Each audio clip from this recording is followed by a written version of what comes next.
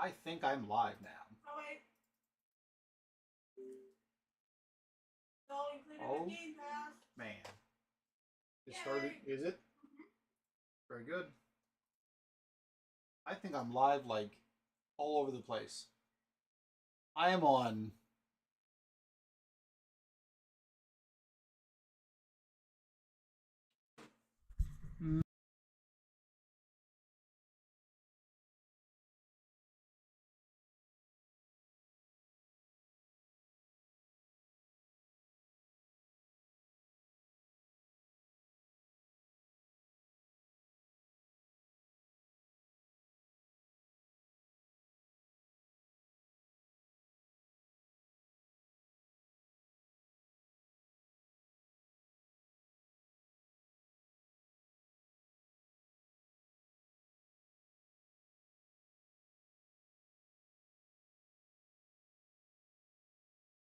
this thing restreaming.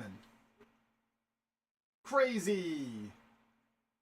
So let's get. Y'all better be in my chair. Nobody's in your chair. No, but we are live over on Twitch, Facebook, and YouTube simultaneously. And who's watching? I have no idea. That's what the best part. Not a clue. Not a clue.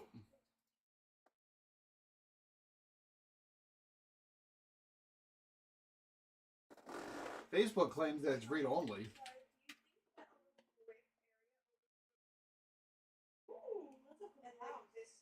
Oh, yes. Okay. Can I give you my best Minecraft suggestion that I love about that house? Garden. Seriously? This is a bar, this is a cafe. Alright, so the last thing I'm doing here, before I start going, my microphone's over here, is I'm going to grab a... I need to work on the inside, but Sweetie water. With, like, fish in like a pond. I love that idea, sorry.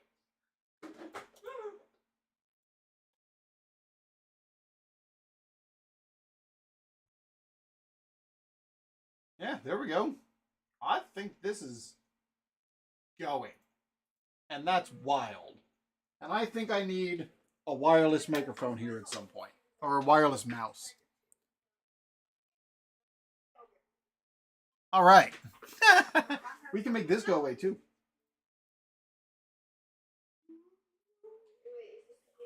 Oh, man. All right, so back there, we've got Alex is learning to play Stardew Valley, Lily is playing Minecraft, and I am playing fast-hitting baseball. And I think I've got this streaming to 3 different places, so that's crazy. Alex, do me a favor and just turn that down a little bit. So, did I lose? Oh, you know what? I realized I also lost my camera here because we got to bring back. Yep, that's fine. There we go. We got our. Did we get our own? Our NDI camera back? Where did you go, NDI? There we go. It's back. Cool. I'm talking to my live stream, Felicity. That's all. So we're trying to play fast-hitting baseball. This is I've said it a bunch of times already, but I'm just kind of talking. Fast-hitting baseball is a condensed dice game that tries to simulate the results of a baseball game through very fast play. So this game, you should be able to get through a game in a handful of minutes as opposed to something like Stratomatic that's a much longer form that's also trying to match and mirror the actual results of a simulation of a sports game, baseball game. So in this, I've got 1993 is what I have printed. This is a charity game made by Al Wilson. So you can go and get access to this and print it yourself. And from there, you can actually, he encourages you to make a donation to somebody as a thank you for the game. There is so much going on in this house. And I'm going to hop over here to my own channel so that I can make sure that I've got my stuff available. There we go. Oh no, this is my table. I have got so much go so much going on. I am using NDI for pulling in camera feeds from a cell phone that's up here, a webcam that's over here.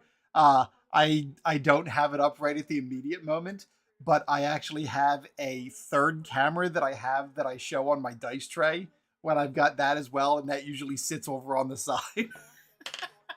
So like I started at 8:30 or so this morning, but I've just been spending my time building the streaming stuff for, the limited 3 people that are going to watch. But that's perfectly fine. I enjoy, I don't need to tell you, I enjoy this stuff.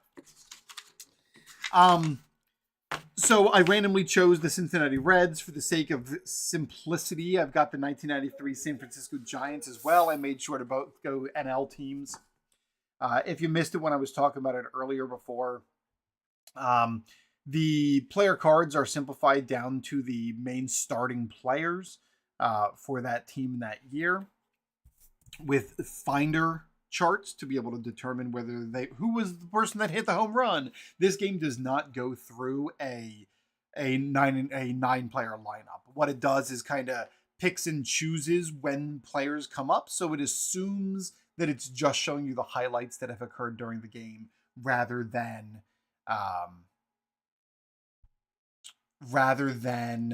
trying to itemize each individual thing. So we're going to use these dice over here, and then I've got this red and white die that I use as a decider die whenever something has to come up as a did they, didn't they. And then these charts here are a handful of charts for what happens in very specific types of scenarios. And I'll end up hitting those at some point as well. Like I said, it's been a little while since I've played one of these, so if you're here and hanging out with me, you're just going to listen to me as I work my way through my play. That's what we're doing. So it is going to be the 93 Giants at the 93 Reds. And like I said, I always forget how we decide. Where's my... I don't know where my actual just dice tray is, so I guess we're rolling on hard surface. That's fine. We'll deal. So we're just going to roll 2 dice. And it is a 15. Our starting pitcher for the San Francisco Giants is going to be Bill Swift.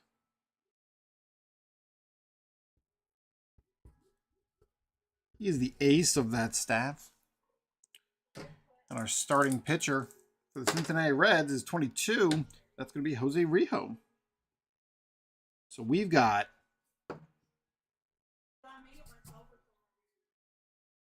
two aces going off.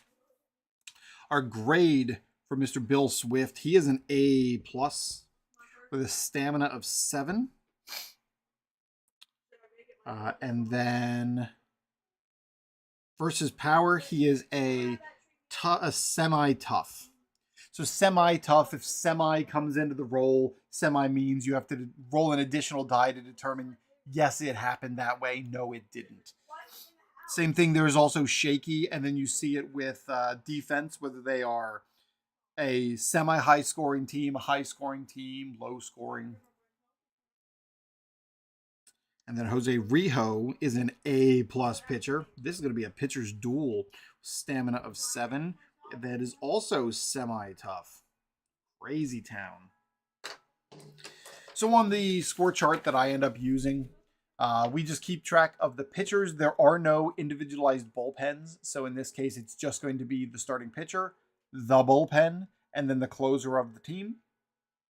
For the sake of the Giants, they have a B plus bullpen and Rod Beck in the bullpen or at the back end as a I I can send you all the information that I've got going here. I'm using this is an old Samsung Galaxy S20, but the camera that I use for the dice is an old iPhone 11, I think.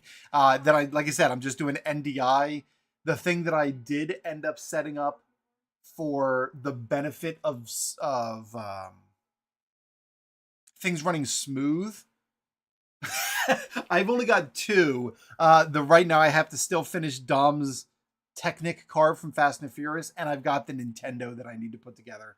But I'll be like, I've thought about doing puzzles. You should see over. I mean, I'm not encouraging you to go do this because it's crazy, but over on my YouTube channel, I've got hours and hours and hours of me just running tabletop sports over there. It's crazy, and over time I've gotten better. Like I've got lighting. Again, it's not perfect. You can see I just kind of threw this together. I've not streamed in 8 months. So this was me just kind of pulling things back out of the box and setting up Restream.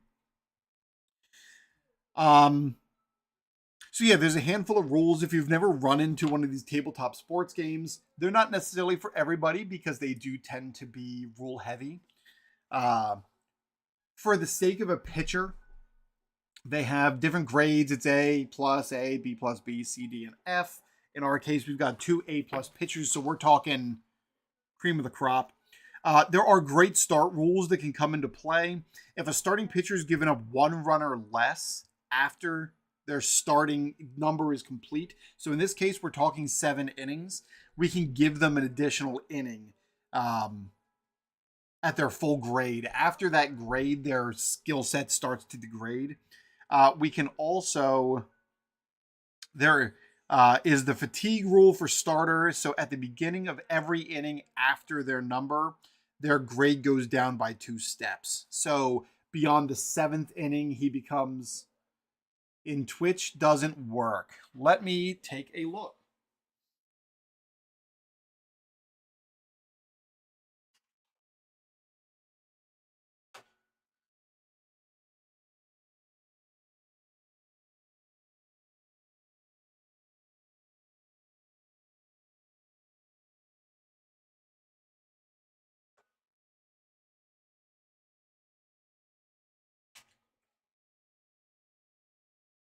Take a look at that and see if that works. Because I'm probably pointing to the wrong place.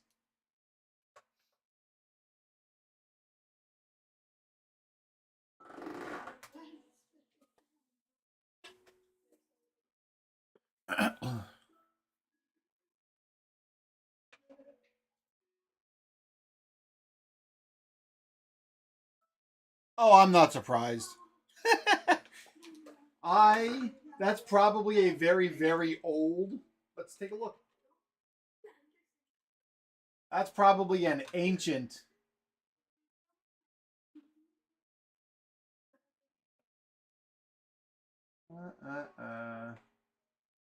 Oh yeah, that's very old.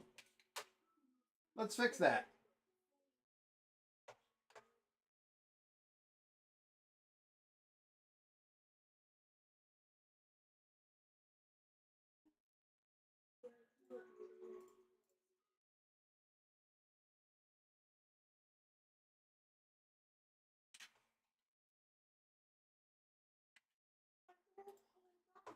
Ta-da! All better now. I have not. I actually had to reset my password for Twitch because I hadn't used it. Like I said, this was my first time doing any sort of restream, so I don't even know what it looks like because I've got this on YouTube, Facebook, and hey, thank you. Oh, and look at that! My little notifier thing worked too. Thanks, Ryan. 30. Woo! Um, Yeah. that's right. Something's working. Um, actually, that was really fun. I had never tried to use the little widget thing. No, you're good. I Whenever I do stream stuff, I tend to get very distracted because the reason I like doing it is because I get to have conversations with people about stuff because nobody ever wants to hear about this stuff from me. Um, but yeah, this setup works really well for Lego stuff. The only thing that I've not gotten nice and I don't see a good way to do it is the problem of a shadow being cast. But you're not going to avoid that. Um, there are some additional rules in this with if a pitcher ends up giving 6 runs before they reach, you can go to the bullpen, but otherwise you're going to go to the bullpen by default, or you're going to go the static number of innings for the pitcher by default. Again, this one's not necessarily a simulation in the same way that some of those other games.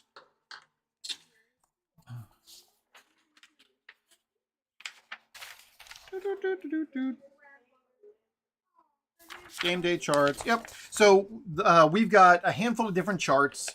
This set of charts is the generic ones for 93 to 2009. Depending on the era and season in which you're playing, there's going to be different charts to use. These are the 1.0 charts. There might be newer ones since, but we're just going to run with these. I don't feel like putting anything new out. These here are your standard game day charts.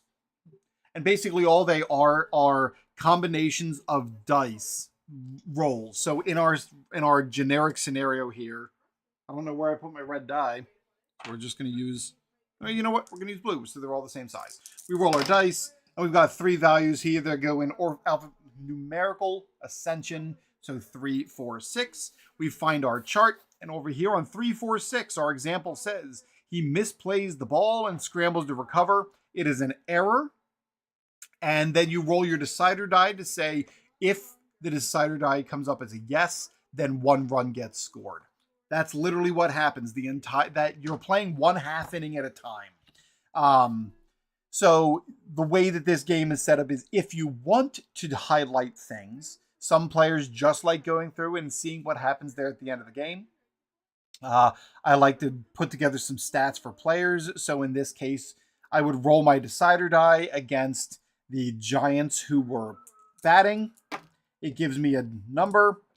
It is a 46. So in that case, the run was knocked in by 46. So it would have been Barry Bonds. That's literally how this is set up. So there are also home run charts. There are fielder charts. So if you need to determine who made an error in the field, you can do the same thing over here on the fielding finder. And then these are some additional drama charts and extra innings. Yeah. So that's kind of everything. So we are going to just go through and play this game of the 1993 San Francisco Giants against the 1993 Cincinnati Reds. That's right. There's drama and then there's extra drama. So a lot of times what ends up happening is in extremely rare dice rolls, like on the drama chart, if you were to roll the 1-1, you'd go down to the extra drama. And those are crazy things like game is canceled due to weather, or star batter suffers an injury after being struck by a pitch. Team scoring quality is low for the remainder of the game. So the reason I really love this style of gameplay is because it's more about the storytelling than it is the accuracy. For some people, they are super interested in the accuracy. I'll show you a chart for a super accurate game. This one is called Season Ticket Baseball. And here is Jose Santiago of the Kansas City Royals from 2001. Look at that freaking chart. It is, they took all their stats from that year and compartmentalized it into what occurs when you roll 3 total dice. It's, and sometimes it's based on the pitcher's card, sometimes it's based on the hitter's card, sometimes it's based on the fielder. There's a lot going on. You dug out a pickaxe? Alex is behind me learning that she likes Stardew Valley. So it's a good thing that she's never seen, well, maybe not a good thing. It's very Harvest Moon-esque.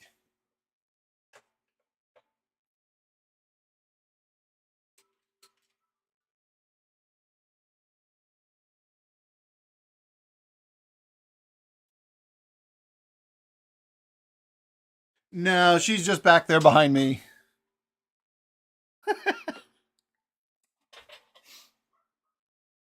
Every year I say that I'm going to get a little bit further and get my kids streaming, or like this year it just didn't happen. I've got a completely gutted Xbox 360 sitting here next to me. Lily's back playing Minecraft. Felicity's someplace.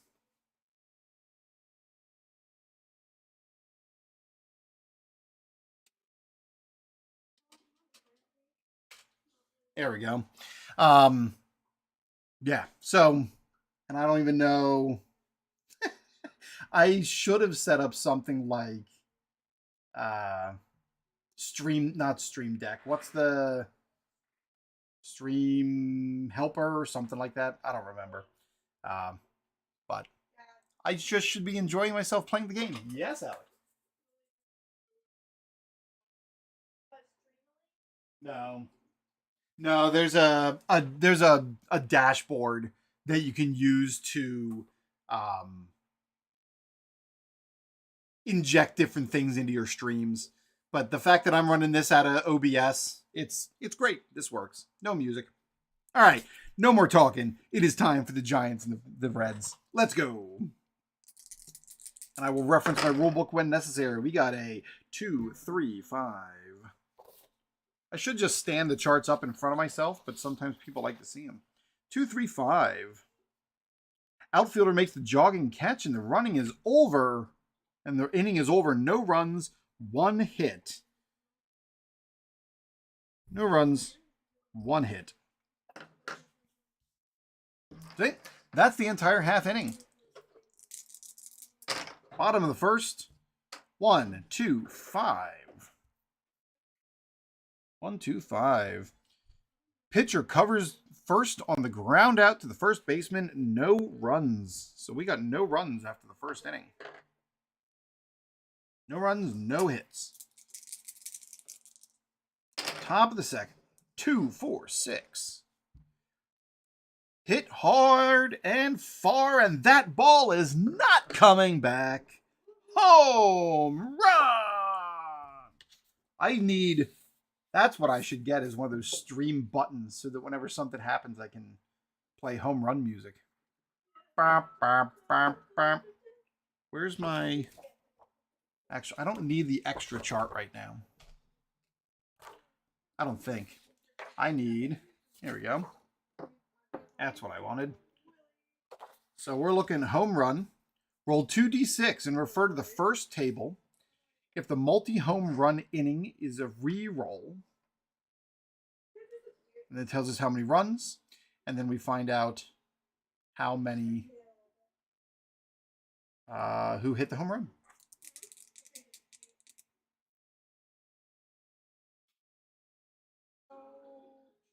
Roll 2d6 to refer to the first table. Bam. 3, 4. It is a 1-run home run. Following a multi-home run inning, roll in the runs scored table, adding 1 run for each home run hit. It's not, though.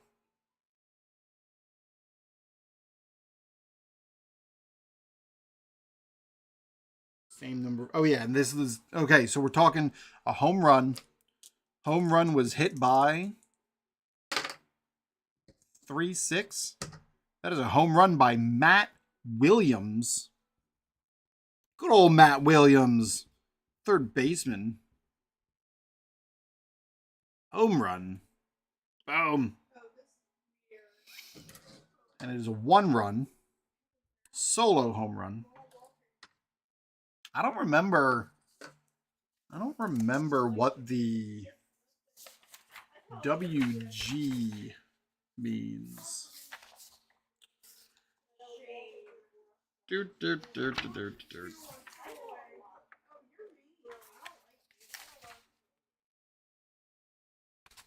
Cross era. Clutch at bat. It wasn't clutch though. It was not a key hit. I don't remember. That's page 4. Where's page 5? There we go. Pitch rest.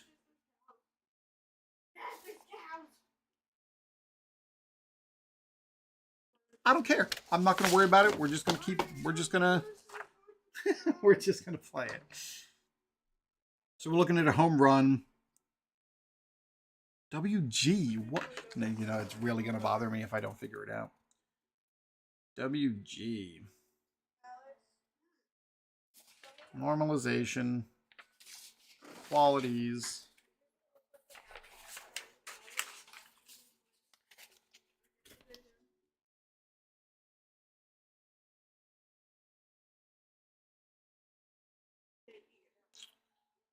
Oh.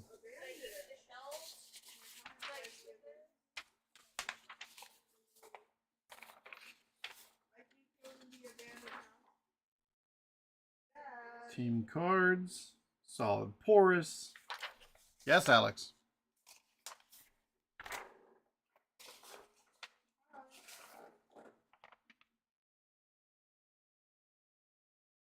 Well, if it comes up, it comes up. I won't worry about it. All right. So we got the 1 run. After that, we're going to roll 1d6. And it was a 2, so same number of hits as runs. So we're looking at 1 hit, 1 run. Matt Williams puts him up 1-0. 3-3-6. Oh, my chart. There we go. 3-3-6. I've got it up here. Yep, 3-3-6. Wild throw. Runners will advance. That's an error. And maybe a run. So we got an error on the Giants. Find out who made the error. Do I have a chart for that one? Needs to think so. This optional table can be used to determine the fielder who made the error. Yep. We're going to determine who made the error. Roll 2d6. Boom. 45. It was the left fielder. Barry Bonds.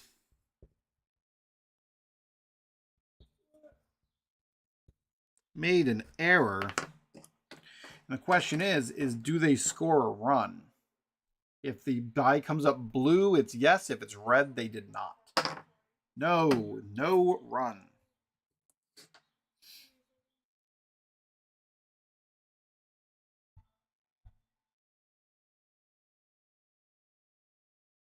Yep, no runs. So they get out unhurt. Still 1-0. San Francisco Giants. Dad, I'm lost. Why are you lost? I don't know where to go. 1, 2, 3. Pitcher grade B of B plus or higher. Yes, sir. Strike 3. Looking to end the inning. No runs. 1-2-2. Dominant pitching makes quick work of the batters this inning. No runs. So through 3, we are 1-0 Giants. Where's my dice tower? We should take that out. I don't know. It's fine. We're just going to play. 4-6-6. 4-6-6. Runners in scoring position. Roll for highlight hitter. And proceed to clutch at bat. So we're going to determine who our highlight hitter is. It's the Giants are up. Our highlight hitter is 34. It's going to be Royce Clayton. It's our highlight hitter. And we're going to clutch at bat. Cross-reference the pitcher and hitter grades. Roll to, so this one's a much more interesting chart right here. So cross-reference pitcher and hitter grades for target value. Roll 2d6. If the result is equal to or higher than the target, then run score. So in this case, Royce Clayton is a D, and our pitcher is an A+. So it's got to be a 62. So we're looking at if equal to or higher, if we get a 62 or greater, it scores. No score, no clutch hit for Royce Clayton.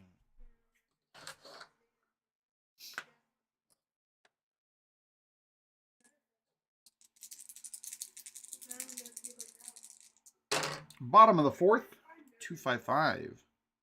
Strong batting team or a shaky pitcher? Are the Reds a strong batting team? They are not. Is he a shaky pitcher? He is not. 255. Solid contact, but will fall short of the warning track. No runs, but 1 hit. So the Reds finally get a hit. No more no-hitter, but no runs. Going to the top of the 5th inning. Top of the 5th, 1-0 Giants. 3-3-5. 3-3-5. Fielder charges the ball but juggles it. That is another error. This time it's on the Reds. The error is attributed to 46. Who made the error? Kevin Mitchell. All right, so here's a question for anybody that pays attention to baseball. Without me looking it up, was Kevin Mitchell on the Giants before or after he was on the Cincinnati Reds? Because I don't remember.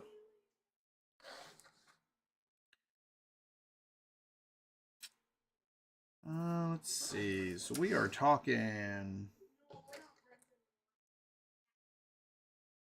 This one was the error. We got to determine if a run was scored. If it's red, it's no. If it's blue, it's yes. Yes, sir. 1 run. 1 run. So the Giants put up another one on the board. And it is now 2-0 Giants because of the error by Kevin Mitchell.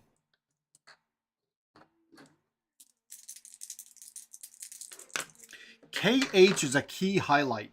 That's what that one is.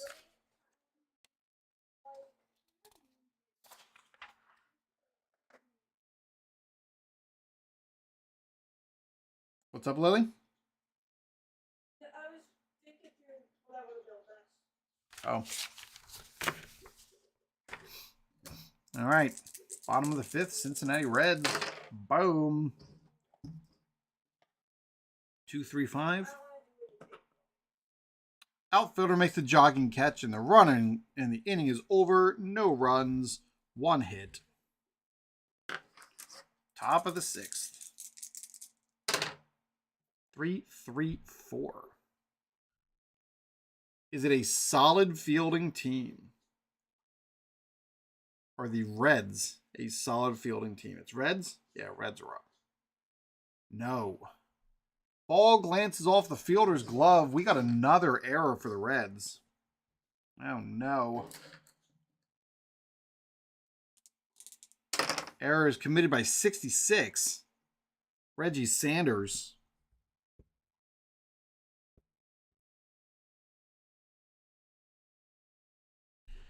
Reggie Sanders with the error. The question is do they score? They do not. And the Giants can't put another one across in spite of the poor fielding by the Cincinnati Reds. It is 2-0 through 5.5.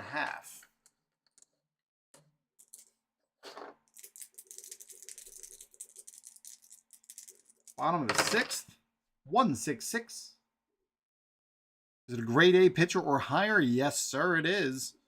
Bill Swift, strike 3, and the inning's over. No runs.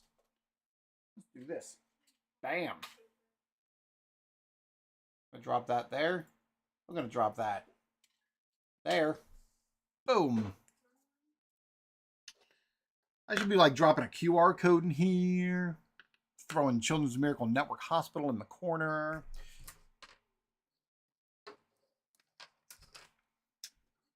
But I didn't. Maybe I'll work on my overlay here in a little bit. Drop a new overlay in there.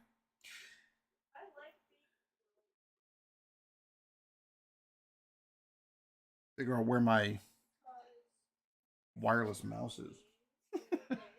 Of all things to bother me, that one's bothering me. I don't know where that went.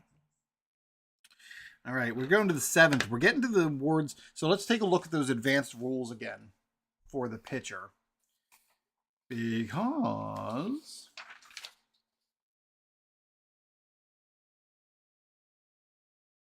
you know what? We're going to make this a 3-game series. Why not? We're going to play a 3-game series between the Reds and the Giants. That sounds fun. That sounds fun. Here we go. A starting pitcher who gives up 1 run or less gets 1 more inning at their full grade. Anybody that stays after drops by 2. Right. Starter viability, we didn't check for any of that, or weather, or any of that jazz, so.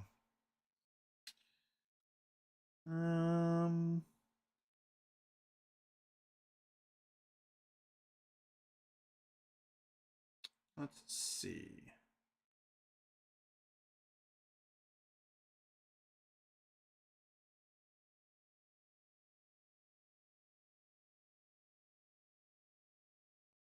All right. Going to the top of the 7th. Top of the 7th inning. 3-4-5. Shortstop ranges to his left to make the out. Inning over. No runs. 1 hit.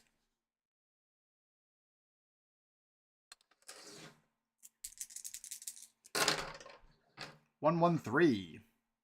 1-1-3. Batter fans on the outside pitch to end the inning and no runs. It is 2-0. Jose Rijo. How's the Reds bullpen? We're going to keep Rijo in for another inning. He is now a B+.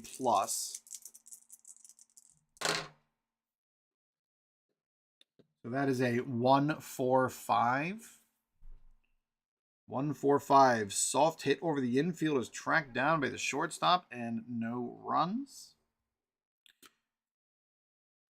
Bill Swift gets another inning. He's given up nothing, so he gets to stay in an A+ for 1 more inning. We're looking 2-2-3.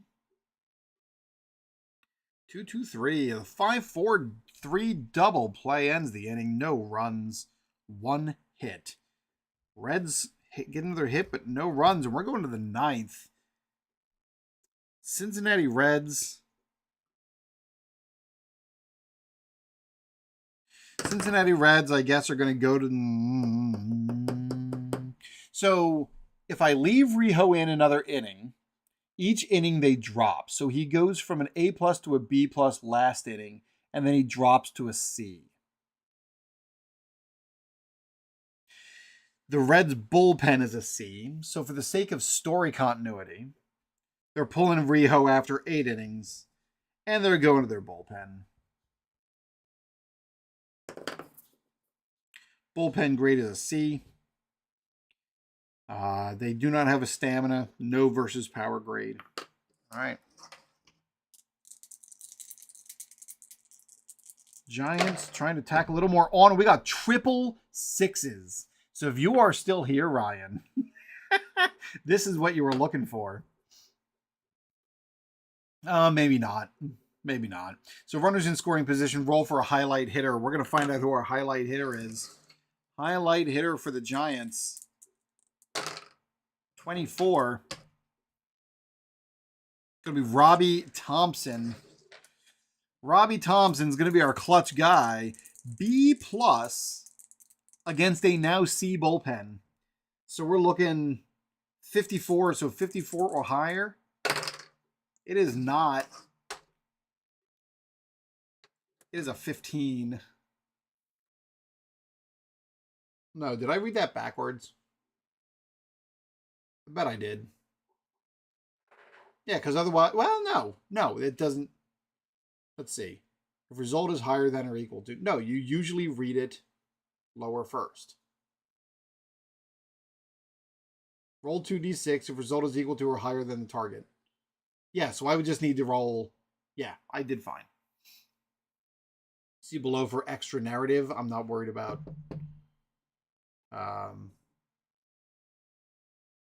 No runs, 1 hit. Giants can't put up on the board.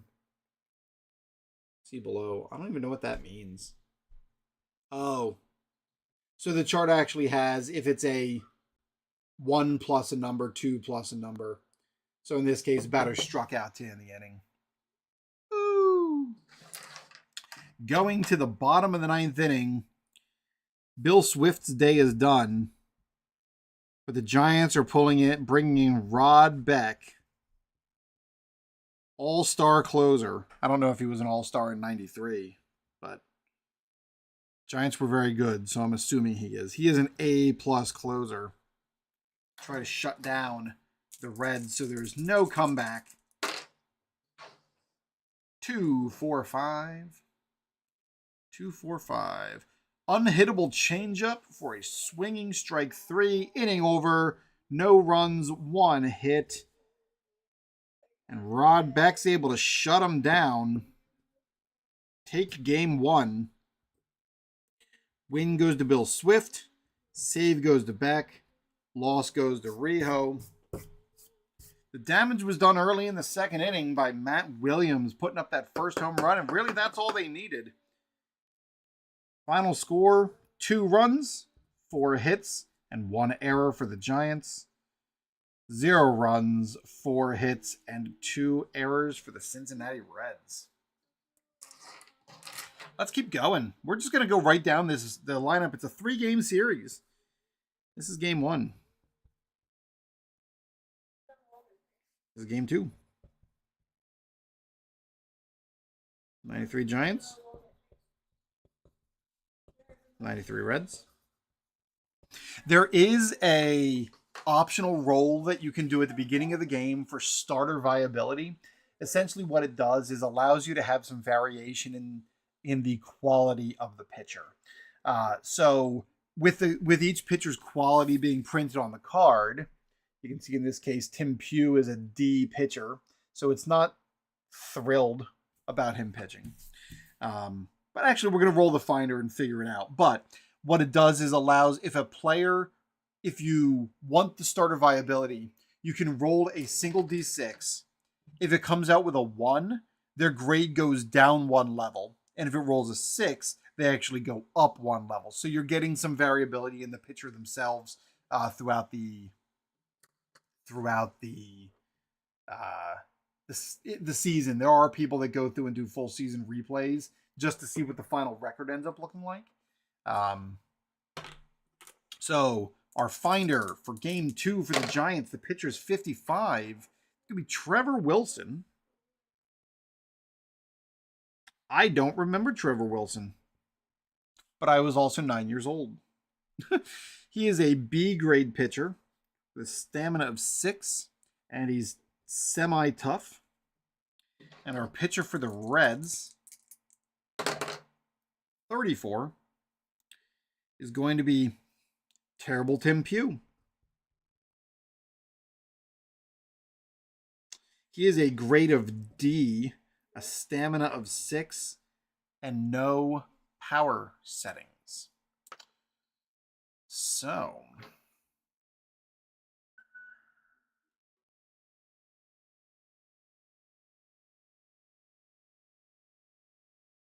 Alex, I have a sneaking suspicion that game is going to become the game you want to play. Like ever?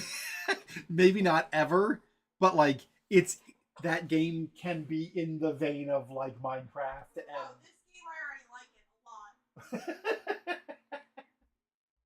This is the games I like. I know. Look how much plot I've Did you know that there's a Stardew Valley board game? What? Yep. It's very hard to get a hold of, but it's very expensive. All right, let's see.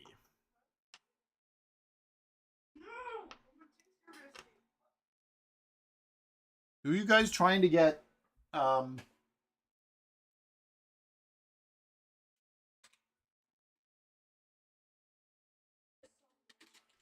been talking to my friend about this game for so long, and she's been trying to get me to get it, but I thought it costed money.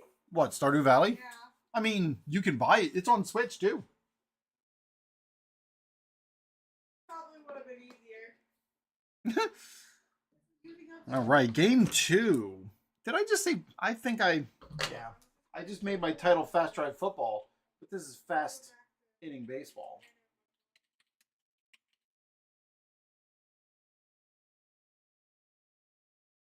Gotta fix that. All right. Game 2. Starting off. Here we go. 2-4-4. Weak batting team or a tough pitcher? Well, it's a semi-tough. Well, nope. One thing with these games is I always have to remember which team am I looking at and talking about at that moment in time. So it is the Reds that are pitching because the Giants are up. So Tim Pugh is none of those things. 2-4-4, weak batting team, or the Giants' weak batting team? No. Is he a tough pitcher? No. Deep fly ball down the right field line. If it's fair, it's a home run. It's fair. Home run. So we are starting off with a home run. It is a 35, a 1-run home run. Yep, it's a 1-run home run. Home run has been hit by 35.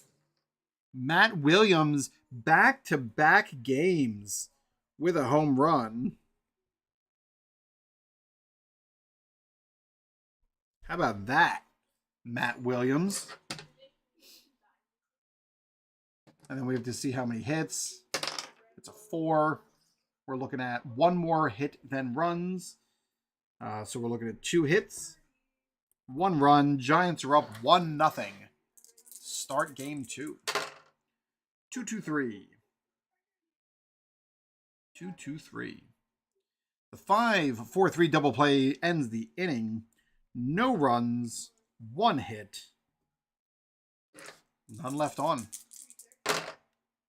1-5-6. Top of the second. Routine ground out to the third baseman, inning over, no runs. Tim Pugh's able to get out uninjured. 1-3-4. Swinging strikeout, gets by the catcher, but he throws the runner out at first to end the inning. Through 2, the Giants are up 1-0. Looks a lot like yesterday for game 1. 2-5-6. 2-5-6. Deep fly ball to right center field. It's carrying well. Is it going? It is out of here. We got another home run. It is a 56. A 3-run jack for the Giants. Woo! 3-run home run. We're looking at, it's not a multi-inning home run. We just need number of runs. 2. So it's same number of hits as runs. So it's 3 hits. 1, 2, 3. And the home run was hit by 13, which is Will Clark. Will Clark was awesome. I remember specifically a Fleer Ultra Will Clark card that was the leather company insert set. Yeah, buddy.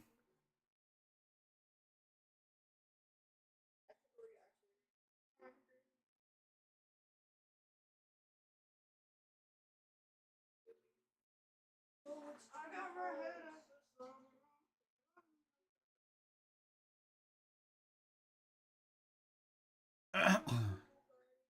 I got distracted.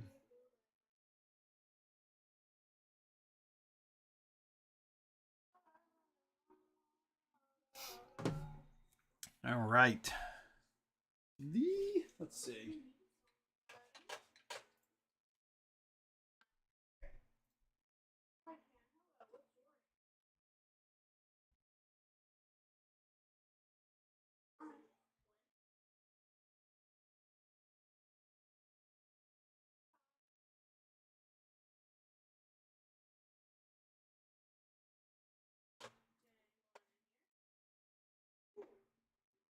Leave the library.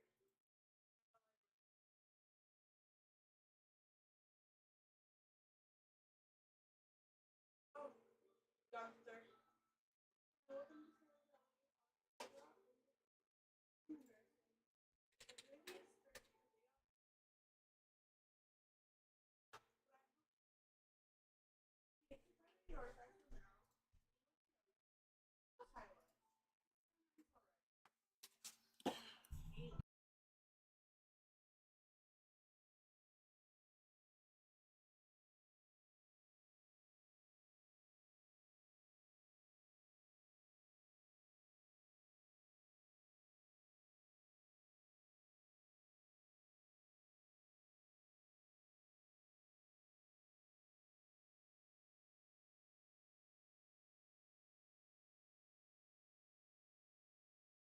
All right. Bottom of the third. It is now 4-0 Giants. This is not a good look. This is terrible for Tim Pugh. 3, 4, 5. Shortstop ranges to his left to make the out. Inning over. 0 runs, 1 hit. I mean, I don't know why this is what I expected to happen. The Giants were 103-59 that year, and the Reds were 73-89. So even with Jose Rijo, it just was never going to be a fair matchup. But we're playing at Riverfront Stadium, so.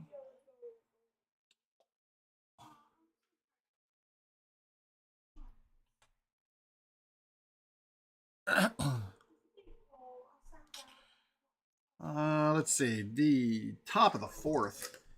So there is also a rule that says 6-run early exit rule. And a starting pitcher gives up 6 runs prior to their innings may be removed early for the bullpen. So if Pugh continues to stink, we might end up having to pull him. 3, 5, 6. Fielder's choice following the walk ends the inning. No runs and 1 hit.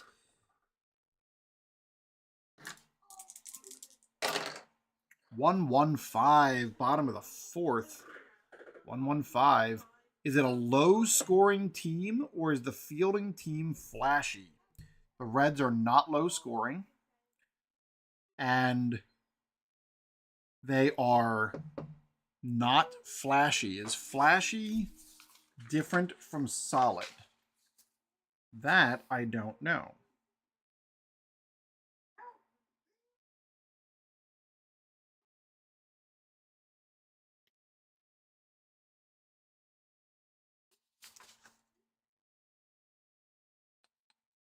Flashy defense quality. Now I'm going to look through these other teams real quick. I need to see what a flashy team looks like. I'm not even sure I know.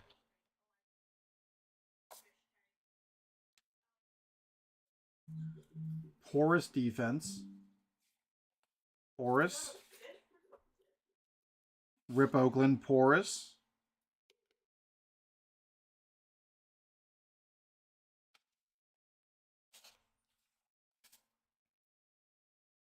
Underlined and solid.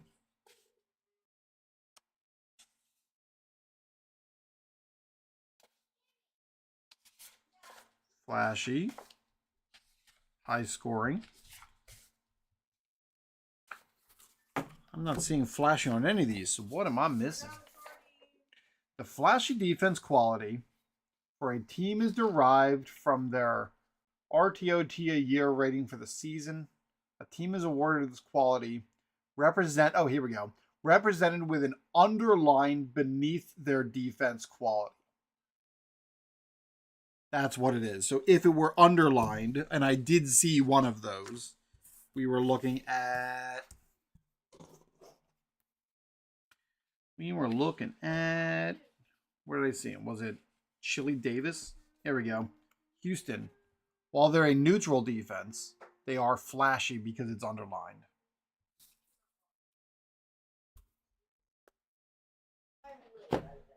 All right. So the question was 115. Are they a low-scoring team? Are the Reds a low-scoring team? No. Is the fielding team flashy? The Giants are flashy. An amazing web gem. That's what WG means. It's a web gem. No runs, one hit. No runs, one hit. And we're going to use the fielder finder to find out who had the web gem. We'll keep track of the web gem. Boom. 36. 36 belongs to... Oh, man, look at Matt Williams. Matt Williams with a home run and a web gem today. Yeah, Flitzy. Hello. What's up? Okay. You can. You can get a chair out of the back and sit here as I'm just rolling dice. All right, we are heading to the top of the fifth. Triple fives. We're looking for a highlight hitter, and we're going for a clutch at bat. Highlight hitter for the Giants. 35. Is that Matt Williams again? It is Matt Williams again. Oh boy, Matt Williams is having himself a series maybe. Going to the clutch at bat chart. So Matt Williams is a B against terrible Pew right here. 46 or higher. And it's a 26. No clutch. No clutch. I feel like I need to double check this too. One thing you'll learn, I am playing fast inning baseball. And you're just smirking because you know you're right there. First roll the clutch column to determine the highlight hitter. Then use the chart. And the result is equal to or higher than the value target. Can't sit there and repeat YouTube videos behind me though. I'm not. Oh, yeah. Okay. Don't want to get ourselves in trouble because somebody else's YouTube video is playing behind my YouTube video. So Matt Williams had the opportunity for the clutch at bat. Nothing happened. Did you just leave? Yeah. Why? Okay. Our clutch at bat went to...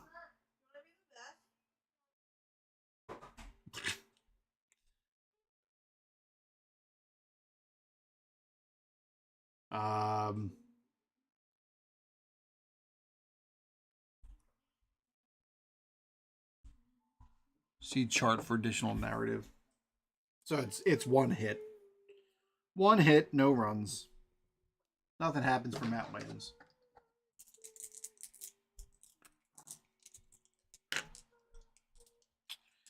Bottom of the fifth. Reds are looking to score something. 1-4-5.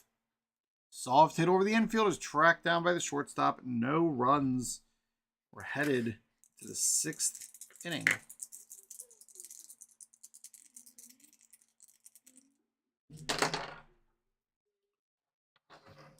This is still Pew pitching? Yeah. 2-2-3. 2-2-3. The 5-4-3 double play ends the inning. No runs, one hit. All right, so Pew got through 6 innings. It's not a quality start, but I guess it could have been worse. It's 4-0 still. 4-0 with freaking 8 hits, so I would not say that's very good. That's probably going to be the end of the day for Pew. We're looking at, going to the bottom of the 6th inning, Cincinnati Reds looking to get on the scoreboard. 2-3-6. 2-3-6. Strong batting team or a shaky pitcher? Reds are not a strong batting team, and he's not a shaky pitcher. Fly out to center ends the inning, and that's 6. That is the end of the day for Pew. They're going to the bullpen, who's a C grade, because that's got to be better than what they got going right now.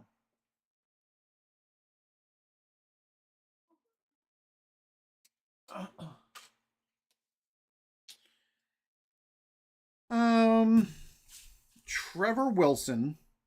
I'm just trying to decide if he's going to go another inning or not. With him being a B, no, they'll end up going to the bull. Well, no, he can go one more inning as a B. He's probably going to go one more inning. That's what I think is going to happen.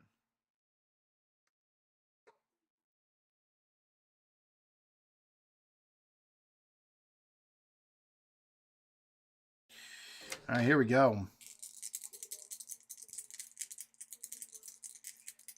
We are looking at top of the 7th for the Giants. 3, 4, 6. 3, 4, 6. He misplays the ball and scrambles to recover. There's an error. The error is by 26. Shortstop. Who is the Reds shortstop? Barry Larkin. Ooh, Barry. Never make shortstops like that. Or make errors. An error for the Reds. And then the question is do they score a run? Blue says yes. No, no runs. They're able to get out of that mess.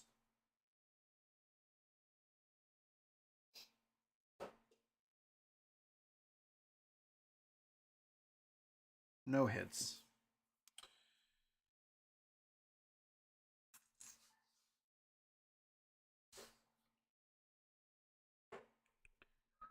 All right. Going to bottom of the 7th. Bill Swift. I'm sorry, it's Trevor Wilson pitching. Wilson's going to stay in for one more inning because he's pitching so well. 1-5-6. And he gets a routine ground out over to Matt Williams. That is the end of Trevor Wilson's day. He goes 7 innings. And they're turning it over to their bullpen. Giants bullpen is a B+.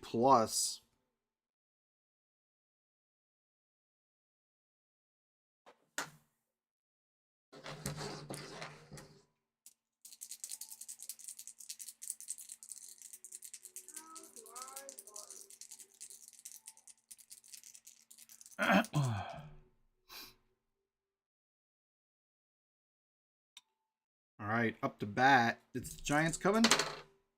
2-5-5. Strong batting team. Are the Giants a strong batting team? Semi-strong. Let's find out if they're strong. They are not strong. Or a shaky pitcher. No. 2-5-5. No runs, 1 hit. The Reds need to come to life somehow. They have literally done nothing today. 3-6-6. Is the fielding team flashy? Yes, we got another web gem. That web gem belongs to 15, which is the first baseman, Will Clark. So got a web gem for Will Clark this time. You know what? I might have put Matt Williams' web gem in the wrong place. I put it in the wrong game. You know, I need to make sure I'm keeping track of it properly because it's of the utmost importance. That's the web gem, and it was 1 hit.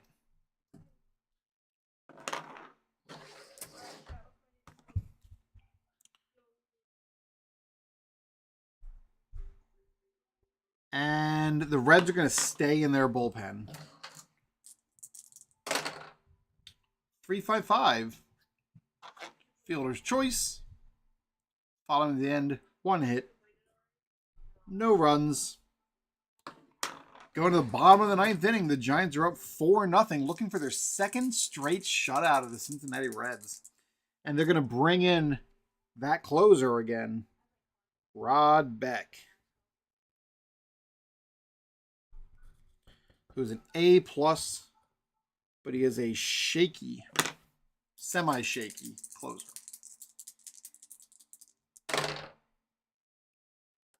Two, 4, 5. What do we got? Do they have a chance to come back? 2, 4, 5. Unhittable changeup for a strike 3. Inning over. No runs. They didn't even need to bring in that closer. But now they brought him in 2 games in a row because he wasn't a save situation. So I was only half paying attention. No save. Loss. 2 innings. In this case, it was a 2-4-5. 2-4-5. 1 hit. 1 hit. Man, the Reds stink. So after the first 2 games, it's not even a rubber match. We're looking at it. Right now, the Giants are looking for the sweep. Giants looking for the sweep.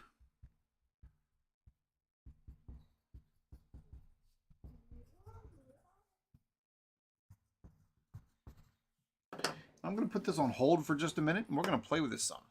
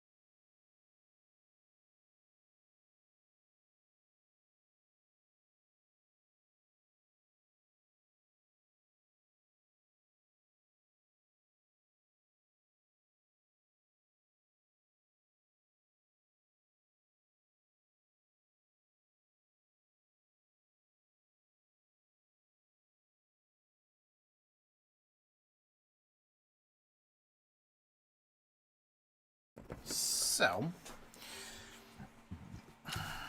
things are not looking so great here for the Reds. They're down 2 games to none.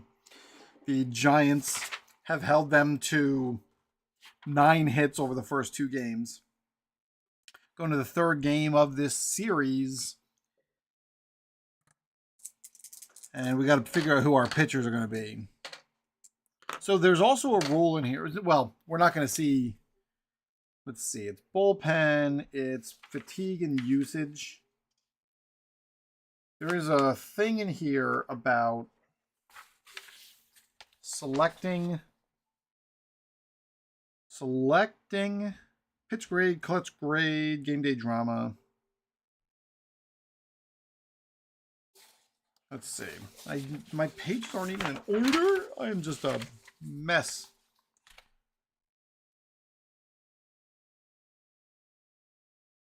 I am just a mess. So we're looking at page 4. Page 5 and 6 are right here. 5 and 6. 7 and 8. 9 and 10. Fantabulous.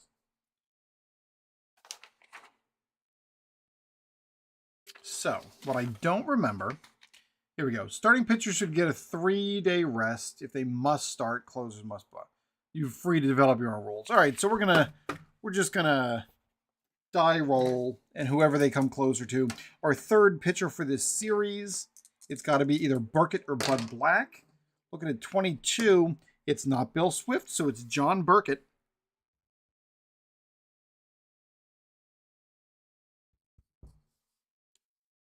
He's got a A grade, a stamina of 7, and he's semi-tough. Yes, Alex. Michael Green has been playing for 3 hours. Time to take a break. Yeah, I'm sure it has. And a 12. Can't be Jose Rijo. It can't be Tim Pugh, so it's going to be Mr. Tim Belcher. Is our final pitcher trying to get 1 win out of this series for the Reds. He is a B grade pitcher, a stamina of 6, and he's semi-tough.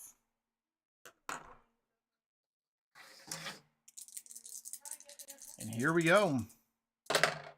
1, 2, 5. Pitcher covers ground on first to the first baseman. No runs. No hits.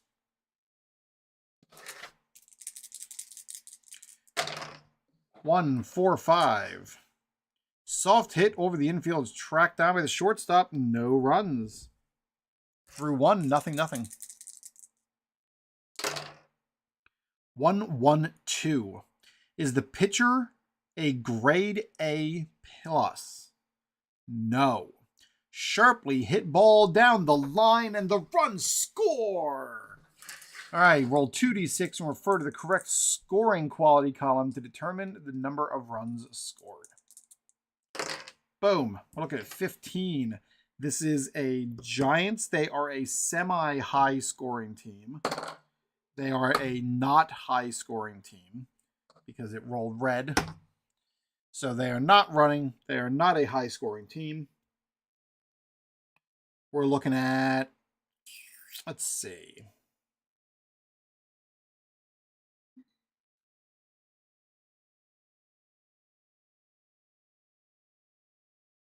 Brain fart.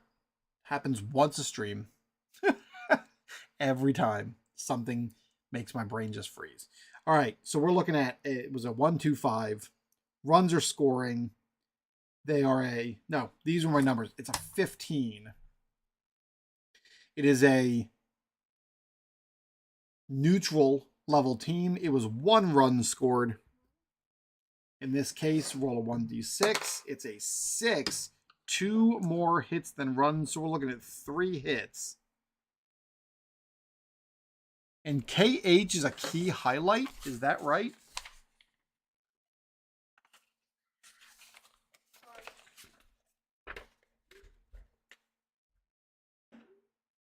I think that's kind of like to keep track of when somebody does something special, if you want.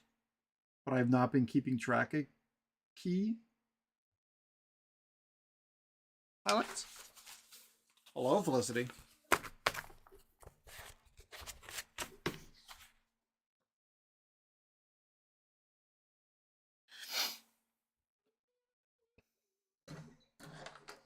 All right.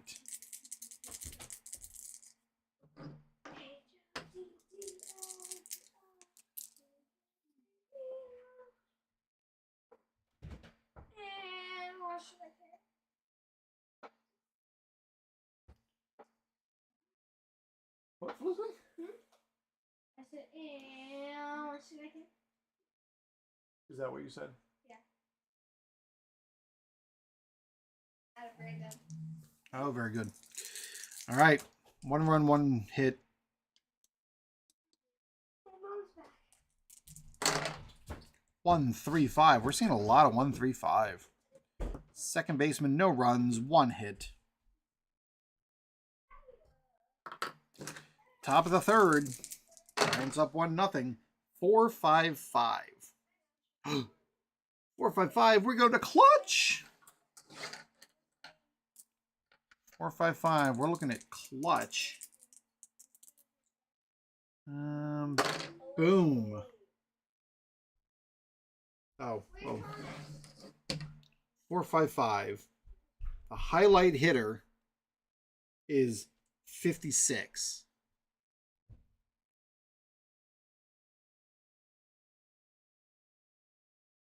I just realized throughout all of this, I've been reading numbers wrong. They only go alphanumeric.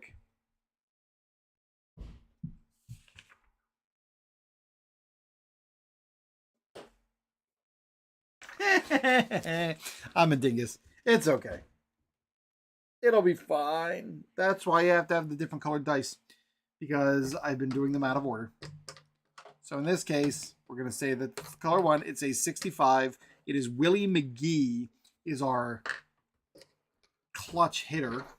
Willie McGee is our clutch hitter. What'd you say?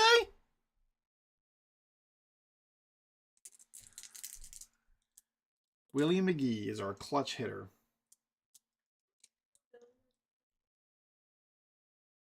And so Willie McGee is a B+ against a B pitcher. 51. That is a 45. So it is a Nuffin Muffin. 1 hit, no runs.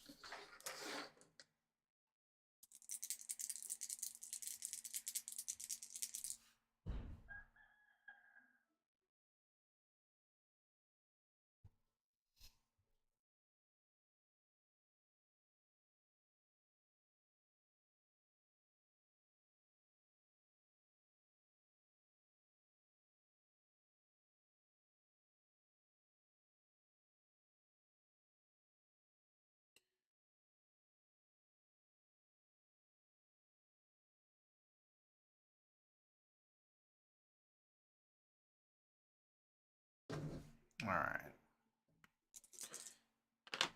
Totally goofed up those literally all of these charts. I'm a saddest of pandas. Goofy me. It's fine.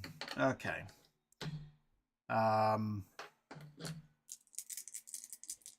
of the third inning, we're going to play for realsies. 2-5-5. Is it a strong batting team? No, sir. Is it a shaky pitcher? No, sir. Solid contact, but will fall short of the warning track. No runs, 1 hit. Top of the fourth. 3-4-5.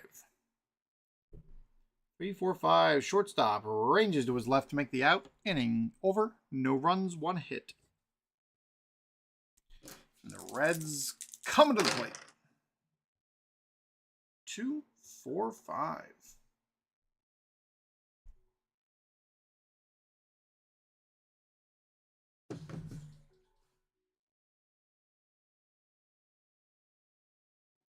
Two, 4, 5.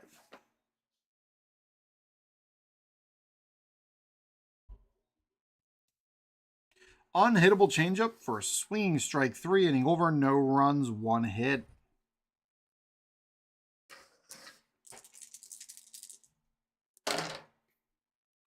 Three, 4, 6.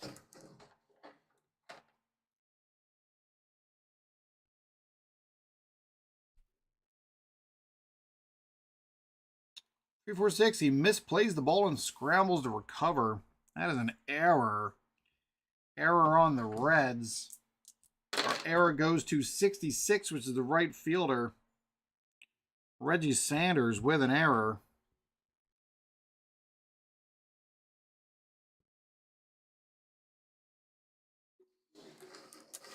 And the question is there a run scored?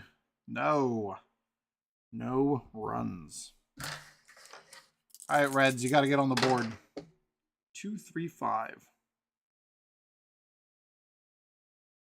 Outfielder makes a jogging catch. No runs, 1 hit.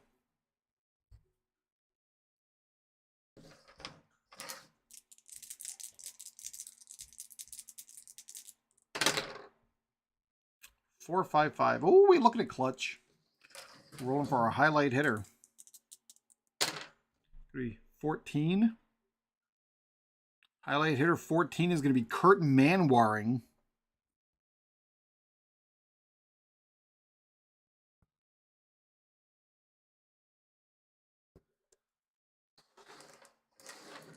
He is a D against Tim Belcher's B. Final inning. D and B. So we're looking at a 54. It is not above a 54. Nothing happens, but there is 1 hit in the inning. Bottom of the 6th for the Reds. 4, 4, 6. The Reds have an opportunity.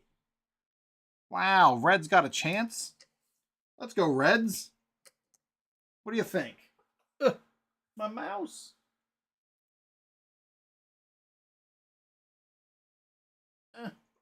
Can't see.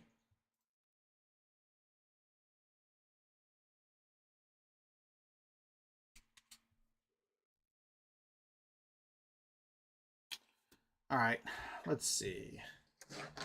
So, Reds, you've got a chance here. Our clutch hitter for the Reds is going to be 42, which is Chris Sabo. Chris Sabo. Awesome rec specs. Chris Sabo is a C against John Burkett's A. C and A. 55. We're looking for 55 or better. It is a 12. No runs, 1 hit. 7th inning.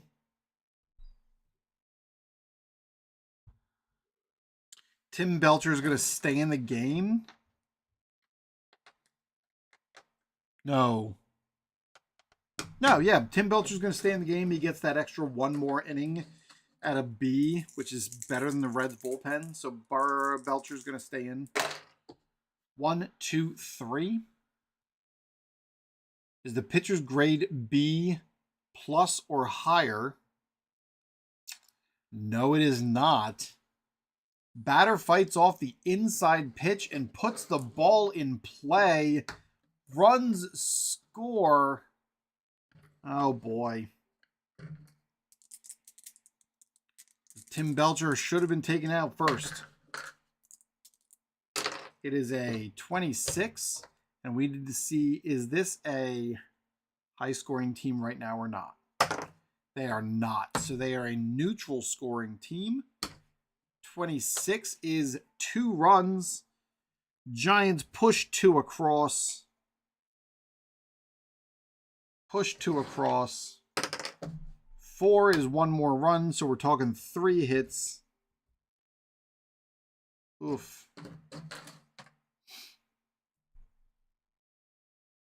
Bummer, dude. And that's going to be the end of Tim Belcher. Tim Belcher pitched 7 innings. He's probably going to get the loss because guess what? The Reds can't freaking hit. At some point, I'm going to have to look up these stats from 93 and see what the Reds' overall numbers were, because this is unbelievable that they're actually this bad at hitting. Is that light? Oh, yeah, that's totally in my camera shot. Interesting. No wonder everything looked washed out. All right, so John Burkett goes 7 innings. 1, 5, 6. Routine ground out to third baseman. No runs, no hits. John Burkett's going to be able to stay in there too. Oh, so with Belcher done for the day, we got to go to the bullpen. That's a C. We've seen a lot of bullpen from the Reds this series. 1, 2, 3. Oh boy, we got more runs coming in. More runs, girls. Yeah,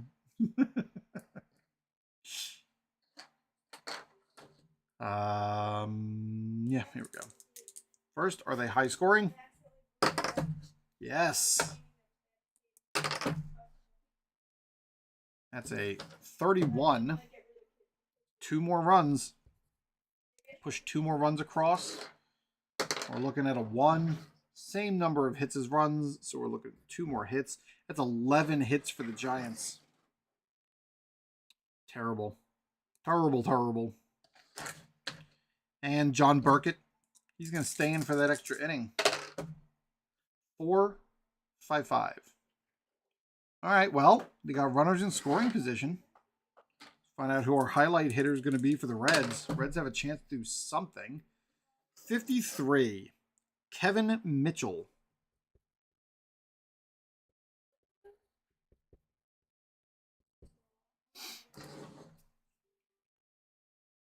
Is our highlight hitter, and we're going to the clutch at bat. Kevin Mitchell's a C against Burkett's A. 55. 55 is what we're looking for. It is a 13. That's funny. No runs, 1 hit. 1 hit.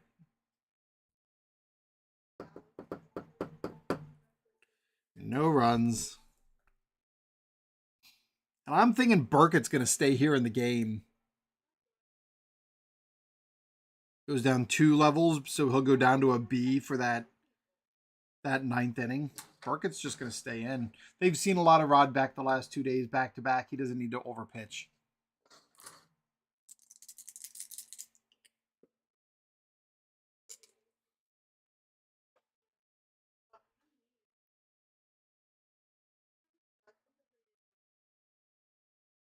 I was just checking my stream quality. I'm amazed. You can actually read the text on the table. That's pretty good. I'll take it. All right. Top of the 9th inning. Bullpen pitching. 3, 4, 5. 3, 4, 5. Shortstop ranges to his left to make the out. No runs. 1 hit. Bottom of the 9th inning. John Burkett staying in. He's at a B grade. That is a 2, 4, 6. Hit hard and far. That ball isn't coming back, and it's a home run. So the Reds, after getting shut out the first 2 games, hit a home run in the bottom of the 9th inning to make sure they don't get shut out in 3 straight games. Crazy. All right. First table. It is a 66.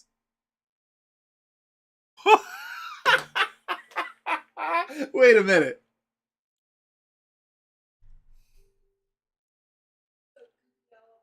All right. So right now, in the bottom of the 9th inning, the Cincinnati Reds are losing 5-0. They've not scored a run in 3 straight games. Bottom of the 9th inning, I roll a home run result, which it says roll a 2d6 to refer to the first table. If the result is a multi-home run inning, re-roll on the multi-inning home run chart. which is exactly what it came up. It is a multi-inning home run inning in the bottom of the ninth. So I don't know why I'm giggling about this so much. So we're looking at multiple home runs, bottom of the ninth inning. Depending on what value comes up here next is going to determine what happens. Following a multi-inning home run, roll on the runs scored table, adding 1 run for each home run hit for the final run count. All right, Reds, what do you got? It is a 62, which means it is a 3 home run inning in the bottom of the ninth. Do we have a major comeback by the Reds? Following a multi-home run inning, roll on the run scored table, adding 1 run for each home run hit in the final run count. So this is a neutral team. It's a neutral team. Our total number is going to be number of runs plus 3 runs. It is a 33, which means it is 5 runs in the bottom of the ninth inning, and the Reds tie the game. Wow, crazy!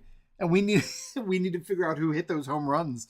So our home runs go to Joe Oliver with a home run. You talking to me? 33. Home run goes to Chris Sabo. And the final home run goes to 34. Kevin Mitchell. So Sabo, Kevin Mitchell, and Joe Oliver come back and hit 3 home runs in the bottom of the ninth.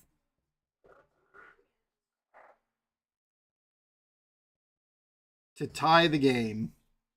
John Burkett, I don't know how you handle, since there's no thirds of innings, I guess some sort of story would say John Burkett definitely didn't stay in for all 3 of those home runs. But overall, it's really kind of not going to matter very much, I don't think. You're lost? Did you go in a cave? I'm lost. You have a flashlight? No. Torch? No. Why do you have a cursor? That's what I said. I have a cursor. I guess. I mean, it was a PC game first. Is it nighttime? Yeah. There you go. You're home now. Well, I'm in a town. Well, can't you go find a hotel and get sleep? I know my way back. Okay.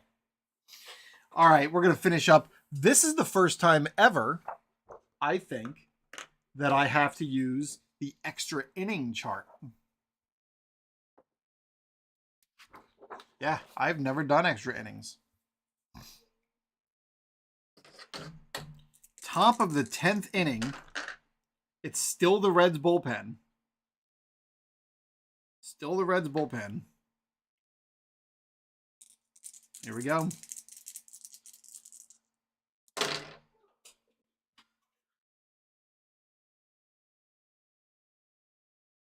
Oh no, my helper broke. Dad, Oh, it's back. Yes. want to know the first thing I bought in this game? What's a dog? No, I was close. I was close. So we got a 1-1-5. 1-1-5. Low scoring team. Are they a low scoring team? No. Is the fielding team flashy? No. Hot grounder gets by the diving infielder, and there are runs scored here in the top of the 10th inning. They are a neutral team. For double ones, we're looking at 1 run scored in the top of the 10th.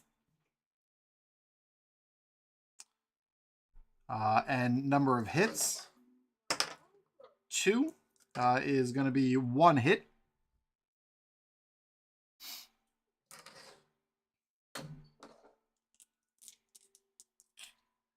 Bottom of the 10th inning. I know he's already pitched on back-to-back days, but Rod Beck is coming in. Can they pitch Rod Beck 3 days in a row?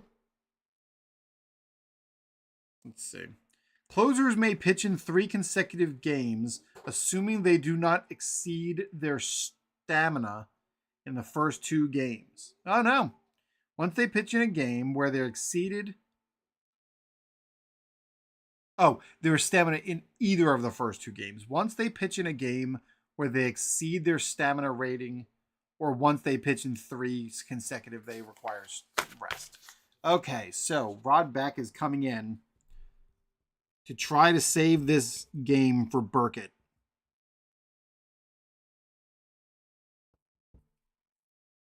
Giants are up 6-5, bottom of the 10th inning. And here we got, it is a, 2-4-5.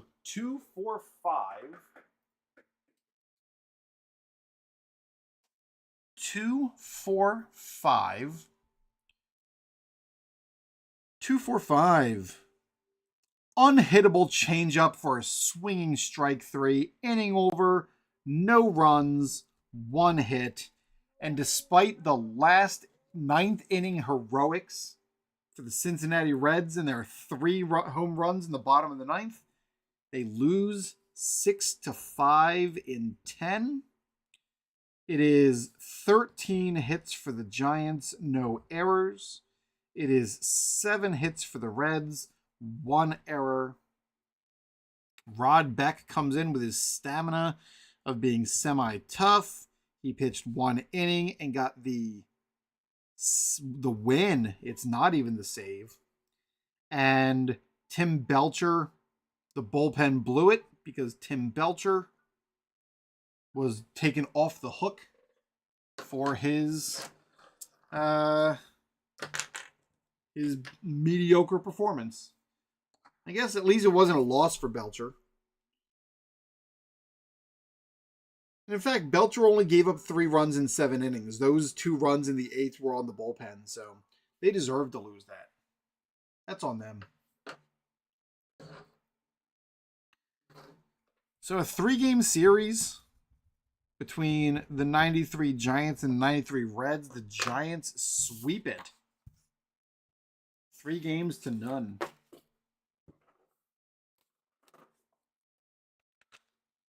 Should I stick with this? Should I keep playing fast inning baseball? Or should I go do something else? Girls, what should I do? Should I keep playing fast inning baseball or should I do something different? Whatever. Yes, I know you're both very indecisive. It was worth a shot. Welcome anybody that's coming in and watching. I appreciate you spending any time. Right now we're playing fast inning baseball, a free to print charity wear game by Al Wilson. I'm gonna play one more. Chat, give me 2 teams from 1993 that I should play a game as. Yes, I said chat. My kids say that I'm being extra. Actually, they didn't say extra. I need 2 teams from 1993. We just finished a 3-game series by the Reds and the Giants. I printed this because 1993 was the year that I fell in love with baseball because of the Philadelphia Phillies. But any team from 93 will work.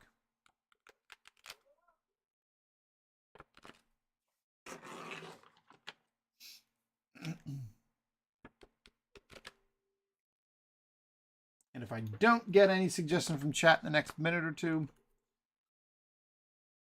I'll just have my kids pick random states. No, not again. You didn't even pick anybody last time. Randomize it. Yeah.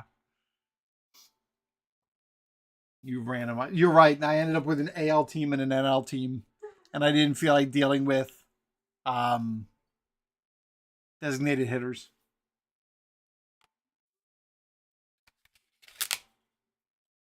Oh no, my Boston card is sticking to itself. Blue Jays Indians. Thank you, Bill. Let's go Blue Jays and Indians. We got the 1993 Cleveland Indians versus... They're in here somewhere. I should just alphabetize them. Yeah, there's the 1993 Toronto Blue Jays. Joe Carter made me cry. Joe Carter made me cry. But again, I was 9, so of course I cried. So let's see. We're going to play at the Sky Dome. That sounds good.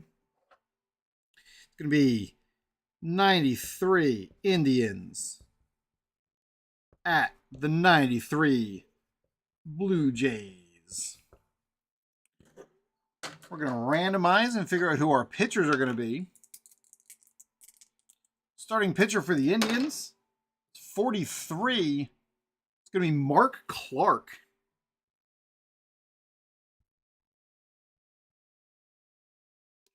Mark Clark with a B grade and a stamina of 6 and is shaky.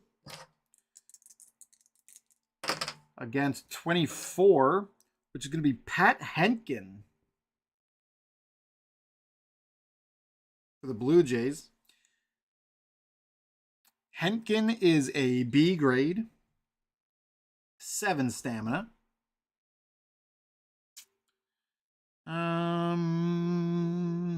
And that's all we got.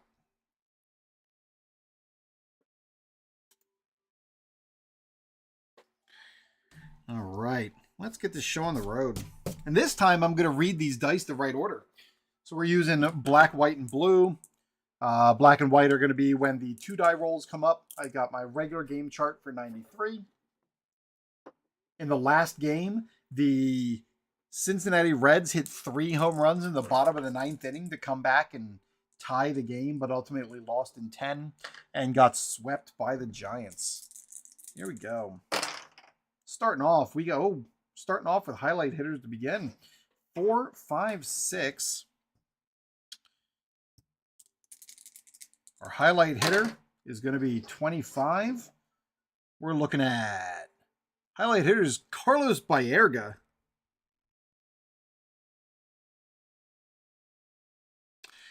Baerga is a B against Pat Henkin's B. So we're looking at B versus B. It's 52. Anything happen in the clutch at bat? Nope, it's double ones. It is no runs, 1 hit. Going bottom of the first. Indians nothing. Blue Jays coming to bat. 3, 5, 6. Fielder's choice following the walk ends the inning. No runs, 1 hit. Top of the second. 1-1-2. Is the pitcher a grade of +A or A+? No, sir. Sharply hit ball down the line. Runs are scored. So, Indians are up. They are a neutral team. So we are looking at 13, which is 1 run scored. It's a 5, so our number of hits is 1 run on 2 hits. And Pat Henkin's the first to leak. 1-0 Indians through 1.5. Is that right? Did I do that right? Yes, I did. 2, 4, 6. Ooh, I like 2, 4, 6. That ball is hit hard and far, and that ball is not coming back. Home run, Blue Jays. It is a 12 is our home run hitter. Pat Borders with a bomb.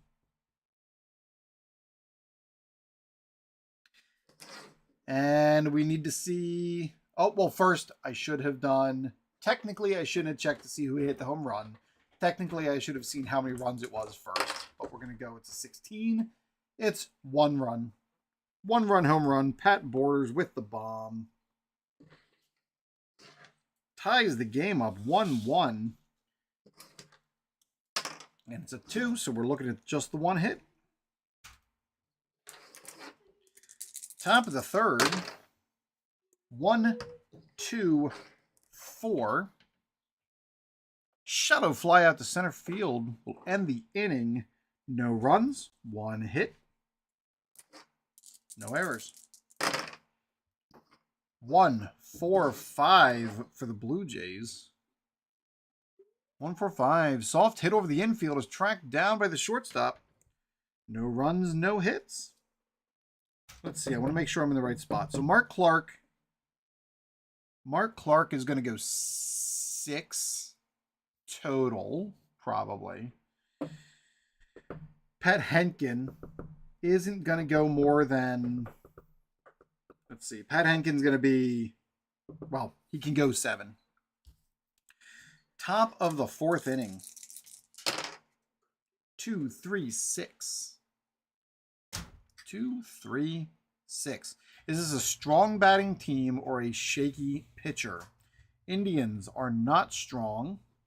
Is the pitcher shaky? Who's pitching? Henkin. Henkin is not shaky. So on a 2, 3, 6, it's neither. Fly out to center is going to end the inning, and no runs. No hits. Bottom of the 4th. Dice are all over the place. 1, 2, 6. Easy grounder to the second baseman. No runs.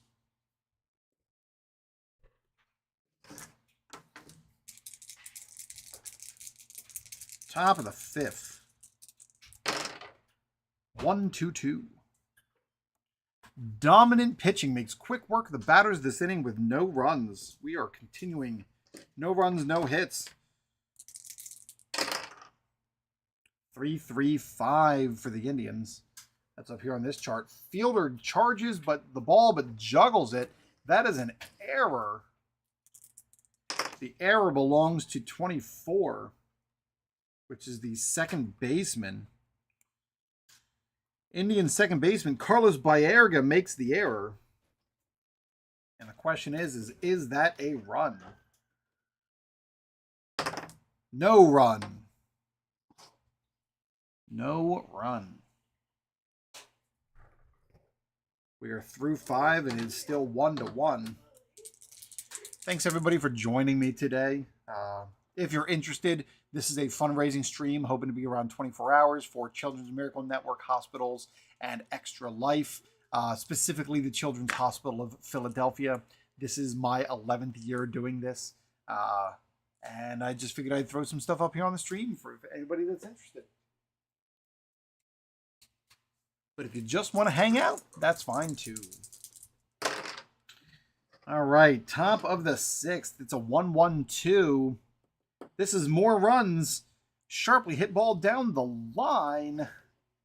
So we're looking at a high-scoring team. The Indians are up to bat. They're a neutral scoring team. So we are looking at neutral scoring team.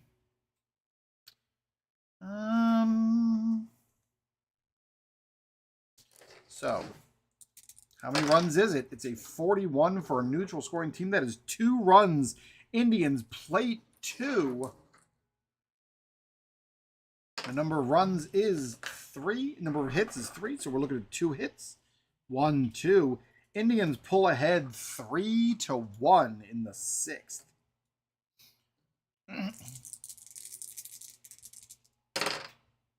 1-1-6. 1-1-6.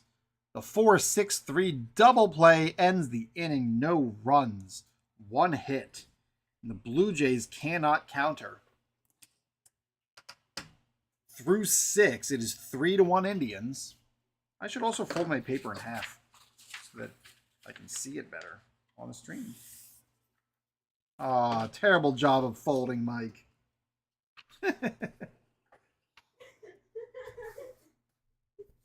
My children find it funny when I yell at myself.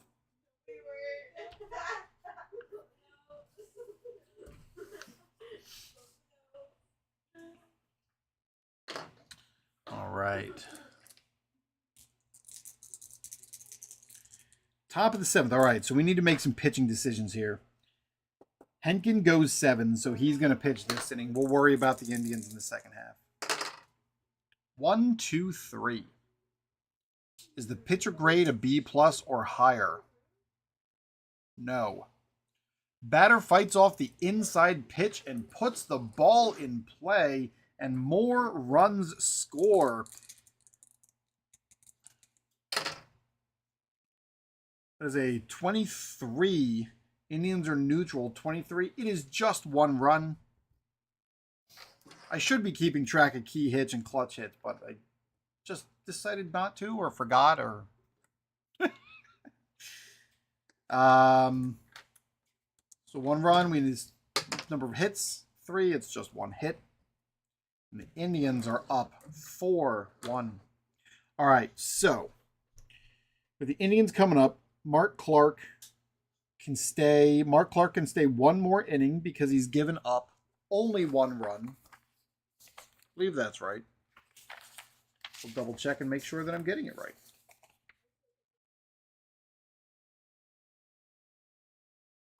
One or less runs. That's what we want. So 1 or less runs. Mark Clark is staying in for a 7th inning at his B grade. Mark Clark. 2-2-5. 2-2-5. Is it a pitcher's park? No. Is it a weak batting team? No. That ballpark won't contain the blast. It is a home run. Blue Jays pulling out the power today, trying to make a comeback. All right, first. It's a 66. We're looking at a multi-home run inning in which the Blue Jays hit 2 home runs. 2 home runs for the Blue Jays. They are a semi-high scoring team. They are a high-scoring team. We are looking at a 13. It's a 3-run inning for the Blue Jays and ties up the game in the bottom of the 7th, and Mark Clark should have come out of that game. But they left him in, and they got punished for it. The home runs belong to 51, Joe Carter, and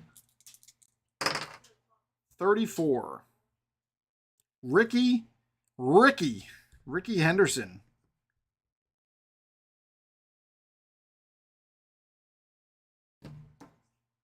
Did you just say that out loud? What out loud? Lily, Yeah.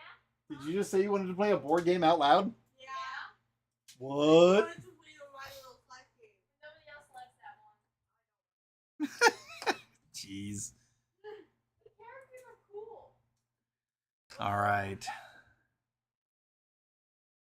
Very good. So Ricky Henderson and Joe Carter hit some home runs here to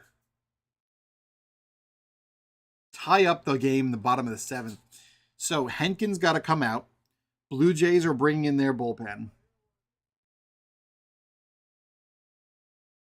And they are a B bullpen. That is a semi-tough bullpen.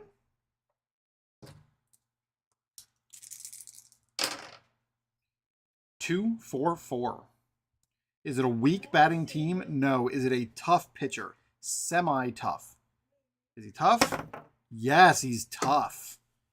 2, 4, 4. First baseman takes it to the bag himself for the out. No runs. Blue Jays are shutting down, or were able to shut down the Indians with the bullpen. All right, so Mark Clark is out. Mark Clark went 7 innings. Shouldn't have, but he did.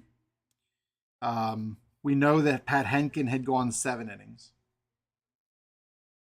And we're looking at the Indians bullpen comes in with a grade of C.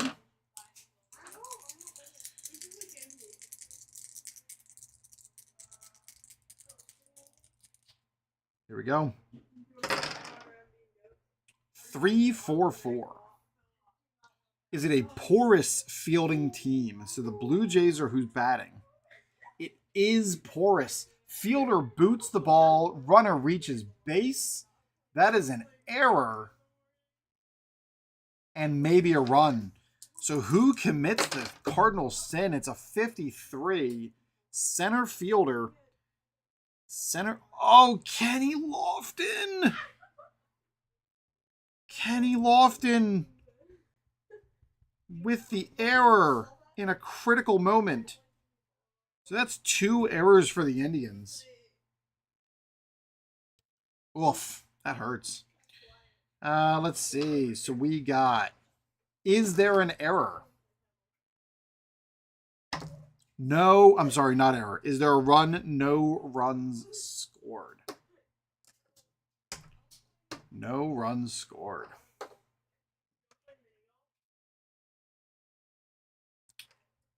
Top of the 9th inning. Top of the 9th, the Blue Jays are going to stick with their bullpen. I feel like they, back in 93, they weren't bringing in their closer unless it was a closing situation. I just feel like scenario-wise, that's what was going to happen. So we're going to leave it as is. Bullpen. 1-4-6. Is the pitcher grade a C or lower? No. First baseman will take the ball to the bag himself for the final out. No runs. So we are a tie 4-4 going into the bottom of the 9th. In that case,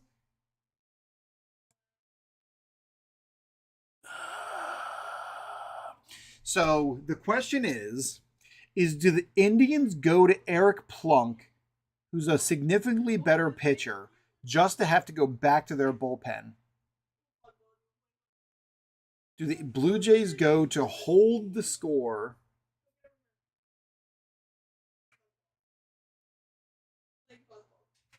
Yeah, you know what? The Indians are going to try it. They're going to go and try to hold Plunk, or hold the score at 4-4. Plunk comes in the game. He's a B+. He's got a stamina of 1.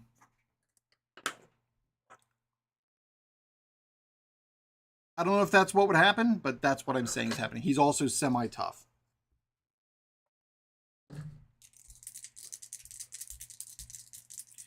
Blue Jays up to bat. It is a 1-4-6. Is the pitcher grade C or lower? No. First baseman takes the ball to the bag himself for the out. No runs. That ended up being the right call because if 4-6 had come out, if the pitcher grade is C or lower than runs scored, the Indians bullpen is a C. So that would hurt. How about that? Good choice by the Indians manager. Me. We're going back to the top. This is back-to-back extra inning games. How about them apples? Blue Jays up to bat. I'm sorry, Indians up to bat. 1-3-3. 1-3-3. We're looking at, is the pitch grade an F? No. Leadoff walk and stolen base are wasted. No runs.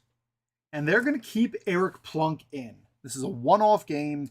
Eric Plunk is going to stay in, but it does mean that he goes from being a B+ to a C. So Eric Plunk is the pitcher of record, and it's a C against the Blue Jays in the bottom of the 9th inning, 10th inning. I'm just stumbling all over my words. It is a 1-2-6. Easy grounder to the second baseman to end the inning. We're going to the 11th. Wow, so Eric Plunk is coming out after 2 innings. And they'll end up going back. That's funny. My desk is obviously crooked because my pencil keeps rolling away from me.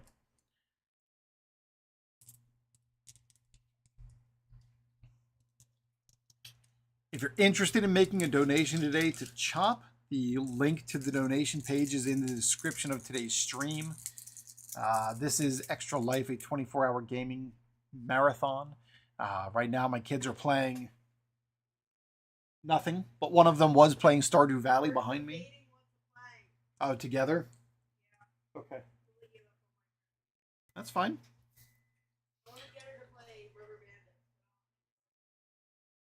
I bought Rubber Bandits. Yeah. For better or for worse. Yes. That's why I bought it. Too much.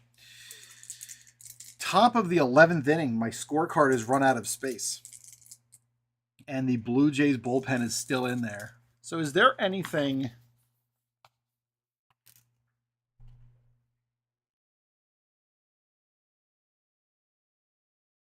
Once the bullpen has pitched 6 innings, they have not. There is an option for a bullpen variability, which I've not used before. Repeat the process after each 2-inning bullpens. If the bullpen enters the game in inning 6, roll it to see if they get better or worse. For the sake of simplicity, I'm just going to leave it the way that it is here at the moment. Bullpen staying at B.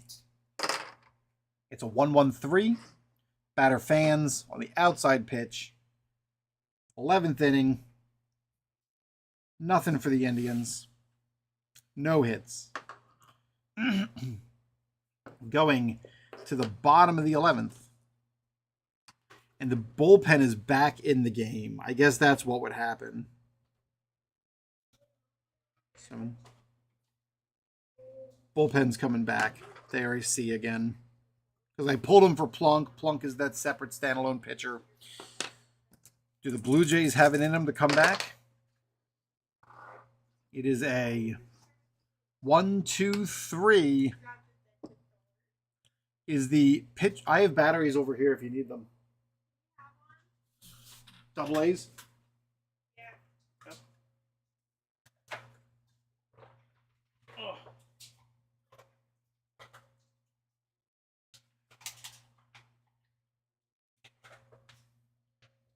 Thank you. All right. Let's see what this come out. 1-2-3. Is the pitch grade B or higher? Pitch grade is not B or higher. Batter fights off the inside pitch and puts the ball in play. That is runs scored. And in the bottom of the 11th inning, the Toronto Blue Jays win the game. Let's find out how many runs they scored. They're a semi-high scoring team. In this case, they are a high scoring team. They rolled a 35, which is 3 runs. That's not how that would work. It's the bottom of the 9th, so they would only end up scoring the 1 run. I don't even need to roll. Don't even need to roll. But we can find out how many hits it would have been. So yeah, it's a 3, and then for 1 more, so it was 4 total hits. Because they ended up scoring 1 there at the end, we're just going to say they hit a whole bunch of singles to knock in that final run. Final score, Toronto Blue Jays 5, Cleveland Indians 4. Indians had 7 hits and 2 errors. Blue Jays had 7 hits, 5 runs, 0 errors. 3 home runs hit in the game, 1 by Pat Borders, 1 by Joe Carter, and 1 by Ricky Henderson. Errors committed by Carlos Baerga and Kenny Lofton. And that is the game. I'm not going to say I'm the smoothest with this stuff. And I'll maybe get back to tracking the clutch hits and key hits, but back-to-back extra inning games. That's fun. I think I need to go get some lunch. So I'm going to put this stream on hold and see what we come back for. But I'm hungry. So we're going to throw the little helper up there. We're going to put some stuff on hold and be back in a little bit. If you've been hanging with me, I'm here, planning on being here through like 9 o'clock tomorrow morning. Keep me company tonight if you're awake.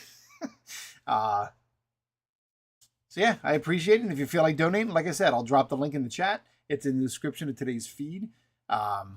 And yeah, that's where we are. Thanks, everybody.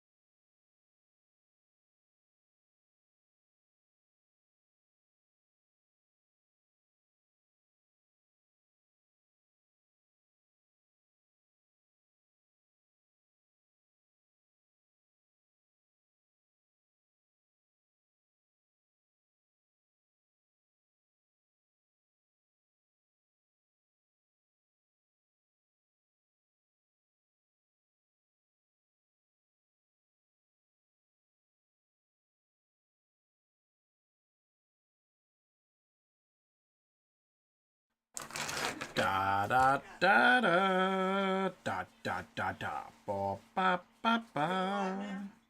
Yep.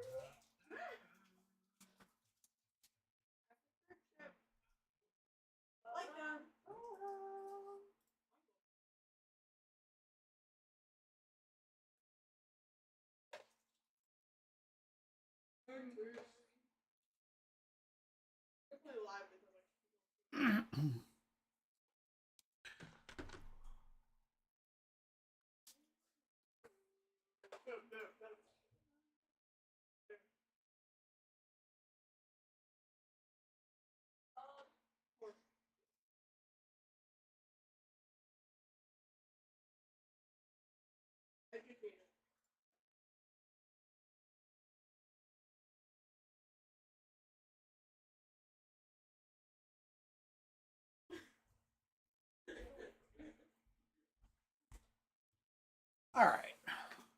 We're going to take out. So let's play tennis.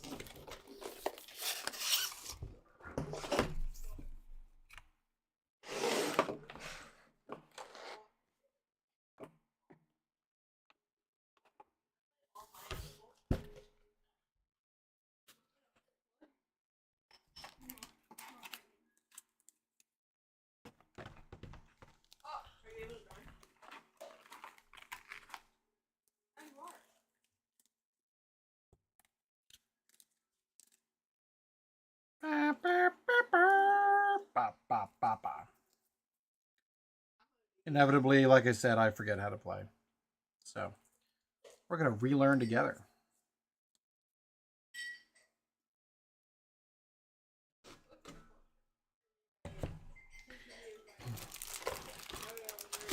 All right. So, because I'm me, this is one I don't have the mat for. I don't have the mat. And I'm still not good at remembering when you can use the boost chips. So we're going to see. What do we got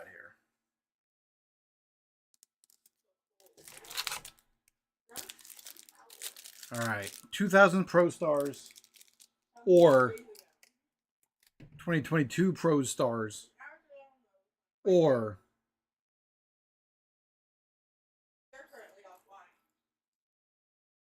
who? Me? Me? No. Okay.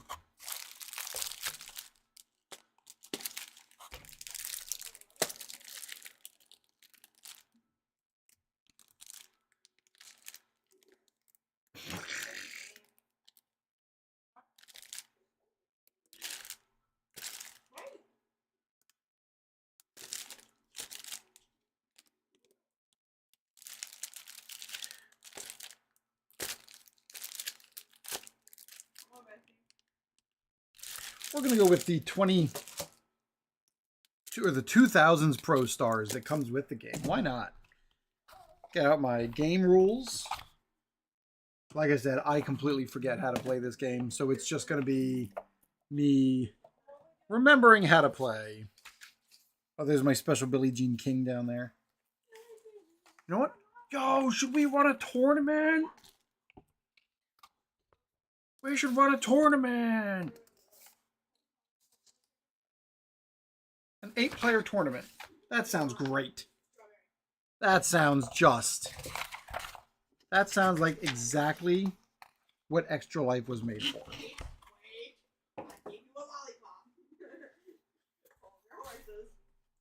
This was my, got my little charts over here. Chart, table. This can go away.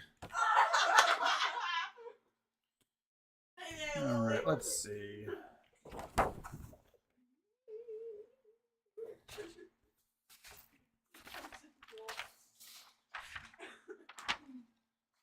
Pardon me.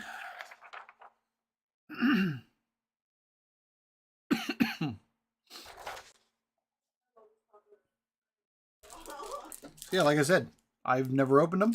We're going to use them. Or at least I'm not sure that I've opened them. We're just going to take four.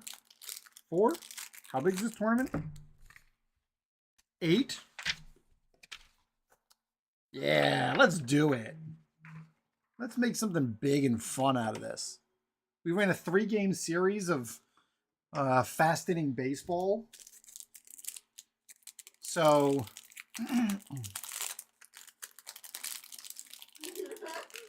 let's run a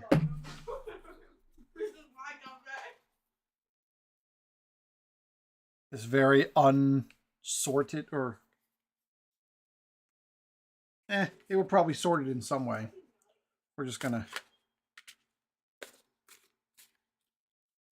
randomly cut a bunch.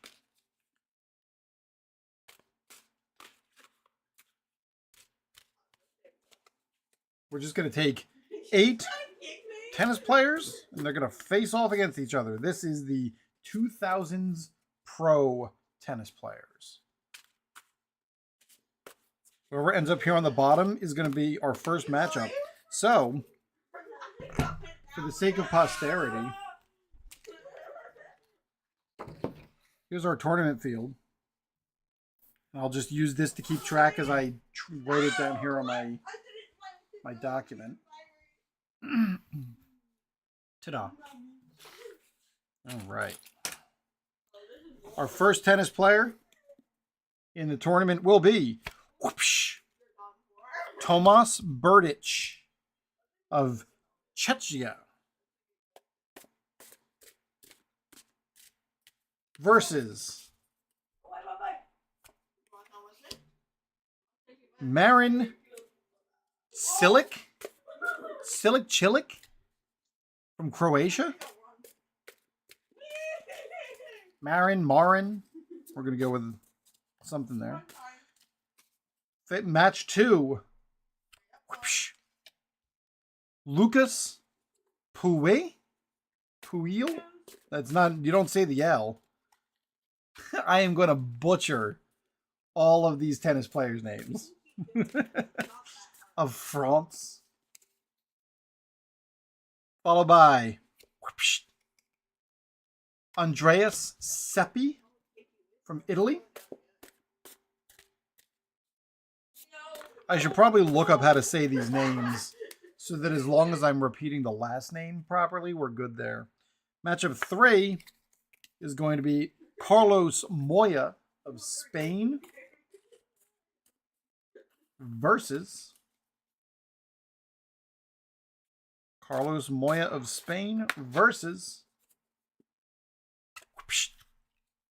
Stan Wawrinka from Switzerland. Got a bunch of 2s and 3s. Well, maybe not. There's just a bunch of 3s. A 5 and a 6.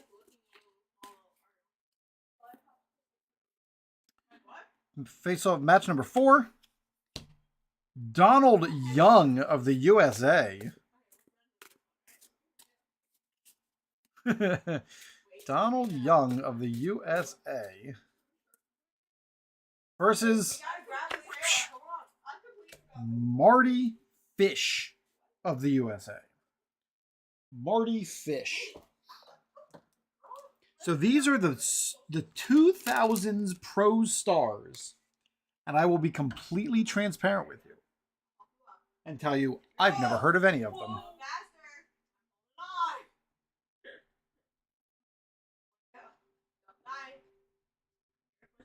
Tomas Berdych versus Marin Cilic.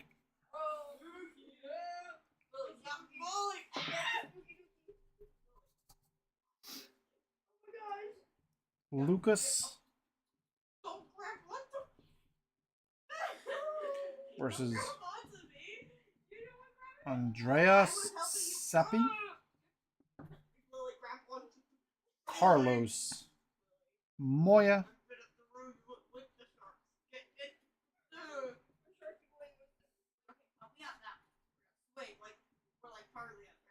Stan Wawrinka. Donald Young versus Marty Watch me get up there before you. Fish. All right, there are our matches. It's 2, 3, 4. I can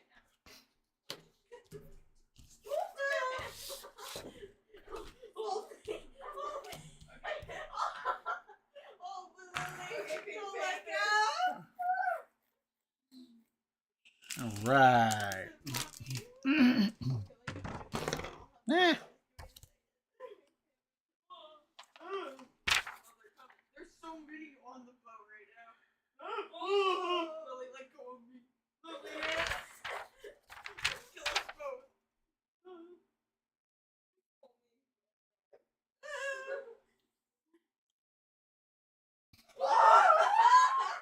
Bye, Lily. Oh, he's coming to get me. I apologize that there is so much noise behind My me. tail. What? What? I'm still afloat. This game. That should not have counted. Not taken first. Then he came for my tail. I'm trying to think. What do you think is the best way to actually handle Unfair round. this many games? We're looking at 1, 2, 3, 4, 5, 6, 7 matches. I think it's probably should be 3 set matches. I think 3 set is the right way to go. Just for in the sake of time. And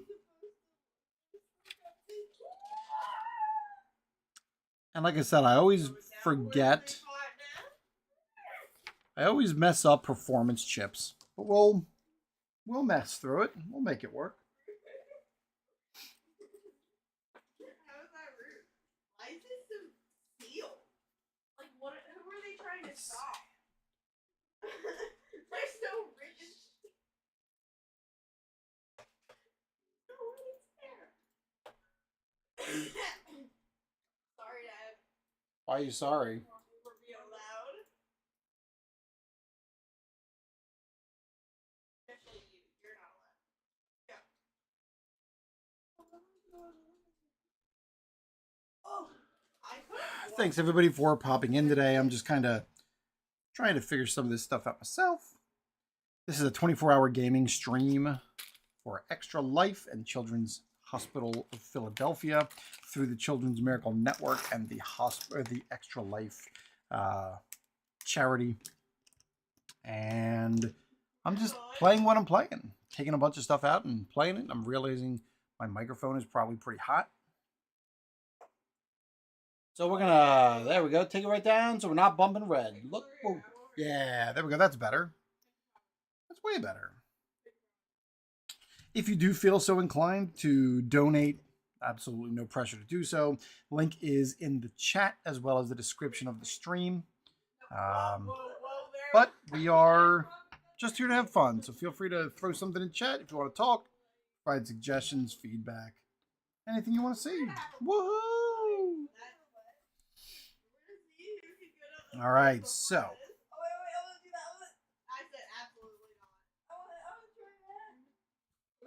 set tournament.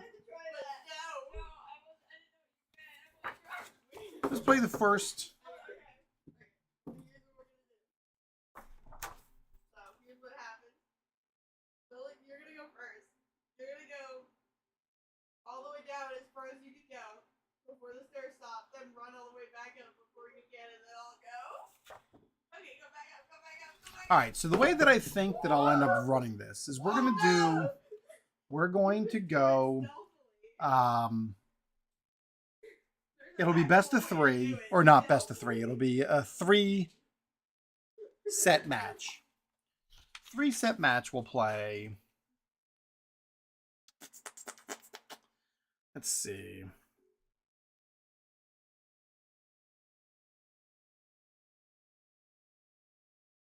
Where did I put my cheat sheet? My self-generated cheat sheet that's not awesome.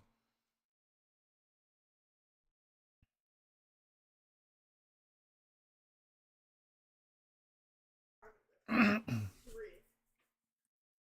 Oh no! I also lost my paper stand, so I should have printed it on cardstock, but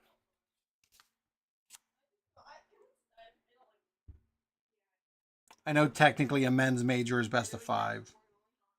Um,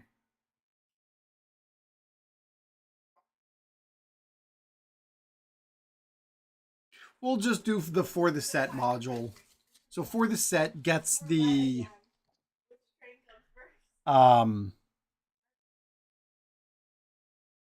resolutions. The resolution for each set starts with for the set, unless you want to play every game using the point by point. I don't think I'm interested in playing point for point. That is a lot of tennis. So in for the set, I again completely forget how to play. So we're just gonna go through. Roll 2 dice. Reading. Well, first.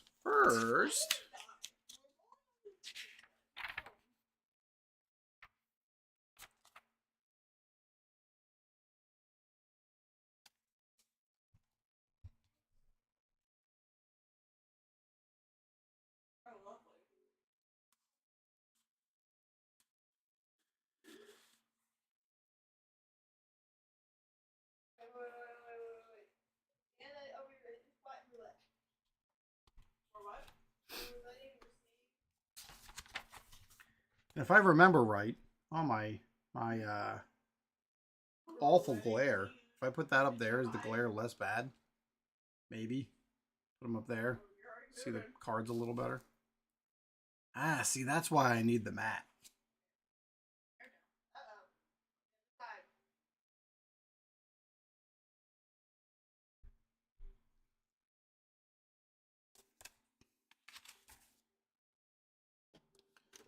You just keep adjusting your grip. Each match is a best of 3. The resolution for each set starts with for the set module, unless you want to play every point using point by point. The for the set module boils down every set to the first opportunity one player to close out the set, winning the 6th game. Sometimes they're serving that game, sometimes receiving. How you resolve is up to you. No rally, fast forward, or point by point.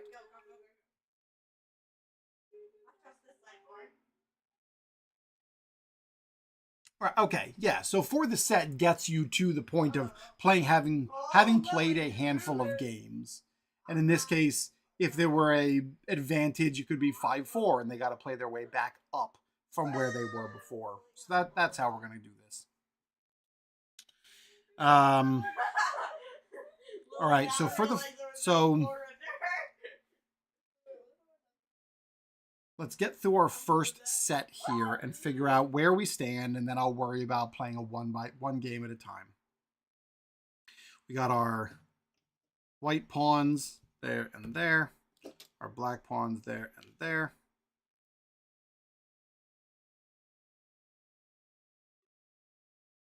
And for some reason, Nightbot isn't posting, and Nightbot is hurting my feelings. Why are you just running?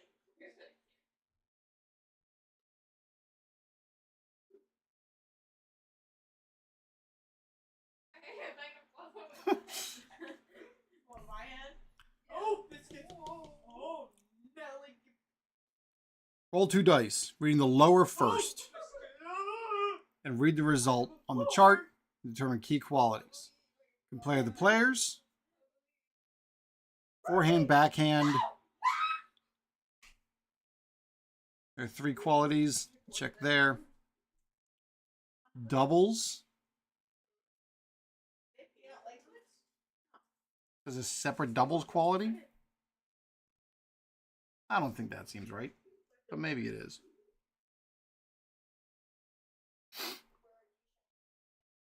Key qualities provide narrative, which understand on the lines.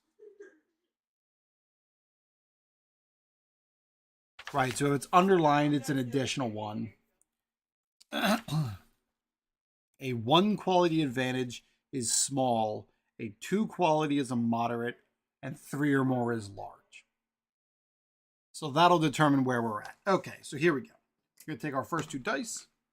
I'm going to roll to figure out where we stand. This is Tomas Berdych and Marin Cilic, I'm assuming.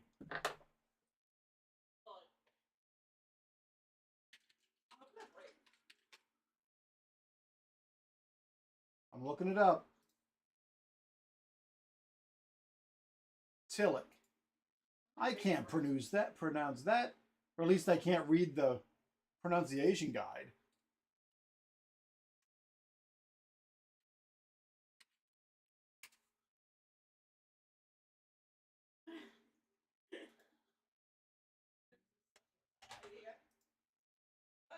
Let's try again. Marin Cilic. Marin Cilic. And that's Tomas Berdych. So it's Berdych versus Cilic. Berdych and Cilic.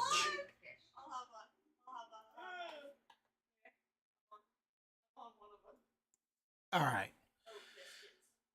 Oh. I'm stressing myself out with just tennis. All right. Here's our roll. And it's always going to be smallest first.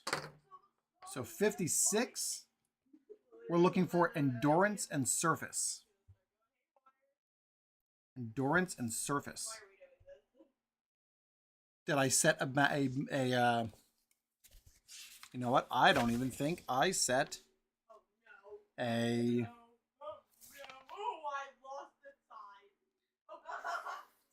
Let's see.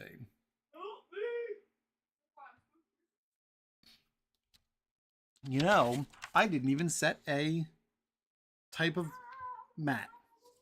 So we're going to use this nice 3-sided die to determine what surface we're playing on. So it'll be hard if it, oh, this isn't 3-sided, this is a 4-sided. Dumb. All right, we'll use this 6-sided die. 1 and 2. 1 and 2s are going to be hard. 3 and 4 will be clay, and 5 and 6 will be grass. It is a 4. This is a clay. It's a clay tournament. All right. It's clay.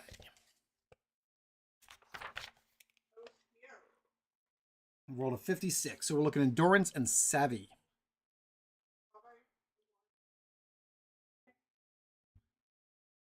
One, 2 versus 1, 2, and nothing on clay. Star is anywhere. That part I know. All right, cool. So there is no advantage for either of these players.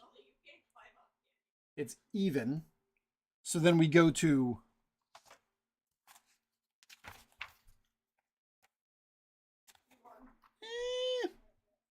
for the set.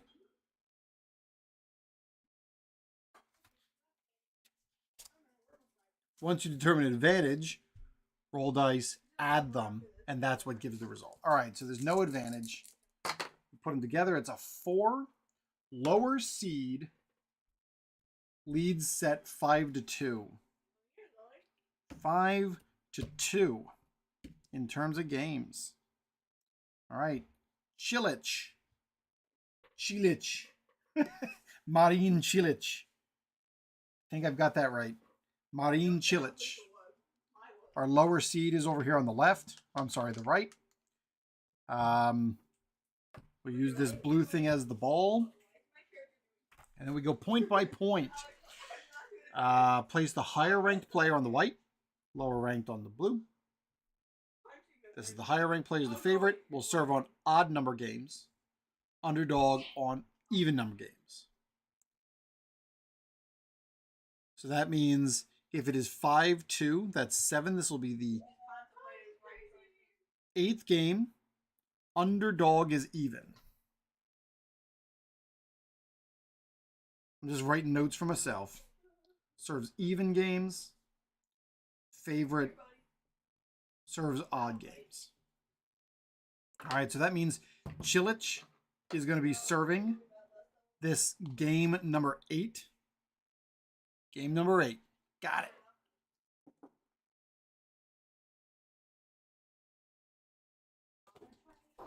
Now we go point by point.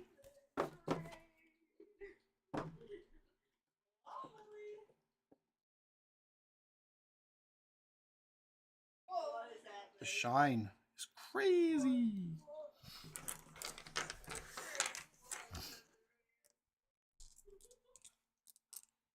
And I don't even remember how to play. You just roll 2, right? We don't need the decider die right now.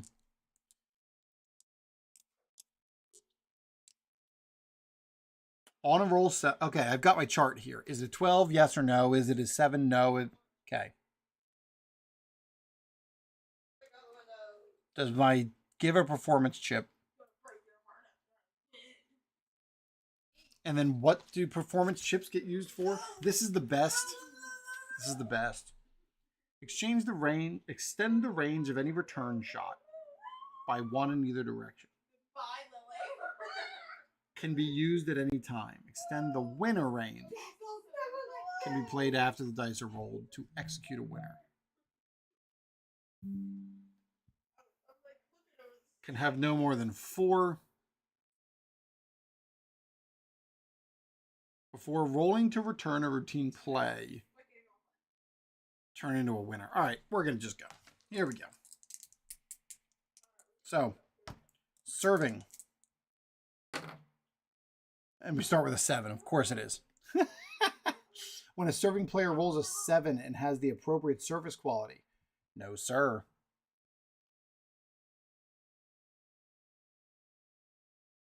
It just goes down here and the other guy has a chance to return. So that's all it is. So a return, when they go to return, they're trying to hit inside. Roll the 2, add them together. If it's not a 7 or 12, they try to return. If the roll falls in the range, they've returned it. And if not, if the roll falls within the player's modified return range.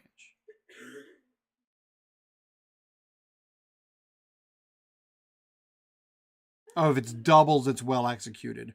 Otherwise, it's normal return if the roll does not match. So Burditch needs to match either 2 or 4 to 8. 2 or 4 to 8. So the roll for Burditch, it is an 8, and that is a return. Chilich with a 10, and that's a fail to return. That is a 15.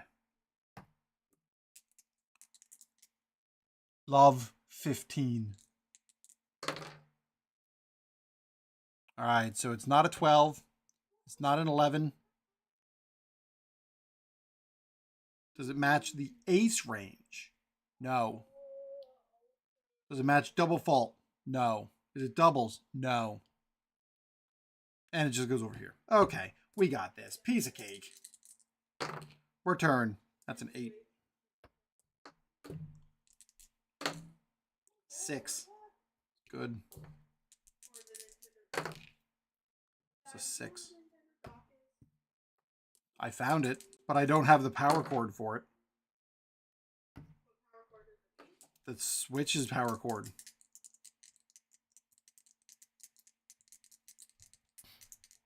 Is there a question on whether or not a return is a 7? 7 shots. When a serving player, this was a 7 coming over. When a serving player rolls a 7 and has the service quality. Oh, so they don't. Neither of these players give a crap about the fact that we're playing on clay. So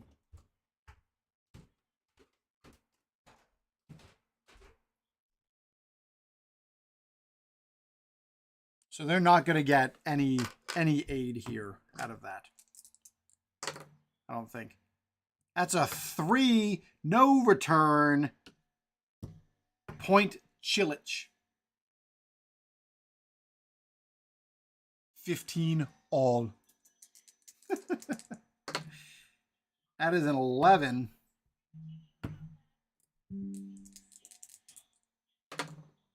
It's a 6. That is an 11. Point Burditch. 15-30. Another 11.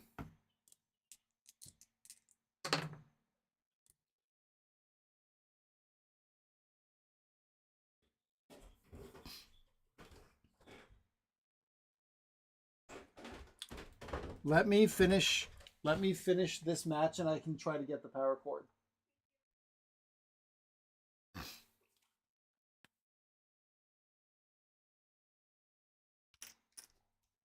Oh no.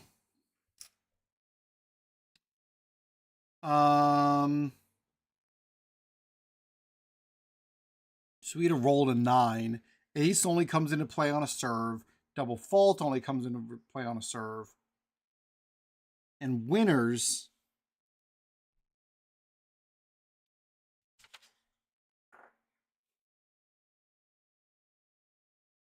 winner shot only happens when a player does not earn a performance chip on a return roll of 7. Oh, okay, so I probably missed something here. The winner shots only occur under 2 conditions. When a player does not earn a performance chip on a 7, the player's opponent may attempt a winner. When a player spends a performance chip to convert it to a winner. So he had hit a 7, and Burditch might have won it anyway. So we're just going to run with it, and we'll correct it for later. So that's a 9. That's not going to come into play. Oh, the 9 is a special return. He can't do anything about it. It's 30 all. That's a 9. That's an ace. What happens with ace? Serve unusual. Return, serve.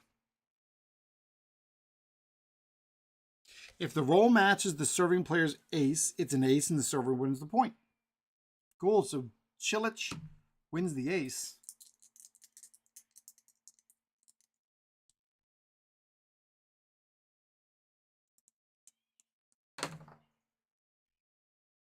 That is an 8.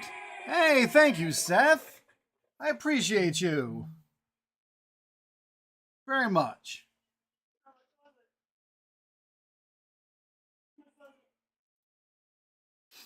92-47. All right, we're looking at an 8 on this serve. Nothing special. Bringing it back. Return. That's a 9. He does not have a 9 to return. And the game... Whoa! We reached $200!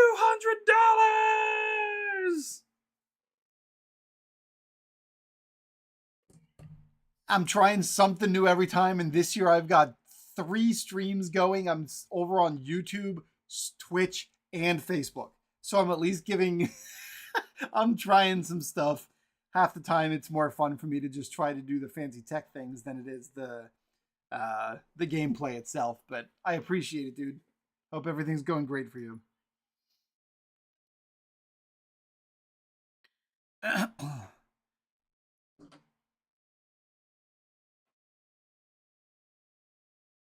We are. This was a return, no return. That means the first set goes to Chilich. He wins it 6-2. 6-2. What you got there? You know what it is. I really need to tell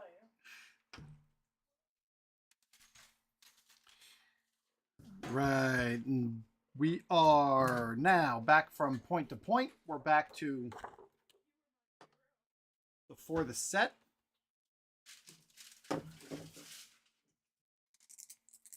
Set number 2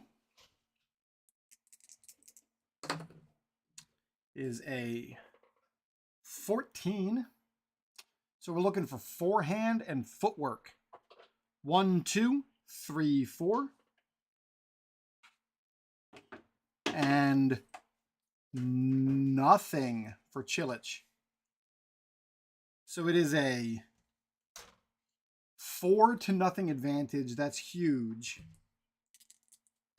Huge advantage. Put them together. That's a 4. It is a advantage player leads the set 5-4. 5-4. And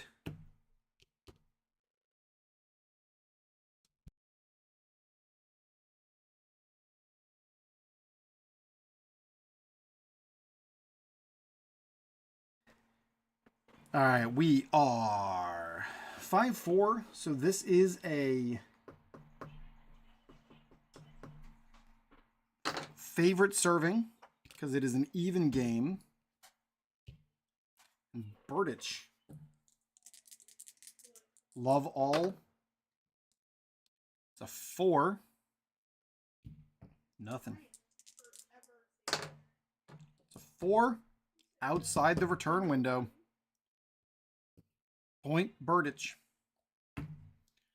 I always, like I said, I never get these performance chips right.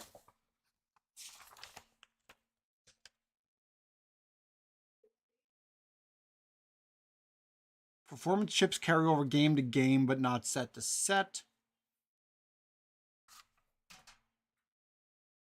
And they only get a performance chip because they're matching surface quality.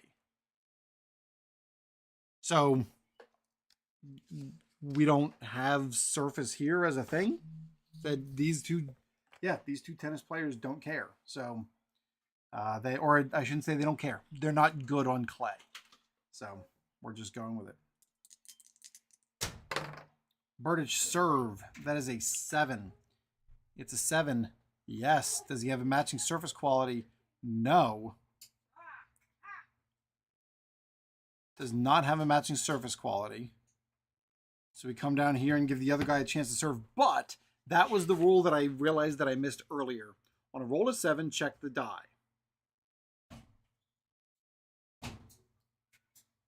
This was a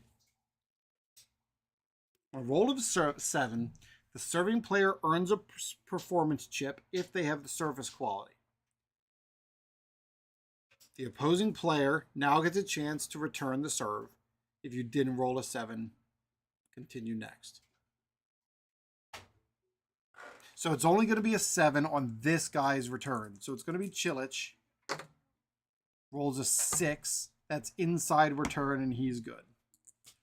Burditch, 5. Got a rally.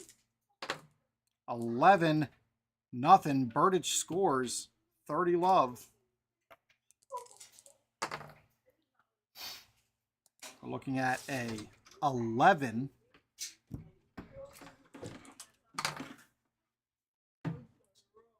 Four. Nothing.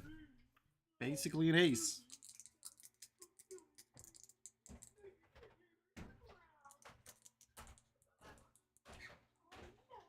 $40 love.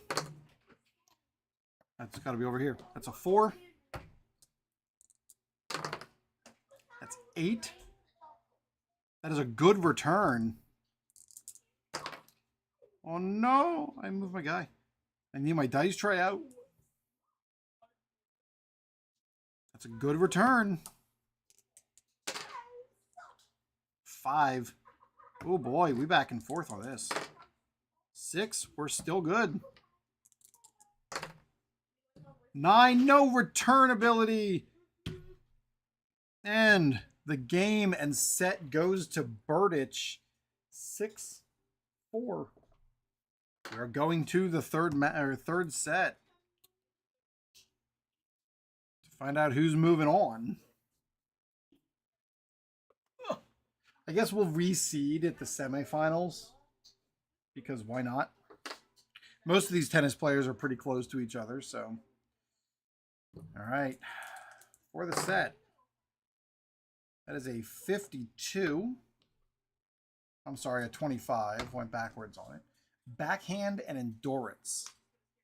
So we got 1, versus 1, 2, 3. That is a moderate advantage for Chilich. Moderate advantage, and we're looking at an 8.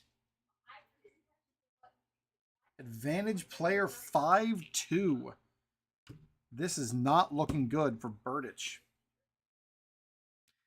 All right, 5-2. This will be 5-2. That's 7. This will be 8. So this will be underdog serving. I think I even probably got serving wrong last game too, because it should have been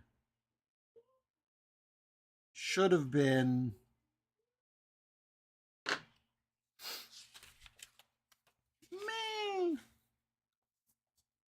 If the favored player leads 5-4, the 10th game would be served by underdog.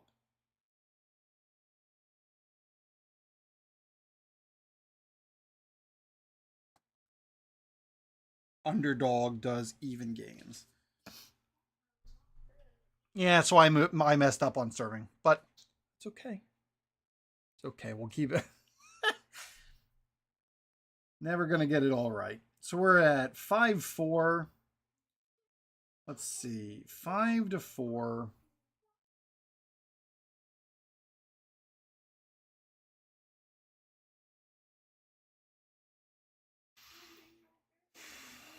No, in this case it's... Oh, no, maybe I didn't get it wrong. It's... no, I had it backwards for that last one. It's fine.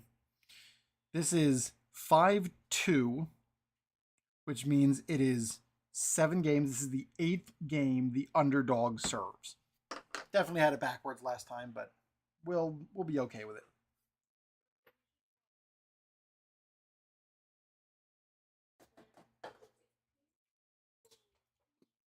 All right. Burditch, Chilich serving. Why? All right, so it's doubles. That's something else I've not run into yet today, because I forget. When doubles are rolled, it represents a well-executed, difficult-to-return shot. Reduce the returning player's return range by 1 from the highest number. Note that doubles don't factor on winner shots.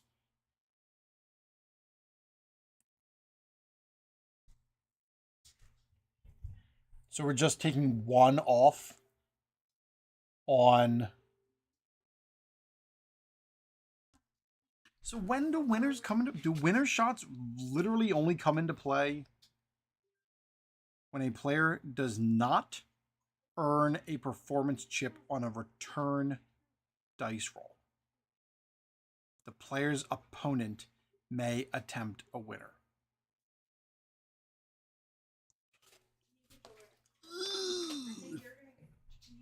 So many rules. All right, so we've got the doubles. It's a good shot. So he's got to return it by either 2 or 4 to 7 now. And it's a 9. He does not. So that is point Chilich.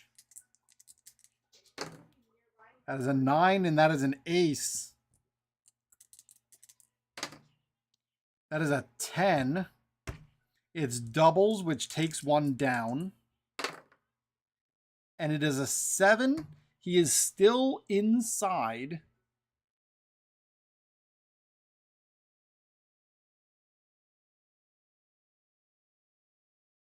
Seven only matters on serving. No.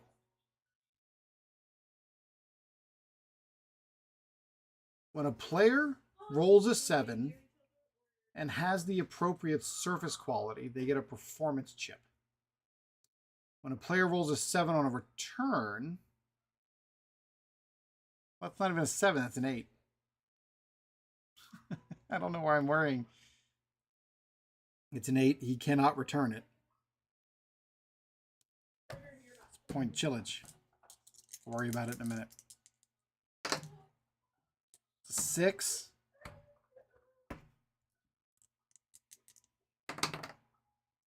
That's a 7.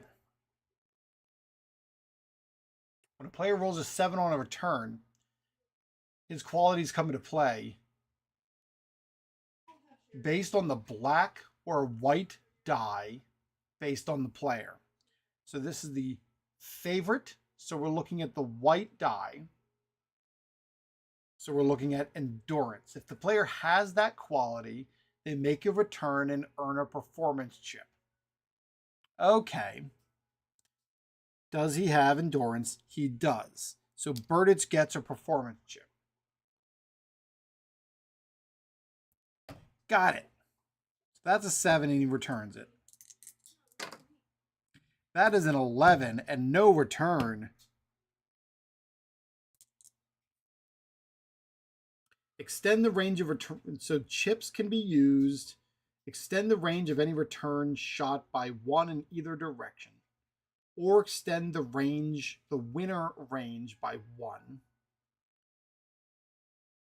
Before rolling a routine return, attempt to turn it into a winner. Serve 40-15. That's a 5.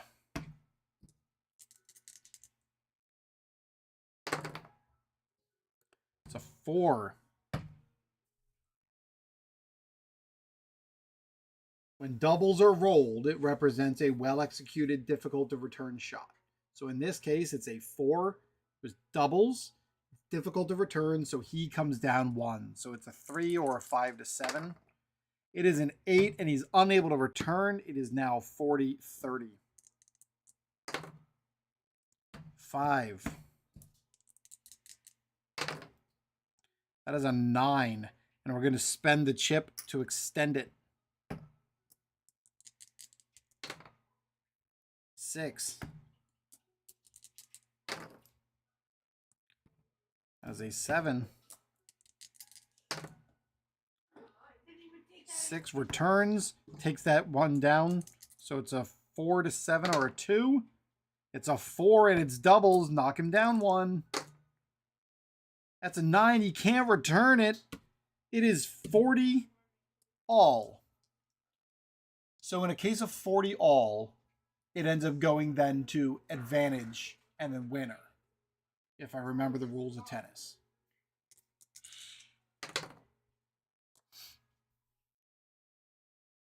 That is a 7.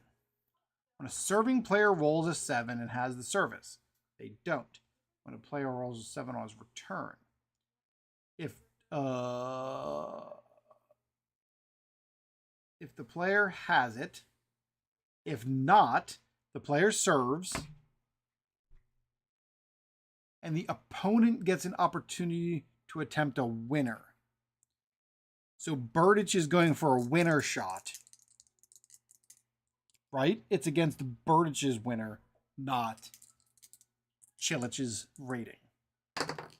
So it's 6. That's inside winner. That is a point for Burditch. Woo! Advantage Burditch.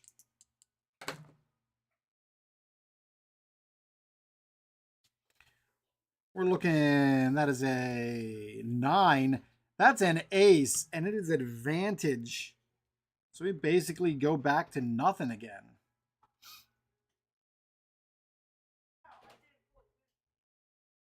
That's an ace for Chilich. Woo! 7. He gets a winner attempt because he doesn't get anything for the surface. That's a 7. That's a winner shot. Advantage Burditch.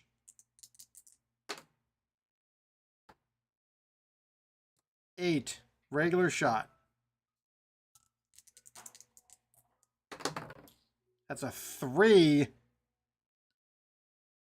No advantage again. Couldn't make the return. Snake Eyes. Doubles.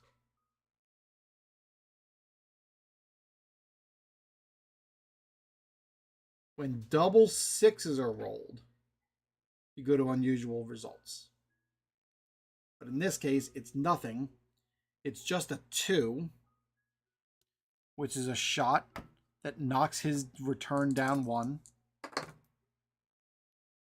That is a 10. He's not able to return. Advantage Chilich. All right, we got serve.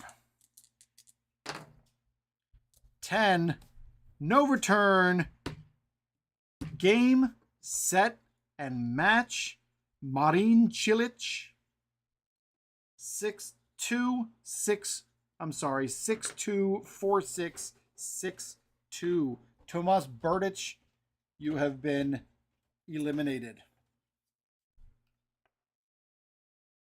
Sorry, sir. What are you playing?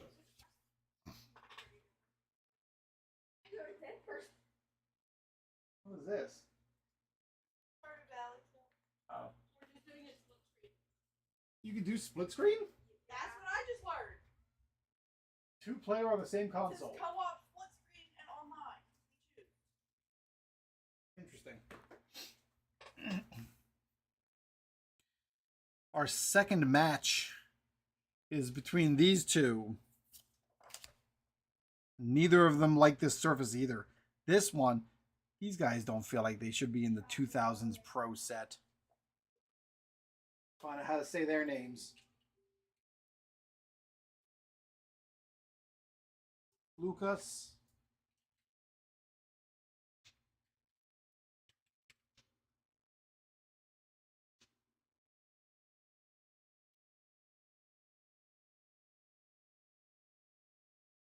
Pennsylvania election day is. Oh, we got terrible ads.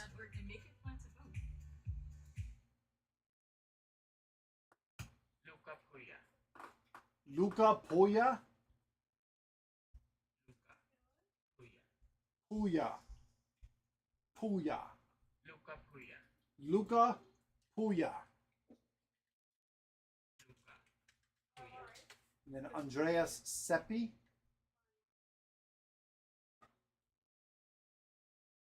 PronounceNames.com. Andreas Seppi. Seppi. Andreas Seppi. Andreas Seppi. Okay. It's Luca Pure. I already forgot how to say. Luca Pure. Pui. And Andreas Seppi. Already forgot.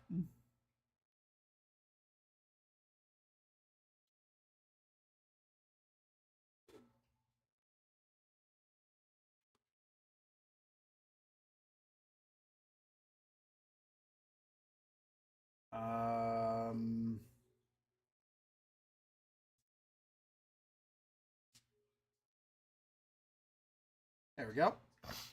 All right, on to the second match of our tournament.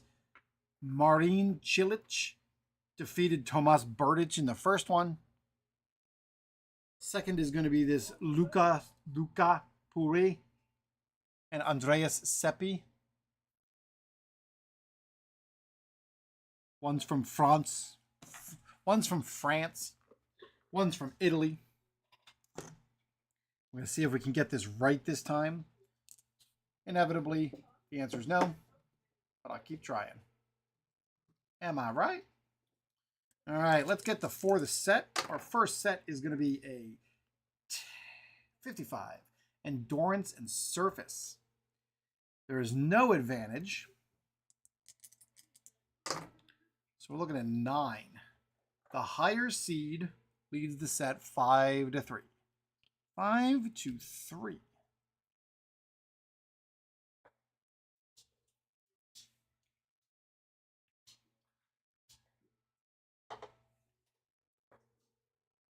5-3. So this is going to be, that's 8 games. This is the 9th game, which means it's going to be our favorite guy. Sir. Burui.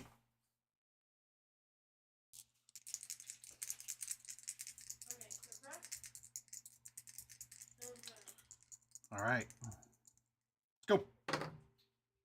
That is an 8.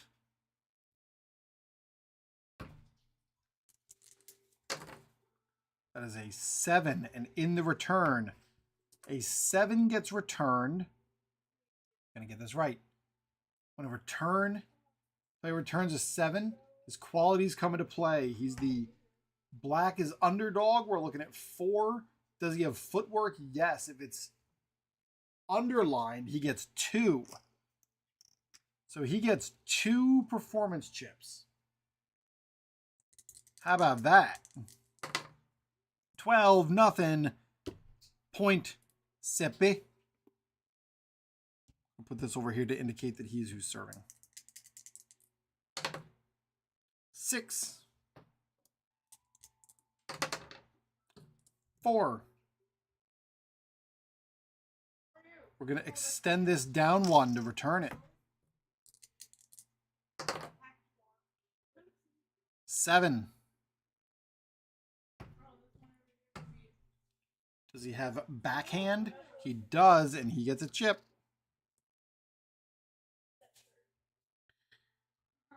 We're looking at... That is an 8, and that is a good return. That is an 8, and we're extending. So he can return it. It's a 3, and that's a good return. How about that? That is an 8. Unable to return.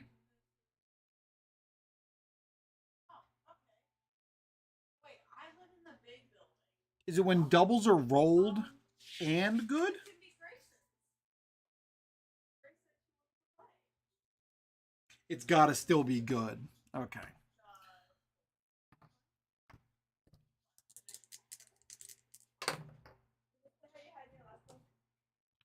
Seven.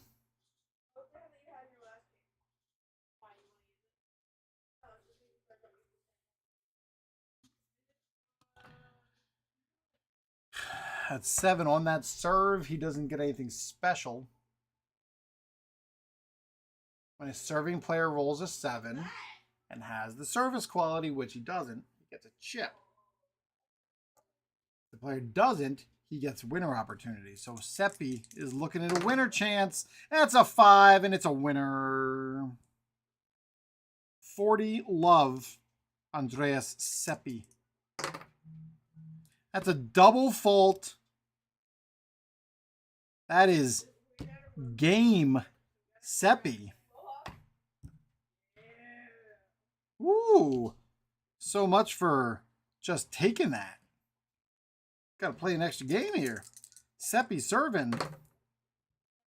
10. That's an ace. 7. We're looking at a winner return for Bowie. That is a 6, and that is a winner.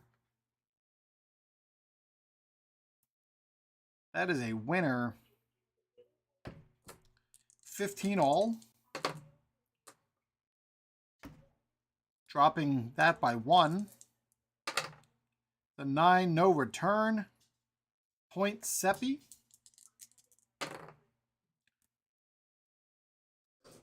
Looking at a 9. That's just a regular shot. The return is a 10. No good. Point Seppi. He's going to come back and make this go. All right, we got a serve of 4. That's doubles. Drops return range by 1. It's a 3, and that's... Ooh. 3's inside the return range. Seppi with a 7. Underdog gets black. We're looking at backhand. He does not have backhand. And Pui gets a winner chance. 3-7. Cannot pull off the winner. So if a winner gets missed, I believe it's a miss. If the roll falls within the winner range, otherwise they lose the point. Look at that. Andreas Seppi has made this a 5-5 set after being down 5-3. Lucas Pui. Oh.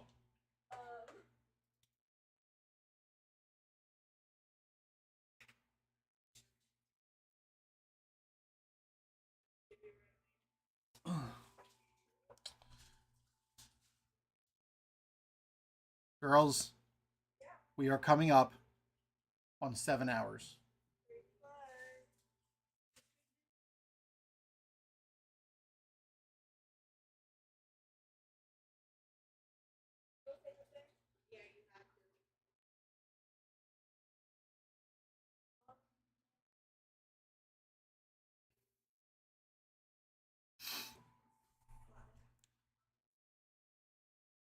All right.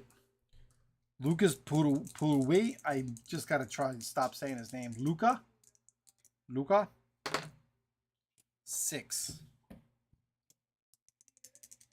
That is an 8 and a solid return. That is a 4. Another good return. 4. Oh, 4. No return. That is point. Luca. You know what? Could have spent the chip. I guess we'll hold it. That's an 11. Pardon me. That is an 11. Not even attempting to return that one. 30. Love.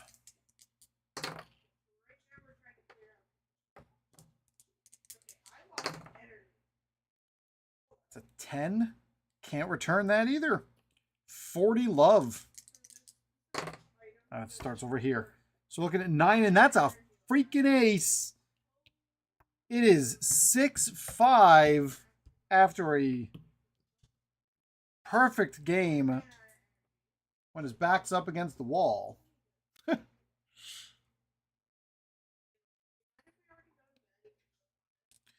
right, Seppi. 4. 10. That is a point, Seppi.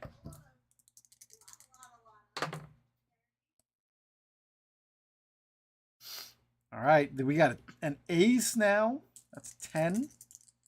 It's 30 love.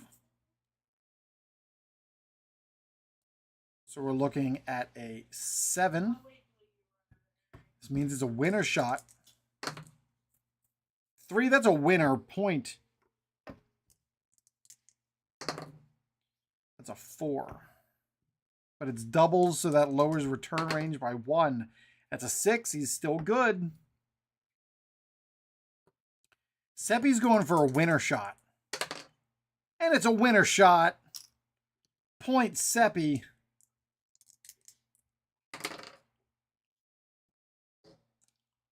All right. 5. That is an 11. No return.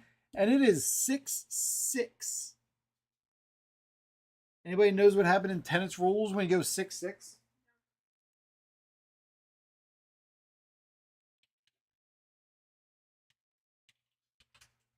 Found a Butterfinger.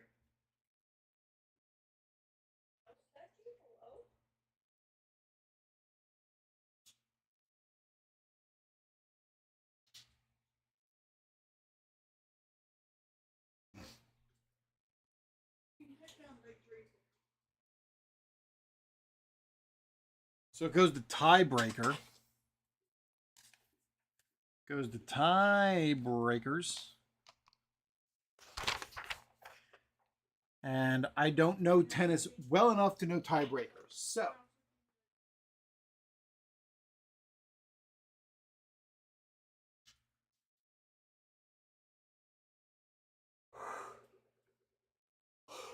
tiebreak is started by the player who served first in the last game. This player will serve the first point in the tiebreak.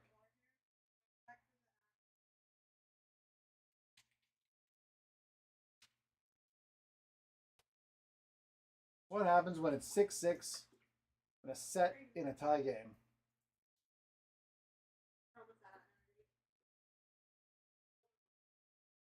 Tiebreak is started by the player who served first. Player will serve the first point of the tiebreak. The receiver then does second, and players alternate until one of them wins. Each player must serve in turn, and the ball must be returned over the net. Player who wins the point is awarded a point, And the first player to win 7 points with a 2-point advantage wins. Okay. Don't know why the match just has these random tiebreak markers here across the top. So, Seppi is going to start us. And we're going to put this back. We're tied at 6-6.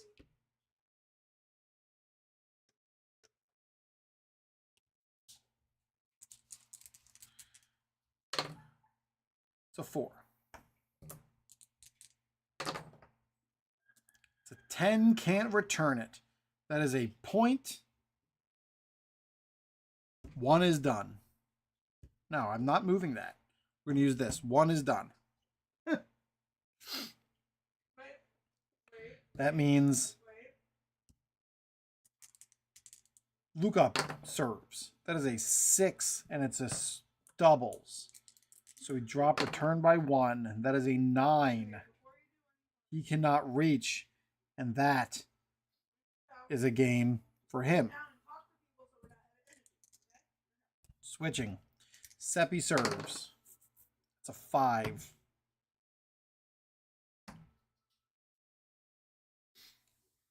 It's a 5.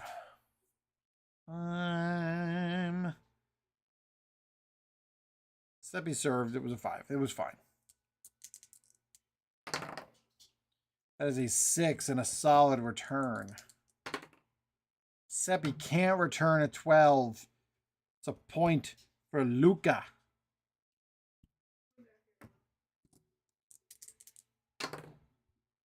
That's a 7. On a serve. Can't match. So Seppi gets a winner chance. That's a winner.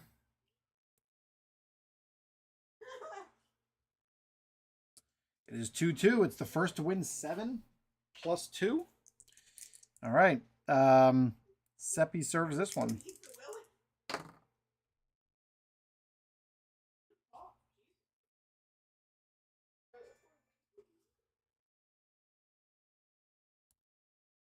That's a 7.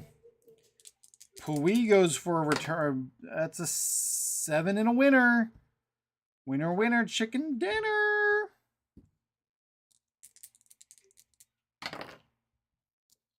All right, so that's a 6. Drops the return by 1. That's a 10. Can't return it. Luca goes up 4-2.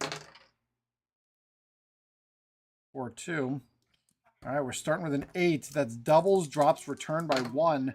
That's 6. Return drops doubles by 1. Return by 1. That's a 7. Can't do anything. On this, it was a 5 and a 2. I believe underdog gets black. Yeah, so we're looking at endurance. That's a chip. A regular return. Can't do anything about it. So we're looking at 4 and 3. That's 7. So the 8th game. 1, 2, 3, 4, 5, 6, 7, 8. All right.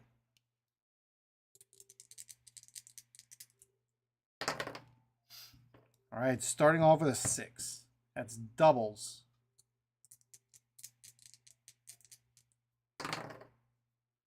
Seven, spends the return. 8. Can't return it, and that's a point. Oh my goodness, it is 4-4.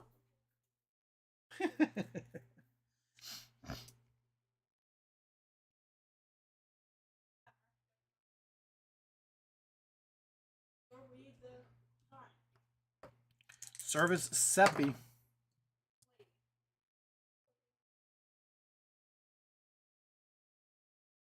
That is an 8. That is a 7. We're looking at 1.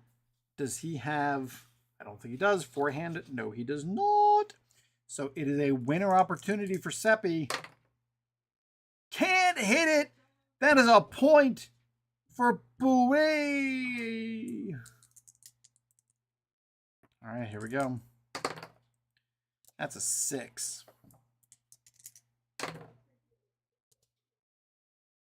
Ten, can't return it. Lucas Poulet wins 7-6 in the first set. Whoa, that was a long one. A long one, my man. Set number 2. 13. We're looking for forehand and volley. What? Really? Yeah, look at that. Neither of these tennis players have forehand or volley on them.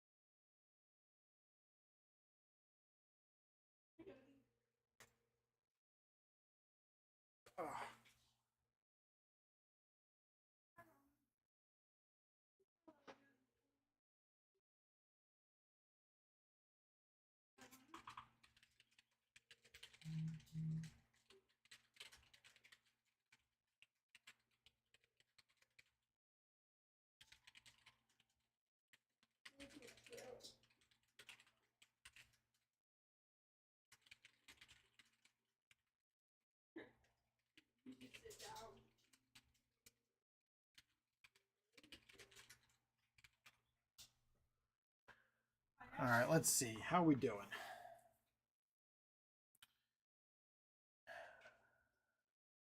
So neither of these guys have a benefit.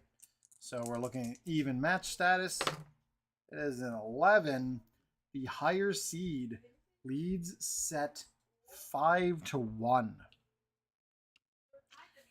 5-1. So this is 5-1 to 6. This is 7. That is an odd game. Gets led by the favorite. 5-1.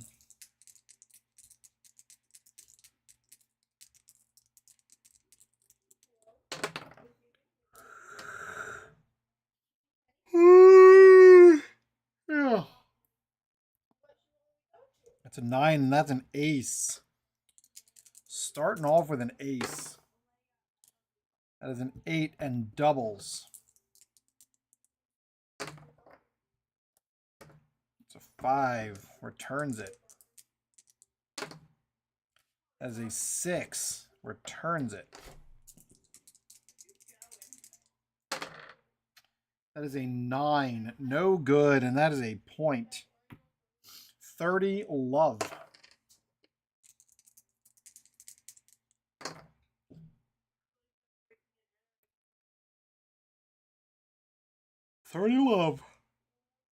Yeah, dude, I'm getting sleepy already.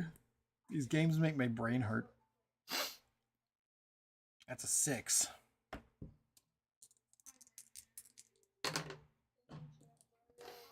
We're looking at a 3.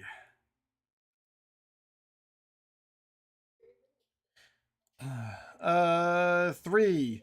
On the return is clear. Hello, YouTuber. Welcome to the channel. We're looking at a 6. Got a return. Got a nice little rally going here. It's a 4. No good. It is 40 love. After that last set went 7-6, this could go 6-1. Looking at 10, that's doubles and knocks down his return value 1. That's an 8. He's got nothing to return with. There goes the set. This game only goes 2 sets. Andreas Seppi. Sorry, sir, you have been eliminated. Our winner of the second matchup is the Frenchman that I cannot say his name properly. Lucas Poury. Poury. So, we are 2 matches done. We have 2 matches left here in the quarterfinals. And we've got Stan Wawrinka and Carlos Moya in matchup number 3.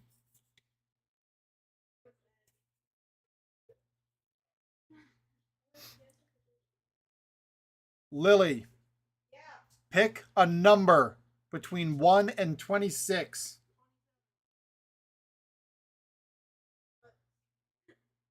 14. Carlos Moya is the favorite. Stan Wawrinka is the underdog. The number was 14, and I was just having the number be the closest to the first letter of their last name. Stan Wawrinka. I'm sure I'm even saying that wrong too.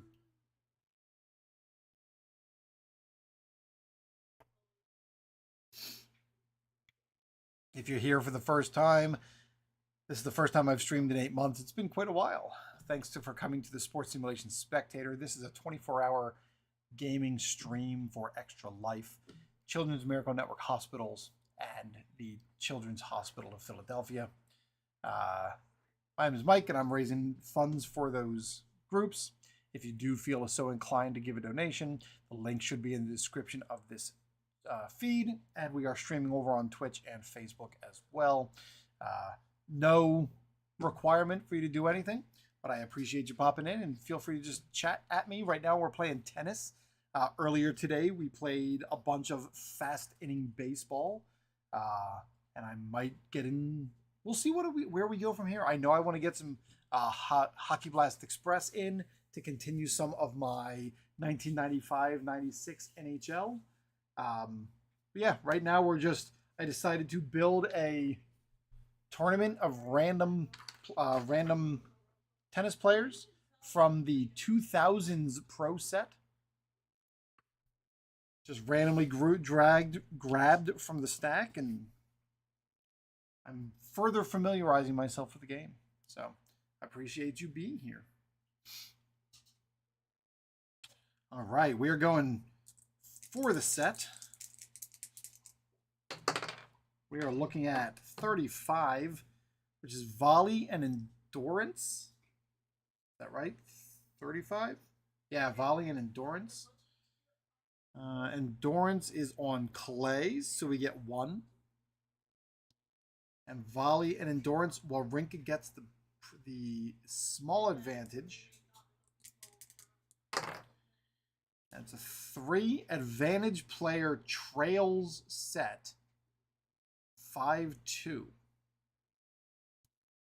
The advantage player, so it was Wawrinka got the advantage. Advantage player trails 5-2. Wow, that hurts.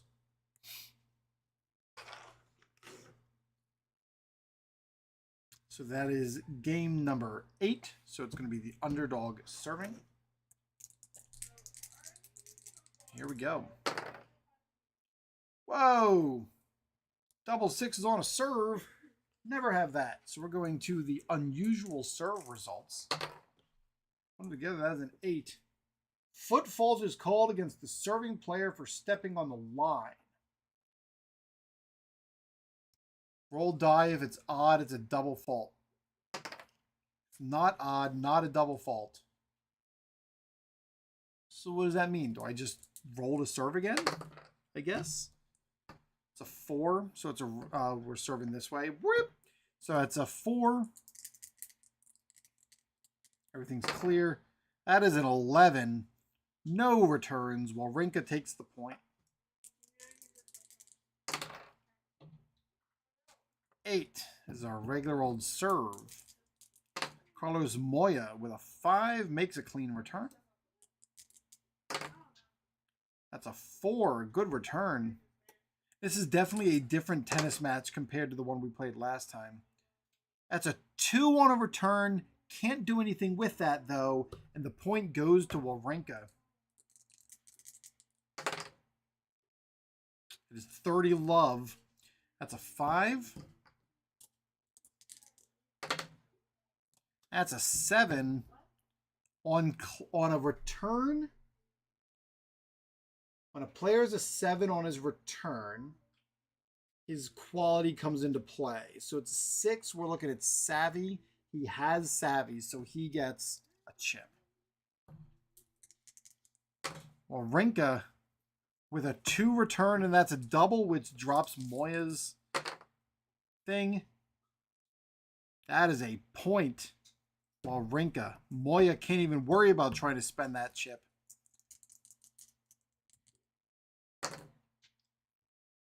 That's a 10. 5 is a good return. 2, that's a good return and a double again.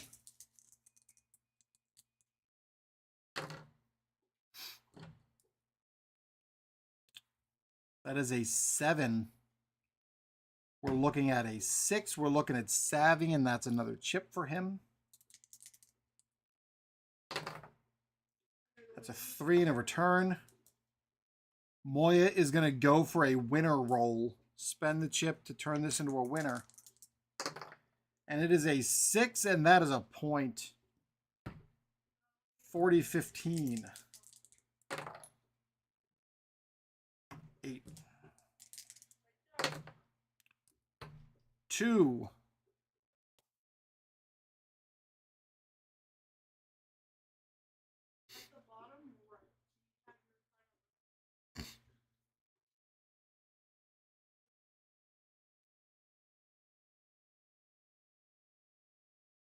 So that's actually a question. I'm curious. His return is a 3 and 5 to 8. Does that mean he has 2 different ranges and he can extend one or the other in a yeah. So here's a John Newcomb as an example. He's got 2 different ranges.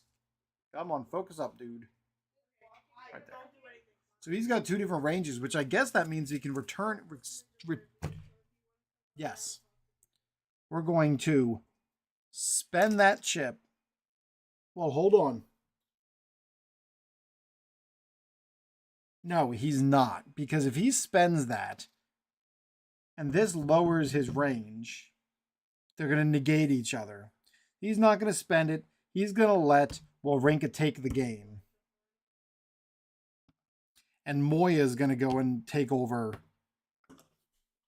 take the next set.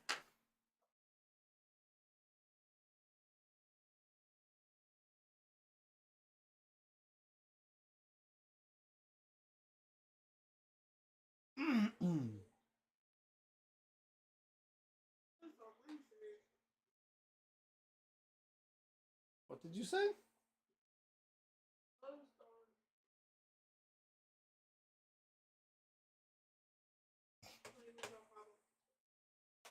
All right, we are going to take a brief bathroom break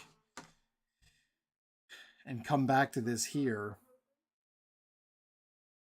where it is currently 5-3, with it being Carlos Moya's serve. Be right back.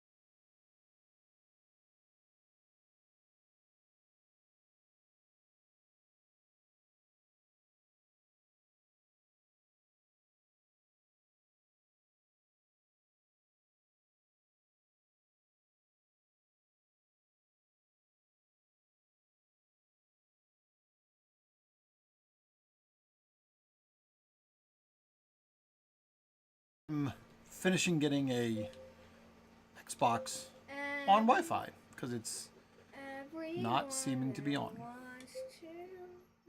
We have 3 different children in this house that are playing games, and I'm down here too.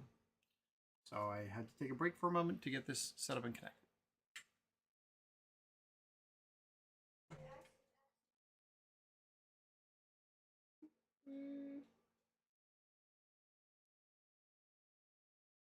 Everyone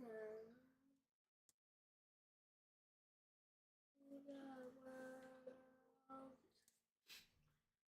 Everyone wants to rule the world.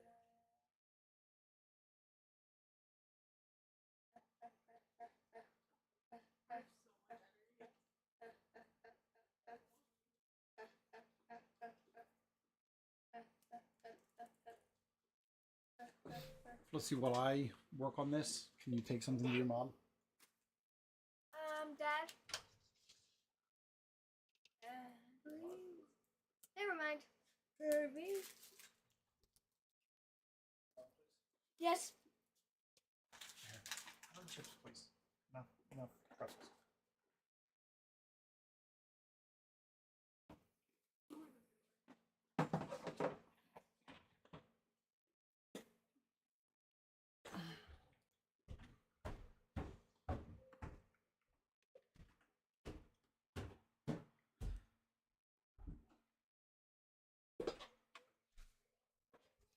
All right, let's see.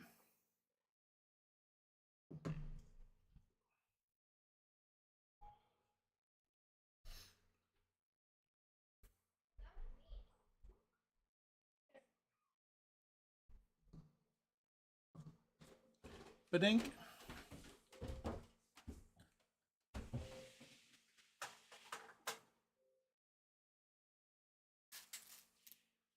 Why? What? He wants to come too. Yeah, I bet. Why can't he come? Because you're bringing him down because the camera's on. Yeah, I'm reading your face. I know exactly how you work. I'm not. No? I actually just wanted him to come down. All right, girls, we are 22 minutes away from being 1/3 finished. Dad, what's this on his back? Funny bone? No, his funny bone is right here. Why is it called a funny bone? I don't know. Because it's funny.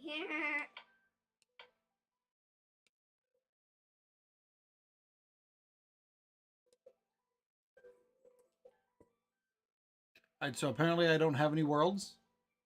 What? So pick one of these worlds. You want to play Nightmare Before Christmas World? No. I think these are all playable. Nightmare Before Christmas. Yeah, survival or creative, Creative. or adventure. Creative. Creative.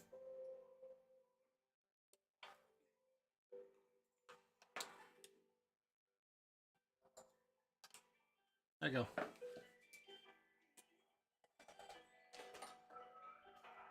Thank you. Do you get to build? I think so.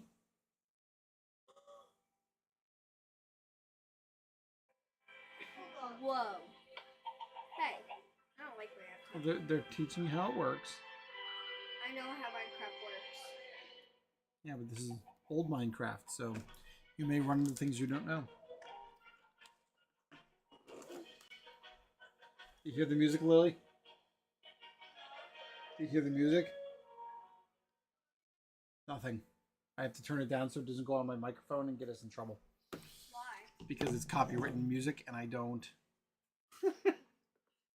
Why? Just not getting it going there. Why would you get in trouble? Because you're not allowed to play back music that you don't have permission to play.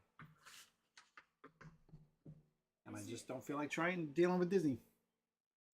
All right, Carlos Moya. Dad, Yes, Felicity. where's all this stuff? I don't know. What's it? You have a map. I have a nightmare before Christmas. Empty. Ah! Our color's Moya. Serve. That's a 4. It's a double though. Return is good.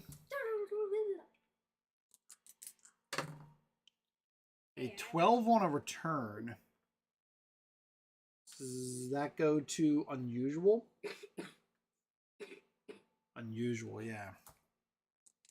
Our unusual What's this? return. Oh, sorry. Did I It's a kill you? 4. Return obviously out, but rolled in. Point What for is this? returning Who am player. I? I'm in creative, right? Die roll. Oh, Odd. hello.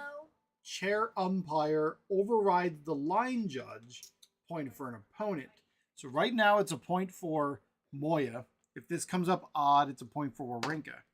It is a point for Moya.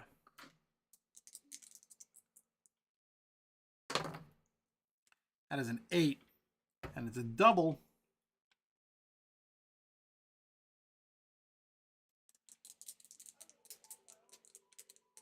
What is with these rabbits?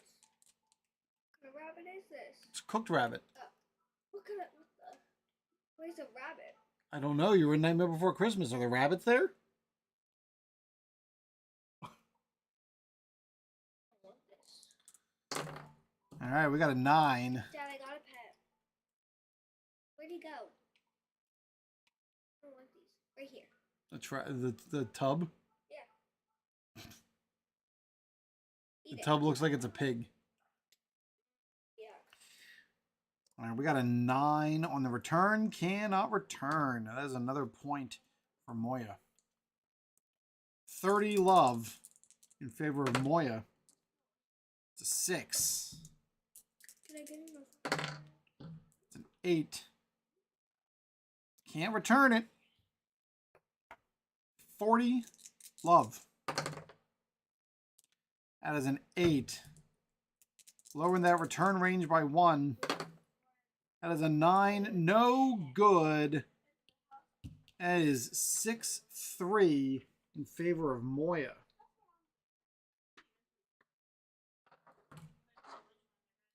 Six-three in favor of Moya. Smaller trouble. Parrot. Let's see how they look. Tropical fish. Oh my, where is it? I don't know. Oh my. What? That's not a parrot. They're just characters with skins on. So Aw, since look you're at this puppy. yeah, it's 0. Yeah. I love So her. since you're in Nightmare Before Christmas, it's not actually going to be a dog or a wolf. It's going to be 0. Dad. But where's the thing so I can tame them? I don't know that you could tame animals then. I don't know. I want to. I honestly don't know. All right, second match. We're looking for the set. That's a 12. That's forehand and backhand. 1-2 versus 1-2. There is no I wonder what a horse looks like. favor, no advantage. That's a Dad, 4. Dad, look at the horse. The lower seed leads the set 5-2. Dad, look at the horse. 5-2 is 7, which means it's the 8th one, and it's the underdog One serving. top. Look at the horse. You've- Top. Fine. Oh. No, that's a mule. I mean mule. That's the mule. Mule.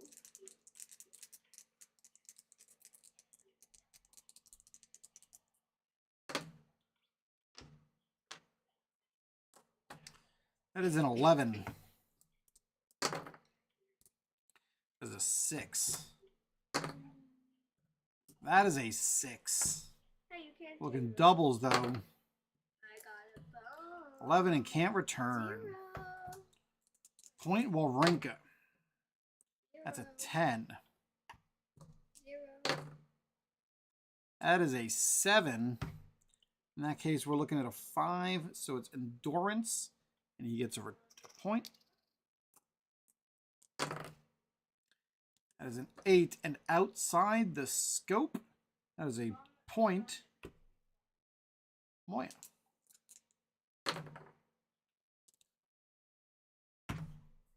7 on a serve. If they have it. And if they don't... Oh, wait, he does have clay. I forgot he does have clay, so he gets a performance chip. In Amoya's case, it's a 6.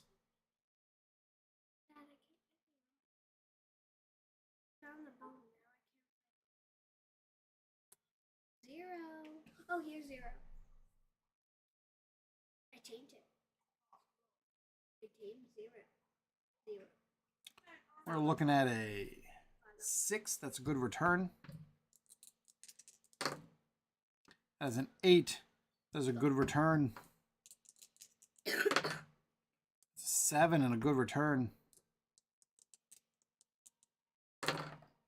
There's a 4 and a good return. 7. Oh my. It's an 8. 11, no good. Point Moya. Serve, that's a 7. And he gets a point. That's a 6 and his good return. Well, Rinka's going to try and turn this into a winner. It's good, and that's a point. Can't jump.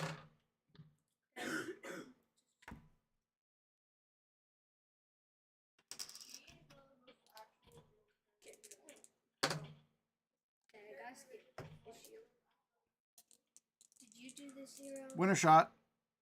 0. Did you do this? Oh, no. Oops, sorry, dude. What, Felicity? Did you do this? I can't jump. Felicity, I didn't 0. know. I don't know if jump exists. Yeah, oh, now it does. What's this? Ah!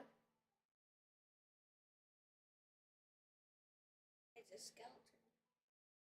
The sign says Halloween Town. Where? Right there. No, where is the You're in it. Where's the tree? Don't Where see over the there? Christmas tree is? I don't know. I'm sure it's around somewhere. All right, well, Rinka with the serve. That's a 7. 7 on a serve. He gets a point when he has clay.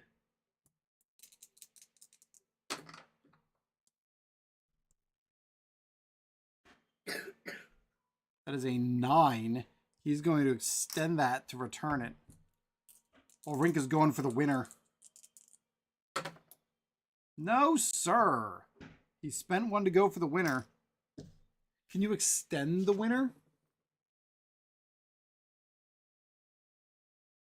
Oh, yeah, you can spend both. He's going to spend both and get himself the winner. How about that? Gets him into 6. It is 40 all. Oh, no, That's I a can't. 10. I cannot tame them. I cannot tame It's a 4. Cannot return. That's advantage Wawrinka. All right. That serve. That is an ace, and Wawrinka wins the set. 6-2. 0, eat this. What is this? Oh, it's a sheep.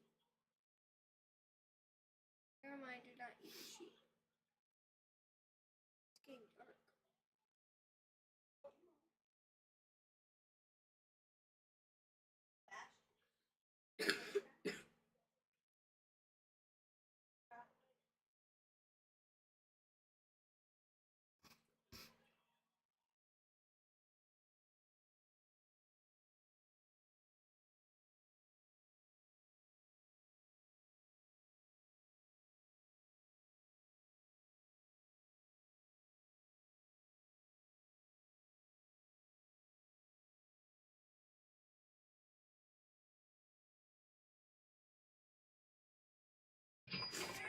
Hey! What just happened?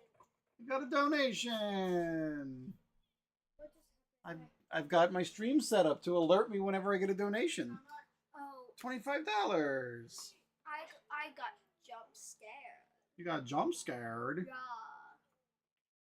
Is this a creeper? Don't be scared. No. 0. What are you doing? Why are you scared? What's this? What's this? What's this? All right. Last set for Moya versus Wawrinka. That is a 34. We're looking at volley and footwork. 1, 2. 1. Advantage goes to Moya. It's a 4. Advantage player, oh boy, advantage player trails 5-3. Oh boy. 5-3 is 8, so it's going to be the odd is served for by the favorite. Find it? Yeah. I found the Christmas tree where they're sitting and he puts on a show because when he came back from the Christmas town. Does it look like Christmas Town in Minecraft? Does it look like Christmas Town in Minecraft? What? I mean, I'm not in Christmas town. wait, okay, fine. You remember pieces. I mean, does it remind you of Nightmare Before Christmas? Yes. It reminds me of Nate. It doesn't remind me. It looks like Nightmare Before Christmas. All right, here we go. It is 5-3 is 8, so it's an odd is served by the favorite. That is correct. I don't know why I struggle so mightily to keep track of some of this stuff. All right, serve. That is a 7 on the clay. He's good. When a serving player gets a 7 on the appropriate surface, he gets a performance chip. Yep, we're good. Wawrinka with the return. It's a 5 and it's clear. Moya, 6 return. Wawrinka, 6 return. What if you're saying That is a 7. We're looking at 3, which is volley, and he does not have it. This means it's a winner roll for Wawrinka, and he misses. Point Moya. Point Moya. Hello, anybody that's in here with us. Thank you for joining. We are in the middle of a Let's Play Tennis tournament. Part of what I'm doing for Extra Life 2024. This is a 24-hour gaming fundraiser for Children's Miracle Network hospitals and Extra Life, and in our case specifically, Children's Hospital of Philadelphia. Planning on sticking around, gonna try for 9 o'clock tomorrow morning. And yeah, so far today I've played a bunch of fascinating baseball. Lily, Alex, and Felicity have played. Felicity's currently playing Minecraft Xbox 360 edition. They're over there playing Stardew Valley. when I played the game? What? What The game? game that you download and played everything. Balan Wonderworld. Yeah. Balan Wonderworld. Whole bunch of stuff has gotten done so far. So if you do feel so inclined, there is a link in the description of this channel. I'll throw it in the chat as well. Dad, why is it so dark? I need a If I can find my mouse, paste, and boom. That's where we are. Otherwise, feel free to just throw something in the chat. I love sitting and talking, chatting with people, teaching you about the games that I got playing here on the channel. So thanks, everybody. Right now, in the middle of this barn burner, it is 6-3, 2-6. In a 3-set match between Carlos Moya from Spain and Stan Wawrinka from Switzerland. And yeah, we're, like I said, run this tournament. We got one more match coming up after this before we head on to the semifinals. That is a 10, and that is an ace. Ace for Carlos Moya. That's a 5. That is a 7. Good return by Wawrinka.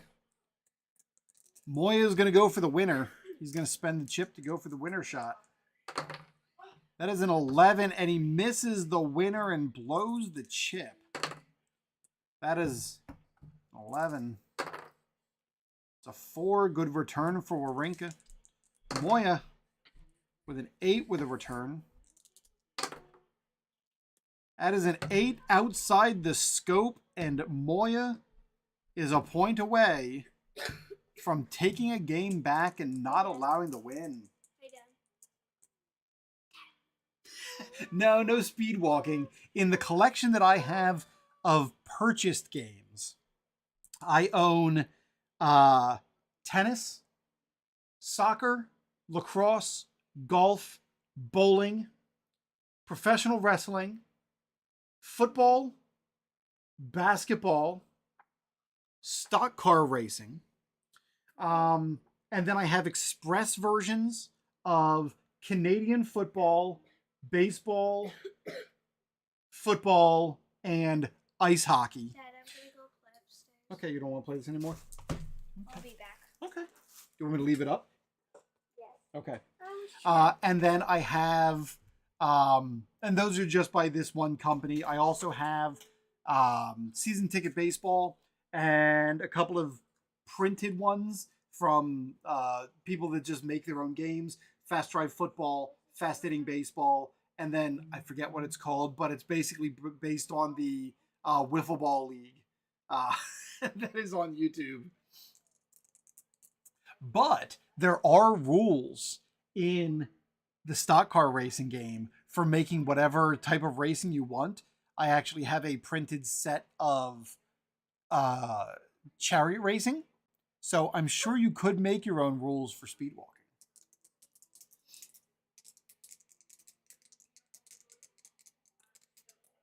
All right, Moya, 40-15. That is a 7. Good serve and a performance chip. That's a 7 return. And we check against 1. He does not have that. So we're going for a winner shot for Moya. And he hits the winner shot. Moya takes the game. And it is now 5-4 in favor of Wawrinka. Whoever wins this set wins the game. Wawrinka's going to keep this chip. Heading on to game number 10. Starting with a 10. Oh no, don't move. That is a 7 for return. And we're checking against 6. He's got Savvy, so he gets a chip. 9 is outside the range. Point Moya. All right.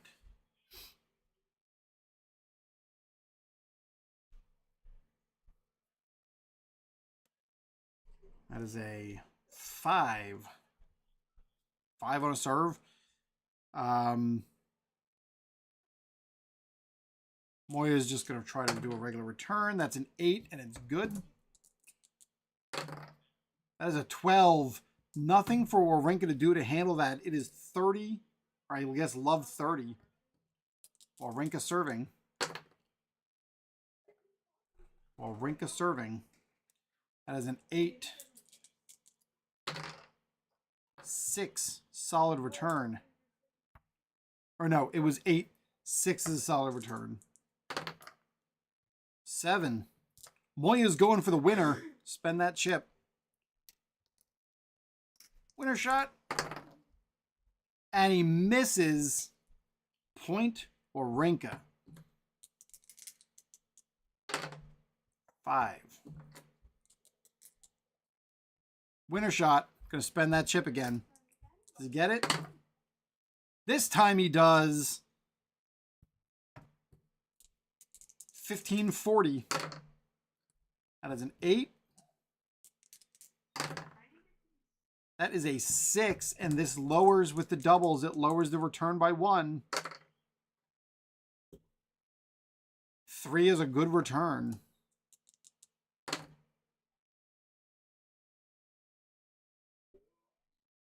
Woo!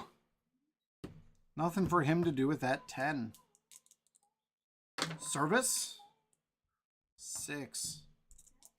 That is a 9 outside. It is 40 all. Ooh. 40 all. Service Wawrinka. Returned by Moya. 7 is good. When it comes into play, so we're looking at white is a 4. Does he have footwork? Yes, he do, and he actually gets 2 chips for it. Wawrinka with the return. No, can't do anything with the 10. Advantage Moya. And Moya's got the chips. Service. That is a 6. With a double. But it's okay. Moya is going to spend for the winner. That is a 5. Moya with the winner. And the game is now 5-5.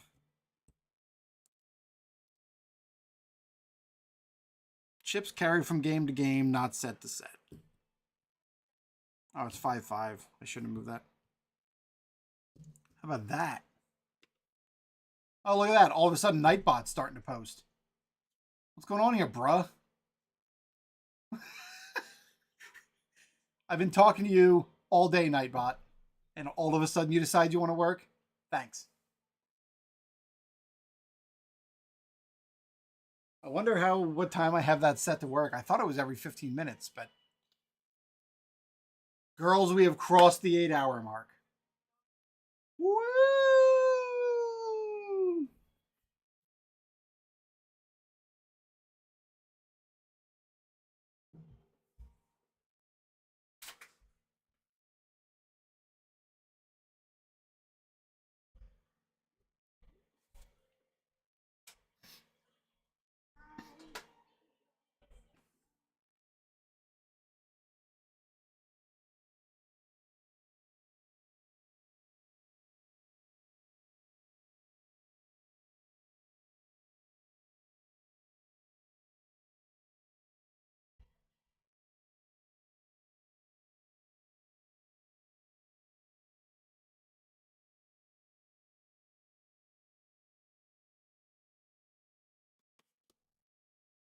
I don't want a picture of me.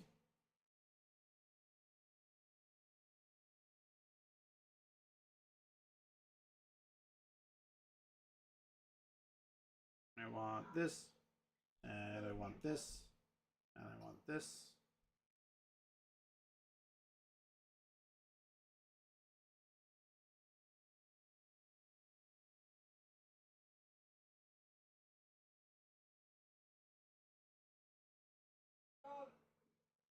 Say dog.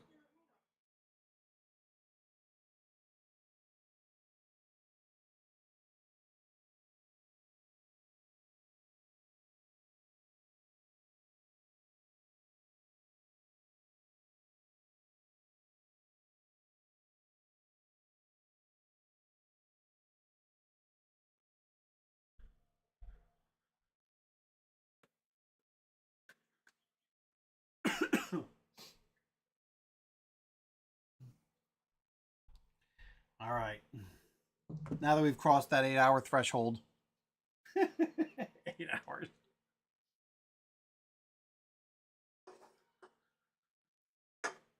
I don't know about you, but this year 8 hours feels really long.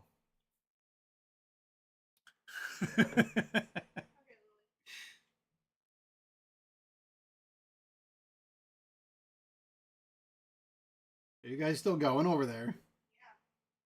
Is it just you or Alex, or did Lily stop? Huh? Why? Not necessarily fond of days where you talk to people more and talk to people more. Oh my goodness, Lillian.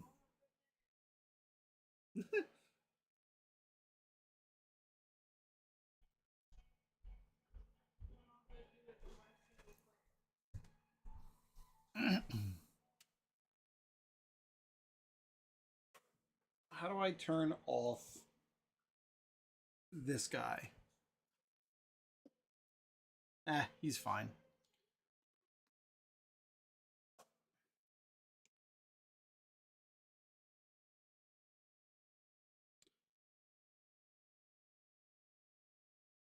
Okay. Back to the match. Slight commercial break.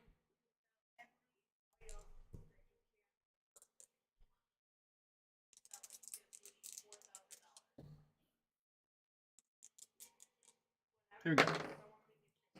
That is a 7. That is a good serve by Moya. Returned by Wawrinka. Oh, man. Returned by a Wawrinka is outside the range. Point Moya.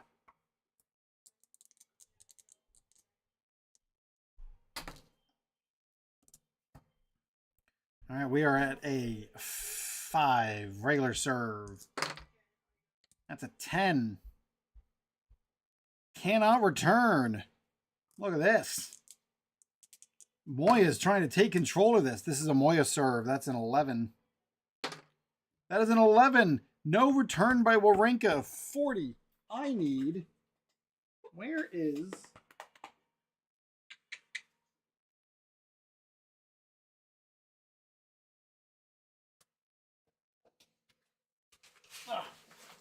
Come here, backpack.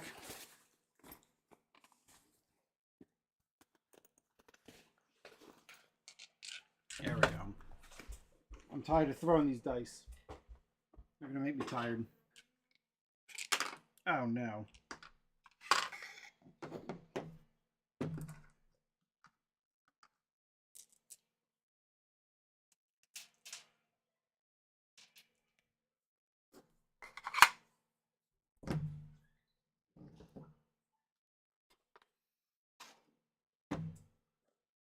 Pardon me. I'll put these guys out too, because we'll need them later. You guys are my next match. Where'd this die come from? Why do I have an extra white die?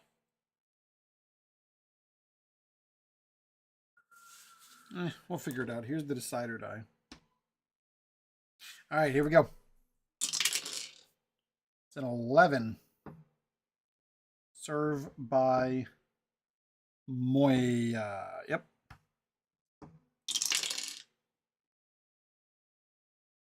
That is a 7. Just 7, yeah. Return is backhand. 2 chips for Wawrinka. Can't find the thing.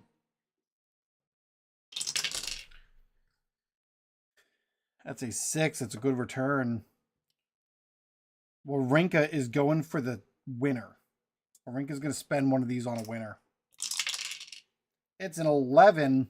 He's spending the chip to get it up to 11 and wins that point. 40-15. Service Moya. Can't see it on my camera. That is a 7. On the clay, he gets himself a chip. Oh boy, Moya is powering up. We got a 5. Return. That's good. That is another 7. That's a return. We're looking at a 1. That's a 6. He's got savvy. 4 is the most chips you can have. That's a 6. That's a return. Moya is going for the winner. That is an 11. Here's the winner. 9, 10, 11. And Moya takes the points, spending the chip. Moya is up 6 games to 5.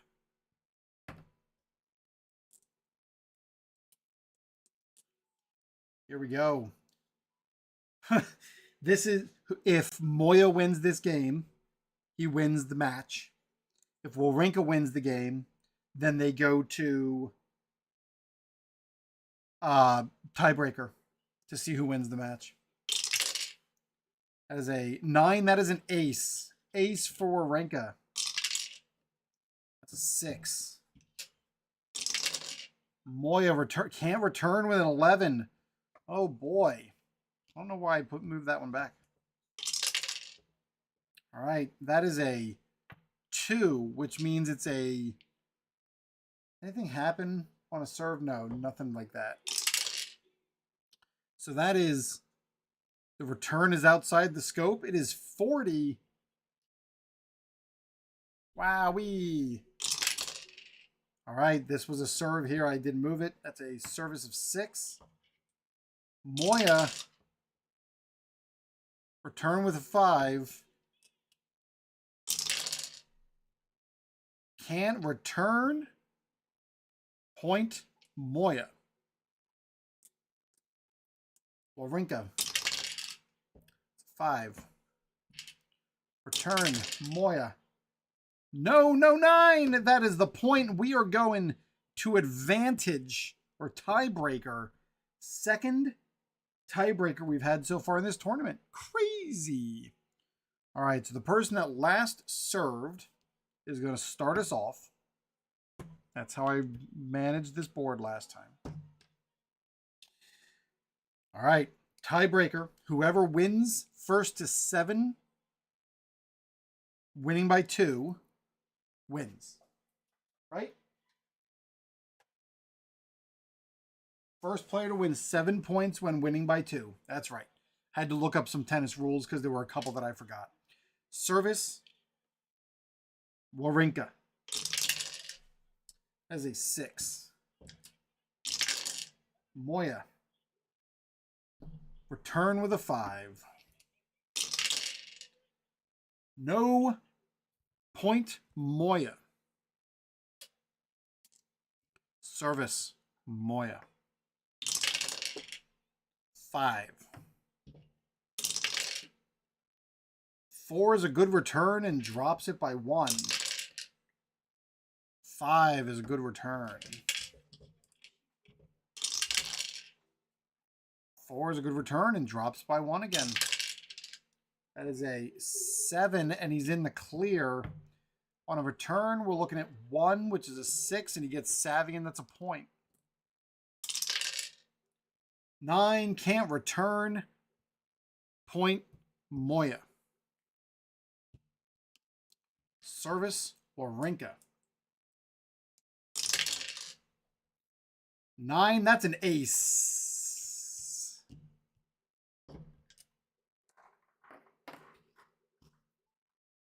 Ace Wawrinka. Stop it, table. Crooked table. All right. Can't see it. That is a 7, and he gets a chip because he's on surface. That is a 6 and a good return. 4, he's going to spend 1 to return it. That's a 10 outside the scope, and that is a point for Moya.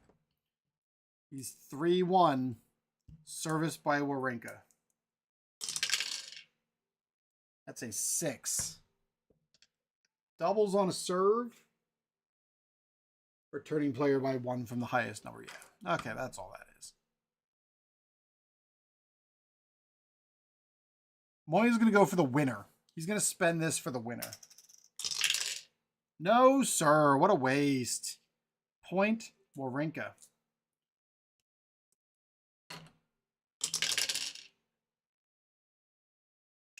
Is 7. And it's a point for being on surface of clay. This is a 3, which is a good return. That's a 6, which is a good return and drops his return by 1. And no good. That's a point for Moya.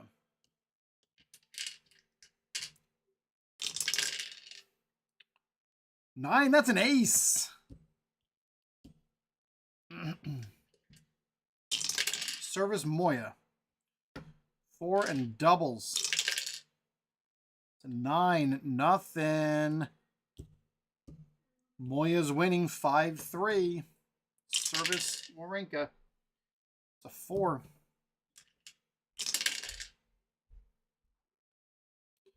It's a 4. He's going to spend it to return it.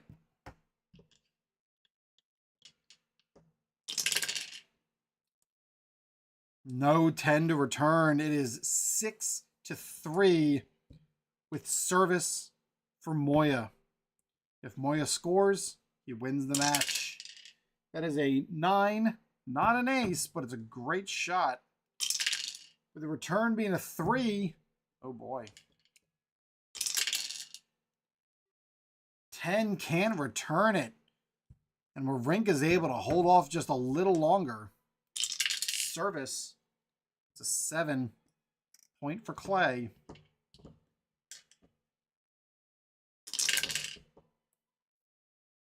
Woo! When double 6s are rolled on a return, we go to unusual return.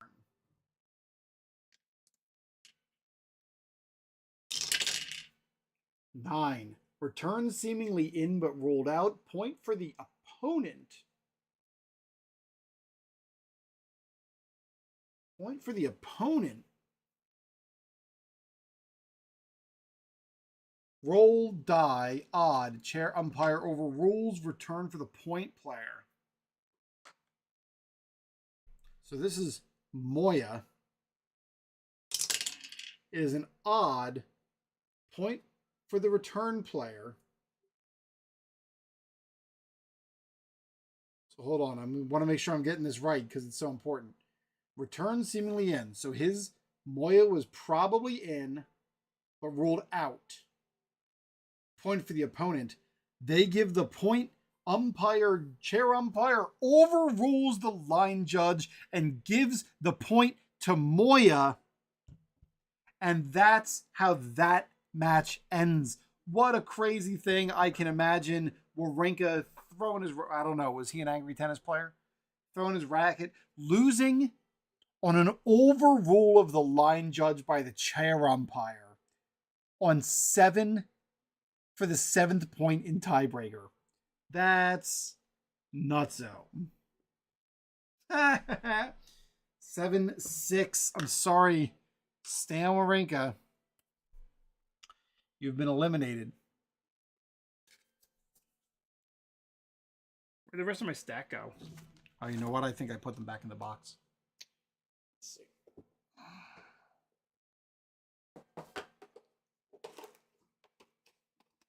Yep. And Carlos Moya, you are moving on. And here is our final matchup of the quarterfinals. Marty Fish versus Donald Young.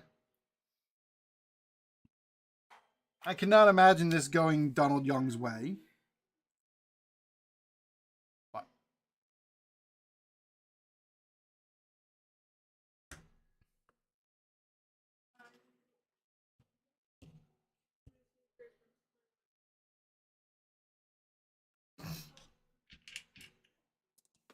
all right.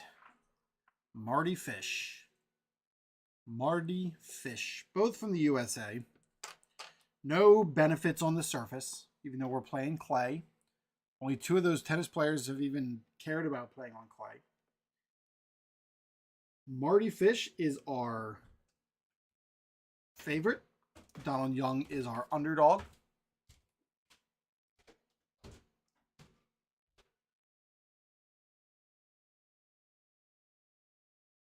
Here we go. Oh, well, we're going to do for the set check. So we're looking 5 and 6. It's a 56. We're looking 56, endurance and savvy. Not at all. Nothing. So nobody has any benefit. So it's an even match. Put them together. It's a 4. The lower seed leads. Wow. Lower seed leads set 5-2. 5-2 is 7 games. The 8th game is an even, so the underdog serves. Donald Young with the service to Marty Fish. If you're here and in the chat, tell me who you think's going to win. Is it going to be Marty Fish or Donald Young. I don't know anything about either of these tennis players. So the fact that they're in the 2000 Pros set kind of blows my mind. I love playing with players that existed despite not knowing anything about them, because then it makes me want to go back and learn about them. Here we go. Service. That is a 4.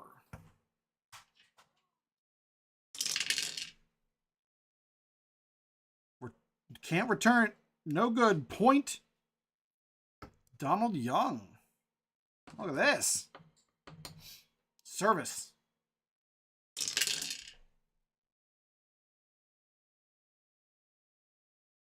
All of a sudden I can't see what I'm looking at. It's a 9. That's a 9. Good return.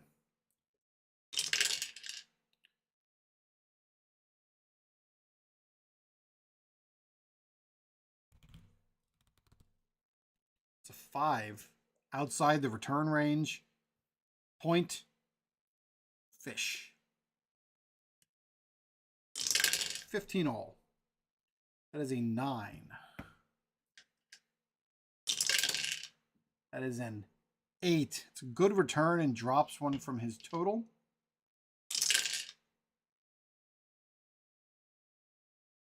So we're looking at 7 to 10. That is a good return with an 8. That is a 10 and outside the range. Marty Fish can't return it. Point Donald Young. 30-15. That is an 8. Marty Fish with a return of 4. Point Young. Is Donald Young going to take this first set? That's an 8. What, Lily? What are you going to play? Did you beat it? Are you going to? You should.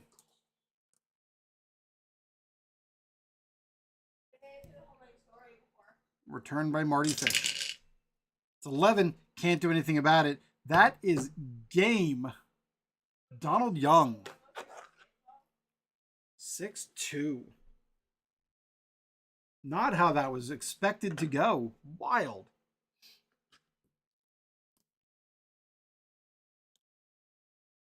Wow. All right, second set. We're looking at 25. Backhand and endurance. 2 for Marty Fish. 1 for Donald Young. It's a small advantage to Fish.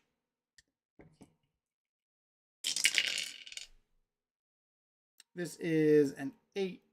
Small advantage to Fish. Advantage player leads the set 5-3.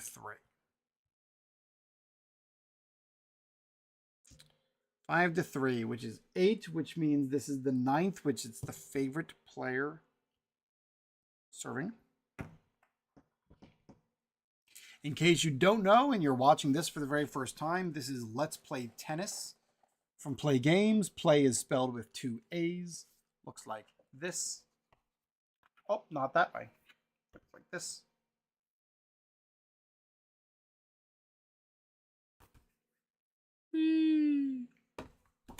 Feel free, if you have any questions, throw them in the chat. Ask any questions you might have.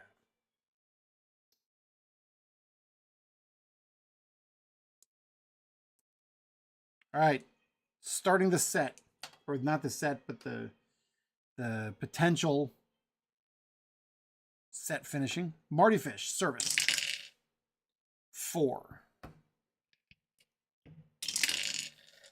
That's a 6. No return. Point Marty Fish. Ding.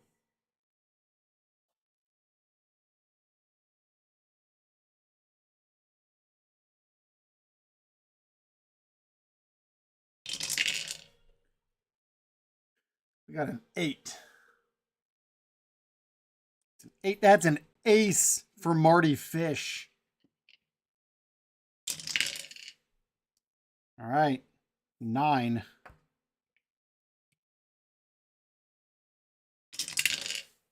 That is a 7. It's a good return. And on 2, he has backhand. That's a chip for Donald Young. 4, no return, point Donald Young. Wow, putting up a fight. That is an 11. Donald Young, no return. Point Marty Fish. All right, we got 4. Lowers it by 1. We're going to do a return winner. Spend that chip. Unfortunately, that's that. Set goes to Marty Fish. 6-3. Final set coming in the game between Marty Fish and Donald Young.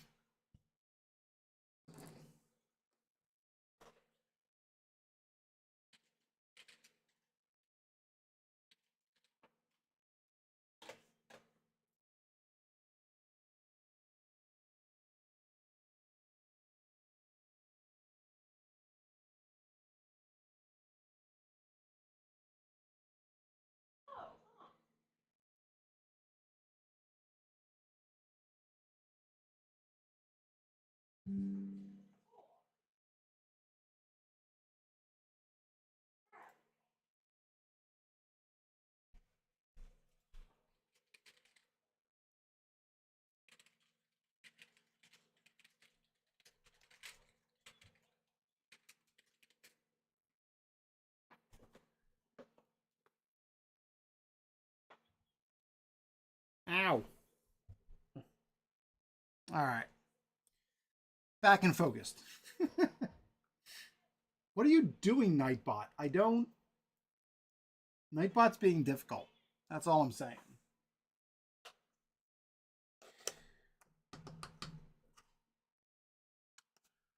Oh. Okay.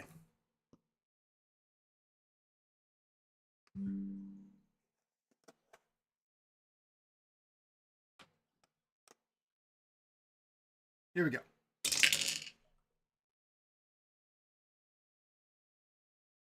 We'll take that roll in just a second.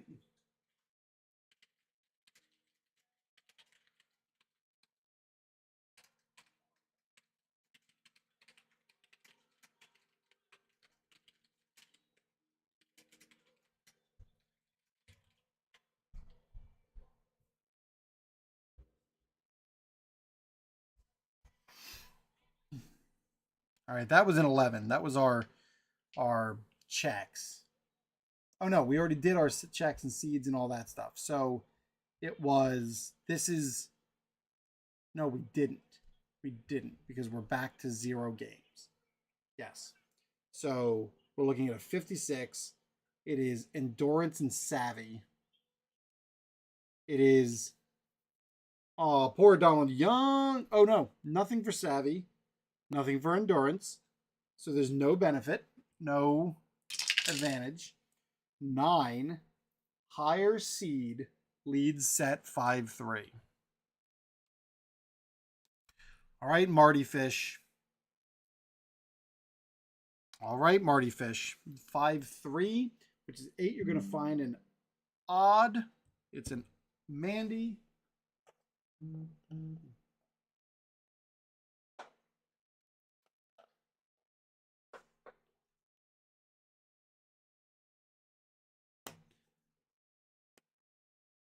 All right, cool. Marty Fish with the advantage. I'm very distracted here at the moment. I apologize. Marty Fish, Don Young. Let's go. 5-3. Service, Marty. Starting off with a 4. That's a 6. No good return. Point Fish. Service. It's a 9. Turn 3, nothing. Point Fish.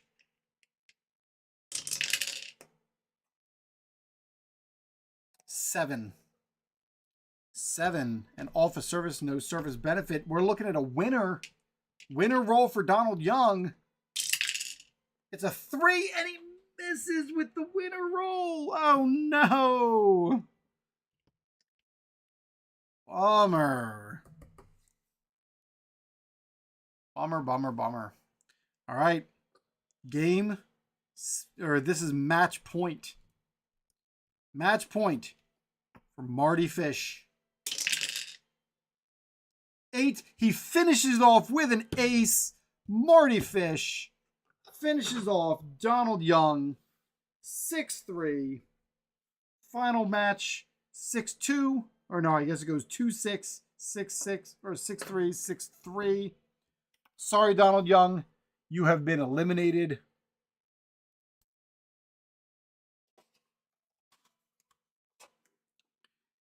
And Marty Fish, along with Moya, Pouillet, and Chilich, are tennis players moving on in the 2024 Extra Life Play Tennis Tournament of Champions. And I guess if we're going to reseed them, that makes some sense, right? Here's our seed. We're just going to do a... If it's blue, Chilich is the number 1 seed. If it's red, Moya's number 1 seed. It is Moya is the number 1 seed. So it's going to be Moya versus Lucas Pouillet.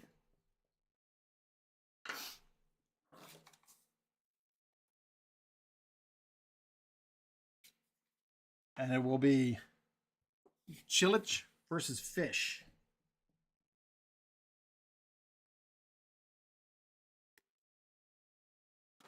Marin Cilic.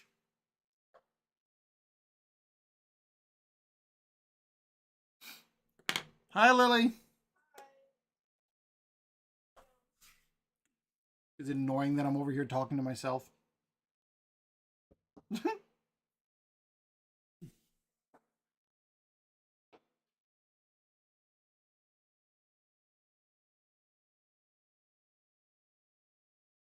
All right.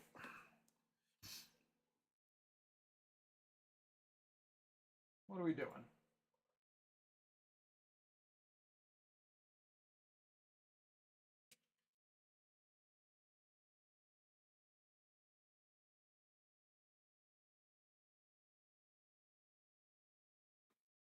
Why is my video playing over here on Facebook?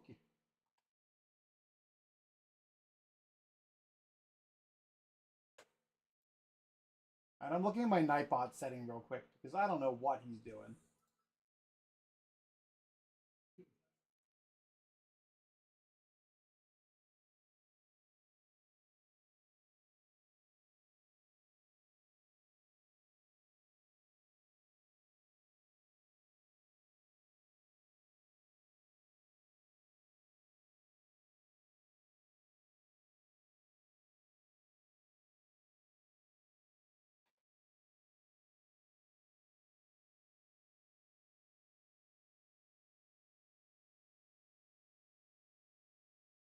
Nightbot's being weird. It's fine.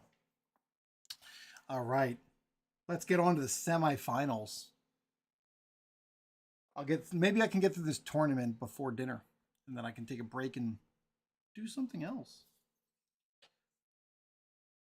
Carlos Moya versus Lucas Pouillet. Pouillet? I don't remember. I'll get it wrong every time. Can't see my dice.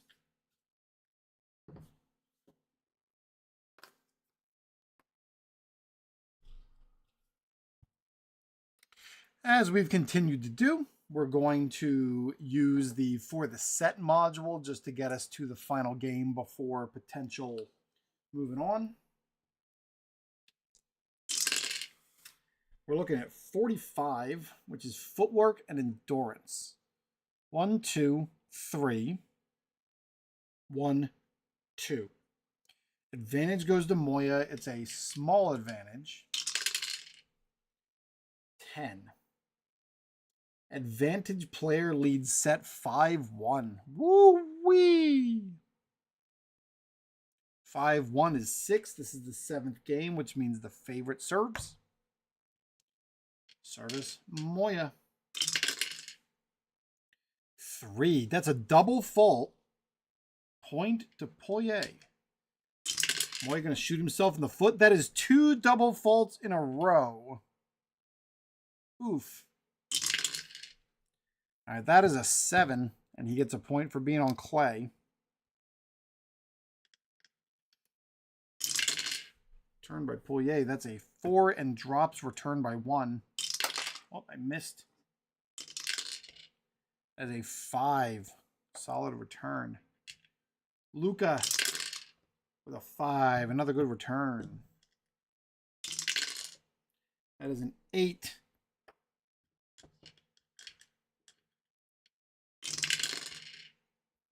No point. Can't make the return. Point to Moya. Service 1530.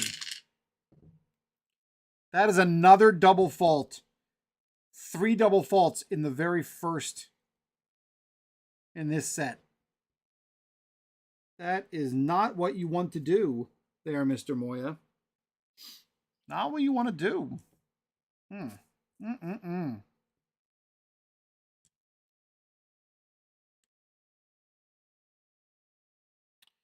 1540. Oh boy. It's 2.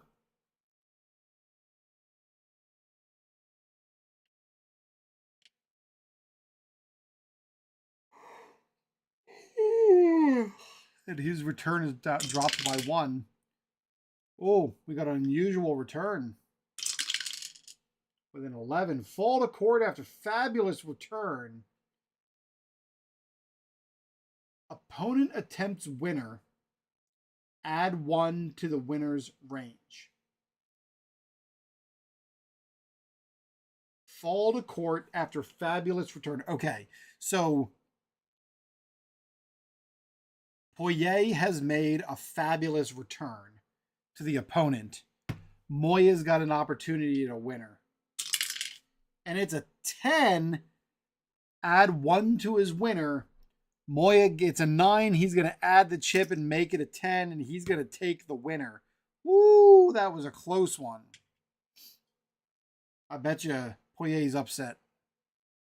Upset. But he shouldn't be. He's been given 3 full points by accident. Service Moya. It's a 5. Return. That is another 12. We're looking at another unusual return on 3. Ball lands on the line. Roll die. If it's even, it's in. If it's odd, it's out. It is odd and it's out. That is a point for Moya, and it is 40 all. 6. 3 in the return. 8 in the return. 4 return, and we drop by 1. That is a 8. Doesn't have a chip to save the return. That is advantage. Luca Poirier. Service Moya. That's a 7. Gets a chip for being on clay. Poirier with a return. It's a 2, no good, no advantage. It's deuce. Carlos Moya. Oh, Carlos Moya with the save. Or the serve. That's an 8. Return. Poirier. 3. Wow. Moya. Point, spending it to return at 9. No return, advantage Moya. Carlos Moya. That is a 7.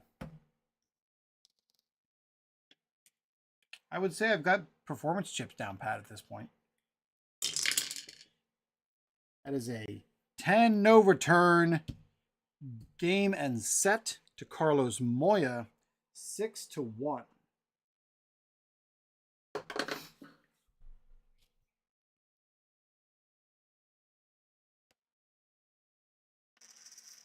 Second set. That's a 7 or a 16, I mean. Forehand and savvy. 1, 2, 3. 1. That is a 2. It's a moderate advantage for Moya, which is a 6. Advantage player leads set 5-4.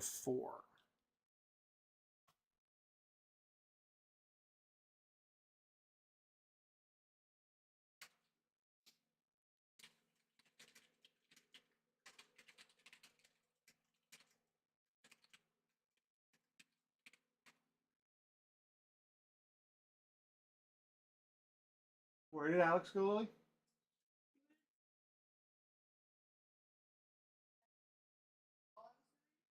Okay.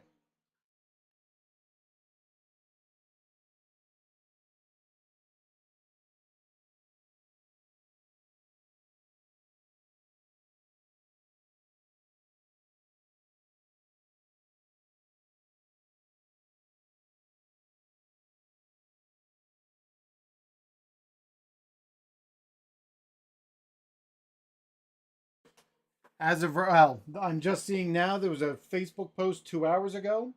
As of 2 hours ago, 2024 Extra Life fundraising for Children's Miracle Network hospitals was $7,844,197. And that was year to date as of 2 hours ago. So that's where your funds are helping go. And we are $275 of that bucket. So that is awesome. I think I said I believe this is my 11th year doing this. Yeah, it's we'll see if I can still do the 24 hours. I think last year I was able to do it. I did like 23 last year. Yeah. I think Alex did around 21. Yeah, you guys, I think I might have tapped out at some point too. I don't remember. Doesn't really matter. It's all for the goal. All right. Now we are set at, I've completely lost track again. I need like caffeine or something. Okay. Let's try again. It's 5-4, which means this is 5-4, which means it's an even match, which is actually the underdog is going to serve. Yes. Underdog is going to serve. It is 5-4 because that means it's an even match.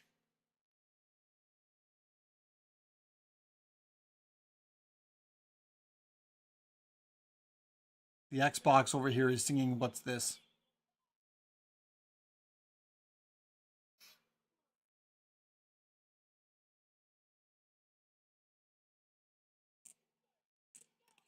All right. Service Pouillet. That's a 3, and that's a double fault. Not a good start for him.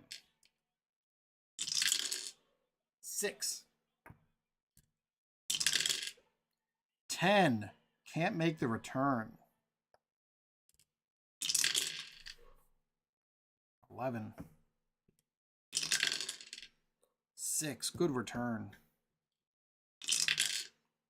6. We going back and forth.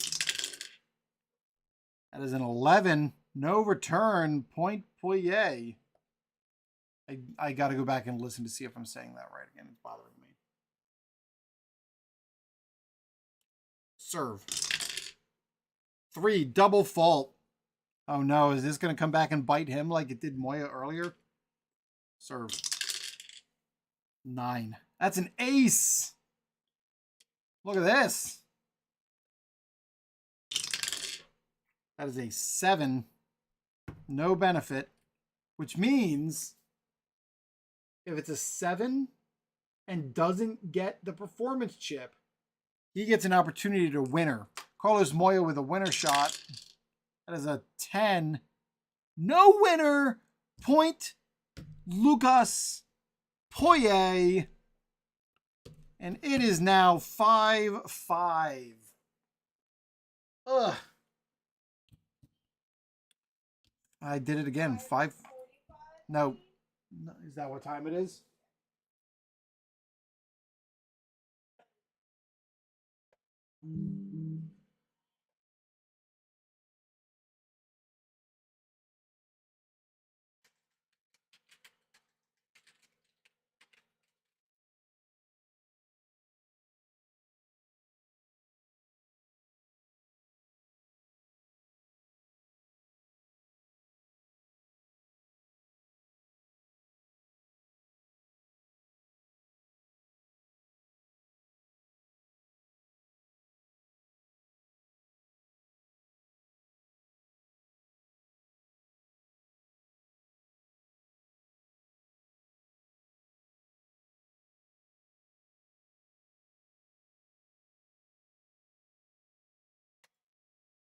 Everything about this game, that I keep going back and forth on the screen.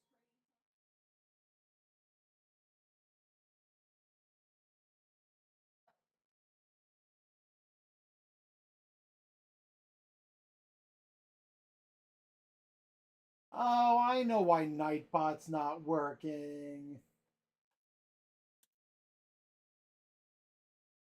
Because nobody's talking. That's why Nightbot's we're not talking. I figured it out. I have a very slow chat. I have a very slow channel. I just do this for me. All right. 5-5. First to win 2 games. Or we go to 6-6 and then we go back to tiebreakers. It is Moya's serve. 7.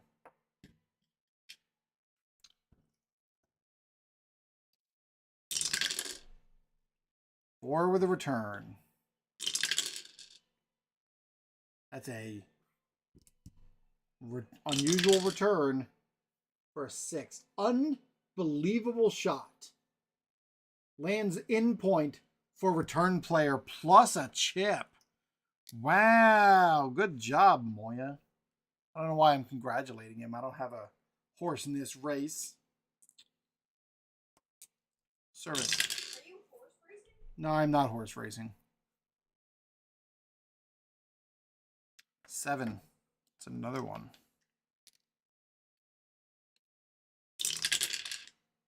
That is a 6 and drops that by 1. It's a 5. He's good.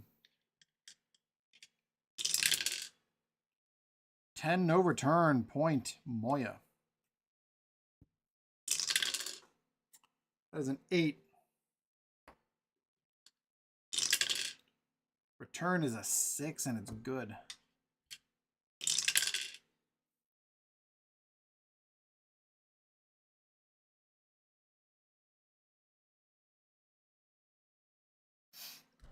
Uh, 8, return good. 3, return good. That is a 6. Quality return. 8. Point Moya. Service, that's a 5. Can you finish him off? That's a 10. No good. Game Moya. Game Moya. All right, Lily.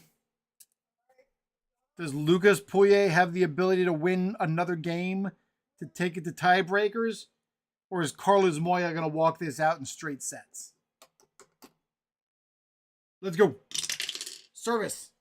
6. 8. Return. 11, nothing. Point Moya. Serve. That's a 7, but he can't do anything about it. So it's a winner shot for Moya. And that is a 6. That is a winner shot. Oh boy, not looking good for Lucas. Luca? 9. That's an ace. Double fault. Match point. 5. Going for a winner shot. It is a 7. That is a winner shot.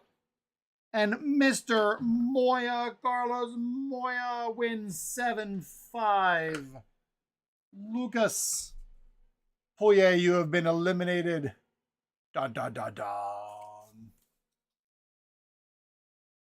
Off with his head. And Carlos Moya will be heading to the finals to possibly win the Extra Life Open. That's what we're going to call it.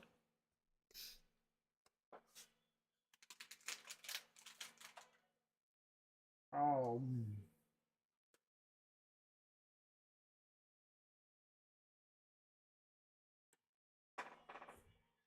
Before I start this next one, I think I could get some water.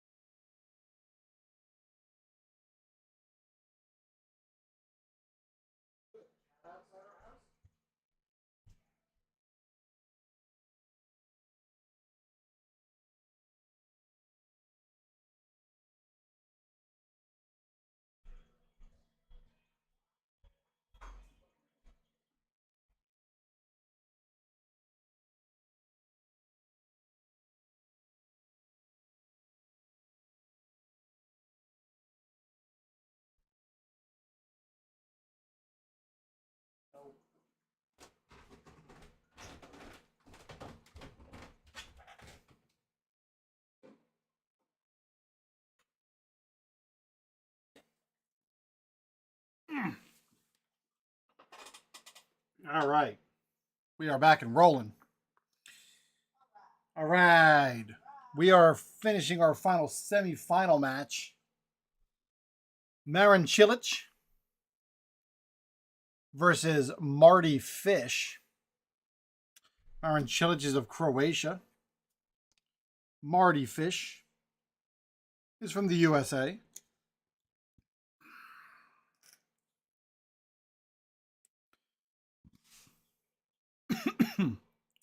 I have over here, Lily, a set of fictional women tennis players. The best two in the set are named Abby McDonald and Harriet Hamilton.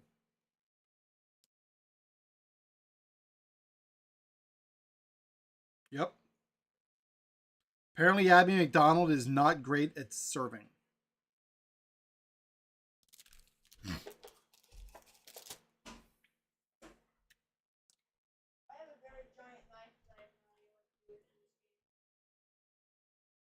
Put it under the bed.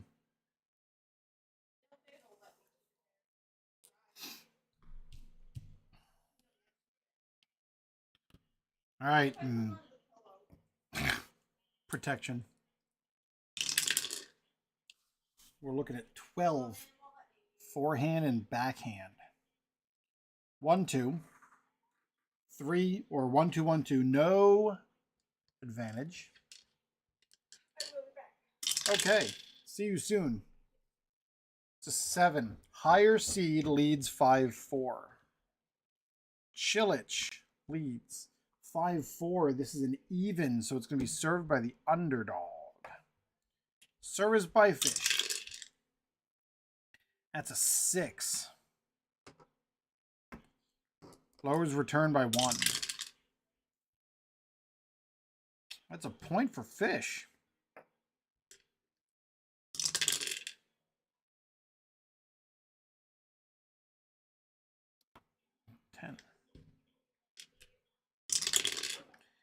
That is an 8. That is another point for fish because of the lowered off the double. All right, we're looking at a 5. Marin Chilich. Boy, oh boy. Marty Fish is just going to go tie this thing up. Double fault.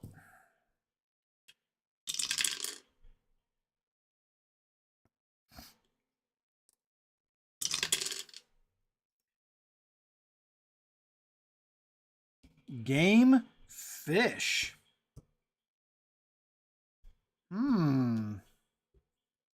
Service Chilich.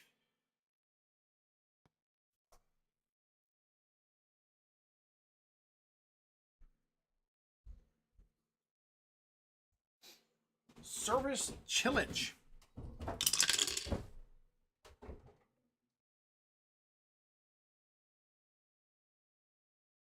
It's a 5. Return by fish. Good return. That's a 7. We're looking at 5. Does he have endurance?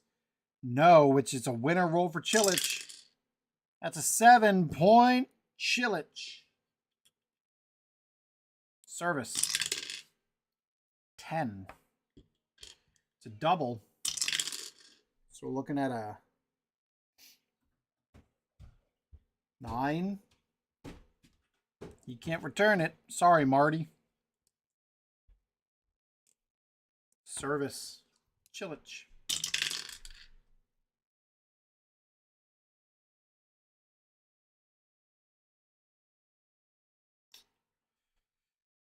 Seven off the get, but we got a winner for Marty Fish. It's a winner's point.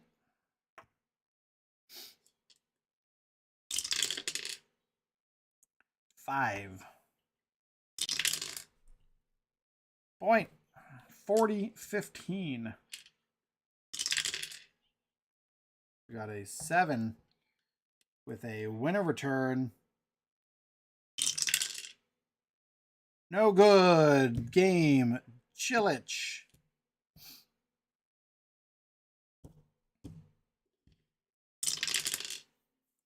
It's a 7.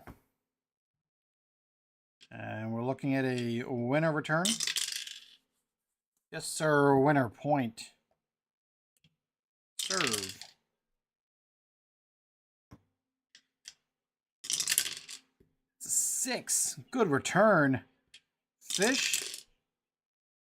7 return. Check in 3. 2 for volley. Oh, look at that. Fish gets some chips. That is an 8. Solid return. That is a 9 on the return. How you doing, fellow YouTuber?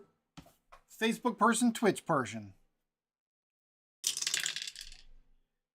7. We got a return. We're checking here. It's a 5, which is endurance. 1 for endurance for Chilich. Mandy Fish. 8 is good. Chilich with a return. This is going back and forth way long. Going to spend 1 to keep the return going. Because that was a 9. That's a 5. Going to spend 1 to keep going. That's a 7, and we're looking at a 1. It's Nothing on the forehand, which means it's a winner roll for fish. Oh, winner point for fish.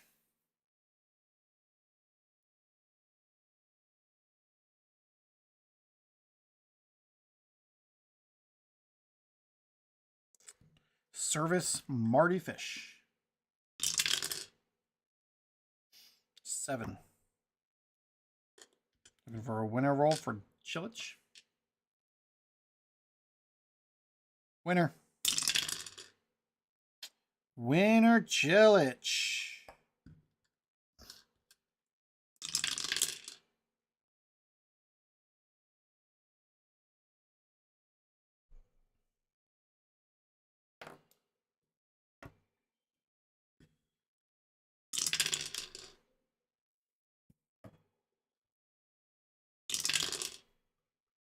Spend 1 to get the return. Keep going it.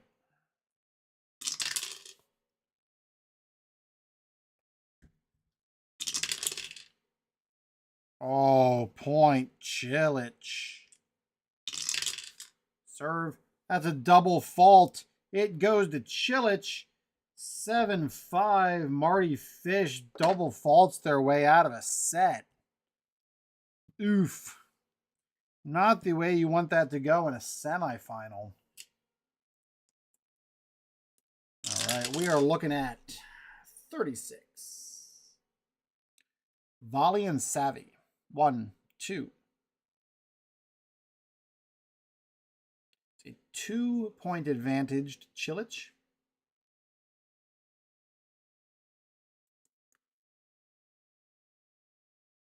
Two-point advantage to Chilich.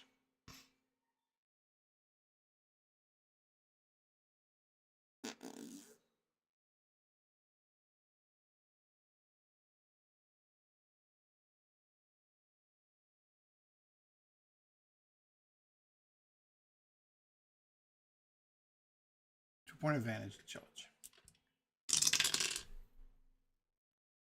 This is a 3. Advantage player trails 5-3. All right. 5-3, which is 8. This is the 9th game, which means it's served for by Chilich. 7.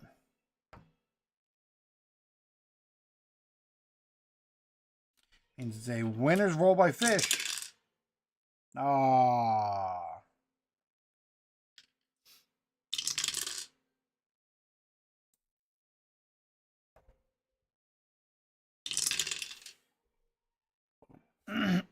Woof.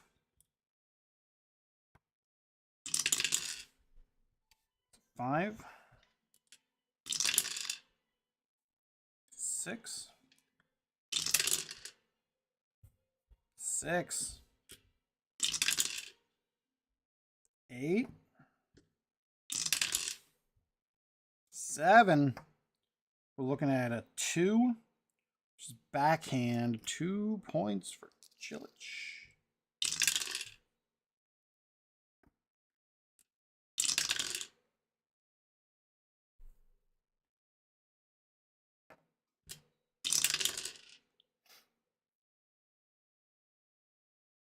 That is a miss. Point for Chilich.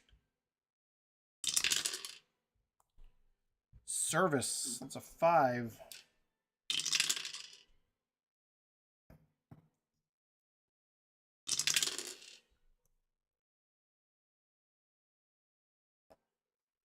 Bow, bow, bow, bow, bow, bow, bow, bow, bow, bow.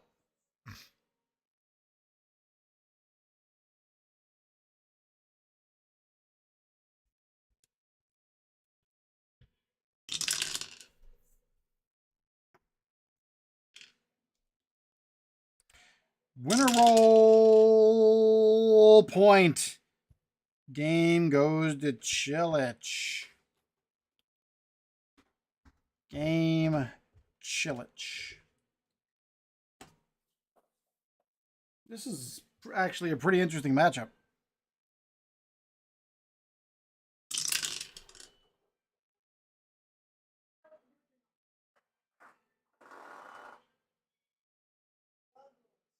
I agree.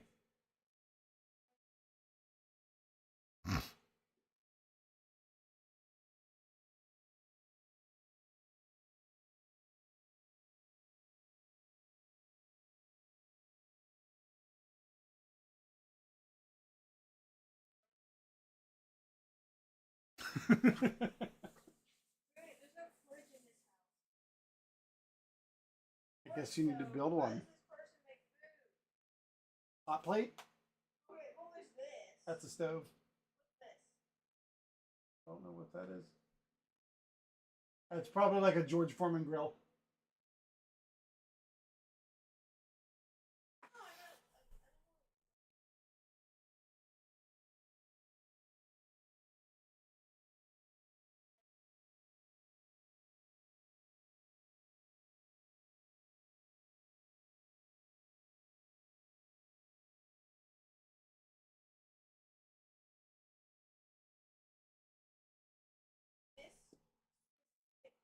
This kitchen is one of the hardest rooms. Yeah.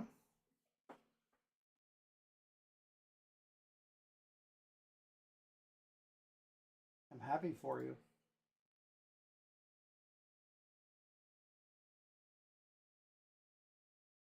What? I said I was very happy for you.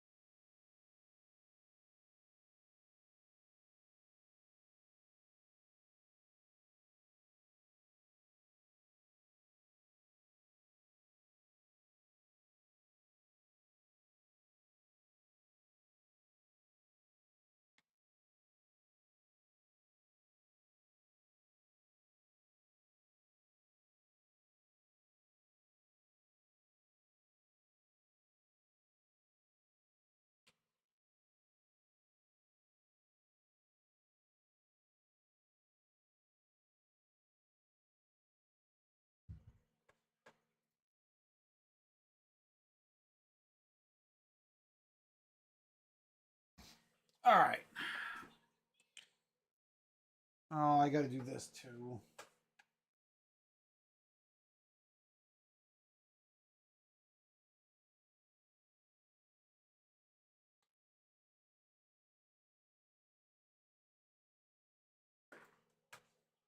What was that noise? One you just made. You don't know? Okay. I needed to stop and like take a break or something.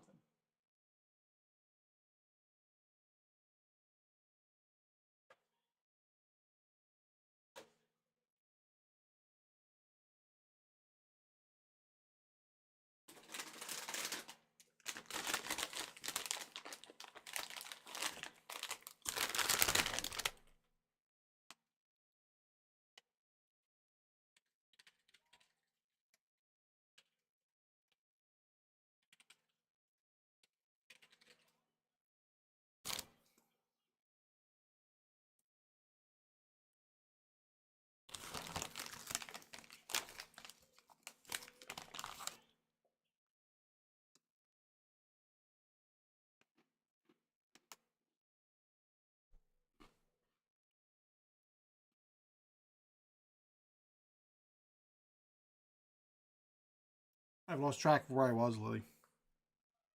Uh-huh.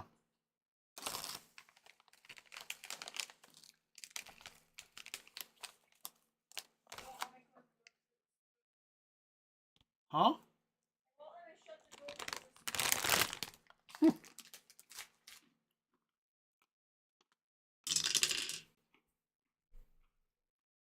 It's an ace for fish.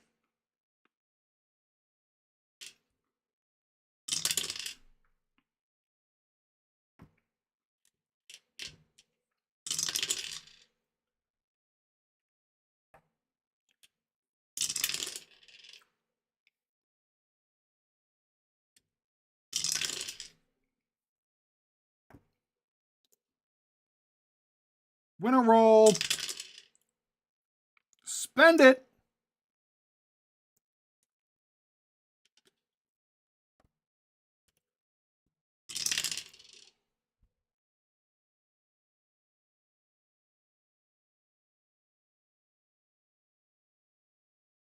That's an ace by Fish. That's another ace by Fish. Oh my. Ooh, that was close.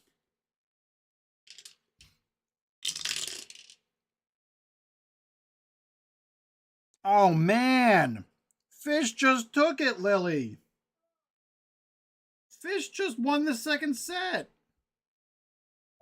Tennis. Another game that has rules. Going to the third and final set. Huh? I'm used to it. 13. We're looking for forehand and volley. 1-0. Chilich has the advantage. 8. Advantage player leads 5-3.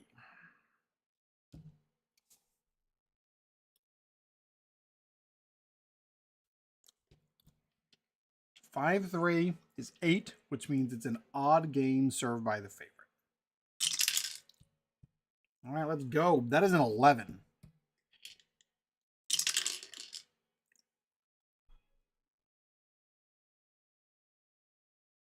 No return. Point Chilich.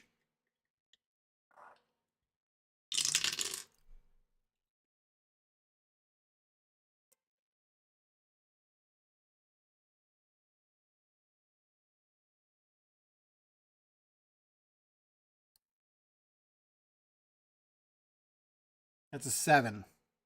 Doesn't have anything on there, so we're going for a winner point for Marty Fish. That's a point for Marty Fish. 15 all. Starting with a 6, that's a double. Returned by Marty. It's a black 4. Does he have footwork? Yes, indeedy. Chilich with a 6 on that return. It's solid. That's a 7. Good return. And we're looking at 3. Do you have volley? No, which means it's a winner roll for Chilich. And it's a point for Chilich. 30-15. Marin Chilich over Marty Fish. 5-3 in the final set. That is a 9, and that's an ace. This is match point, Lily. That is an 11. That is a 5. Can't. Oh, no, he can. He makes an amazing return. Chilich is going for the winner. And he hits the winning shot. Marin Chilich wins. Chilich wins 6-3.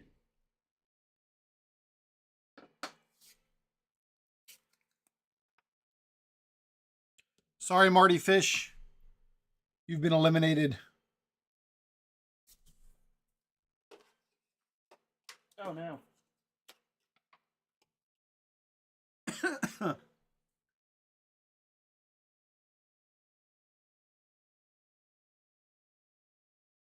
Look.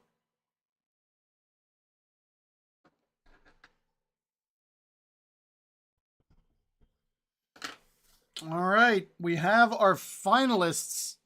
Started with 8 tennis players. We are down to 2. It is Marin Cilic of Croatia and Carlos Moya of Spain as our 2 finalists. We have to make a determination here on who the favorite is. We're going to do that with a decider die. If it comes out a dot, it goes Cilic. No, you know what? If it comes out the dot, it goes to Moya. If it comes out no dot, it goes to Cilic. No dot, Cilic is the favorite.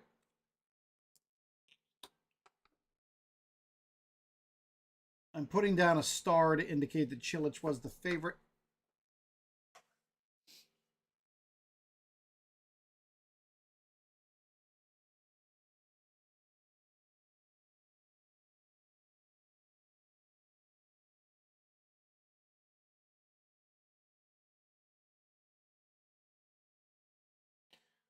Oh.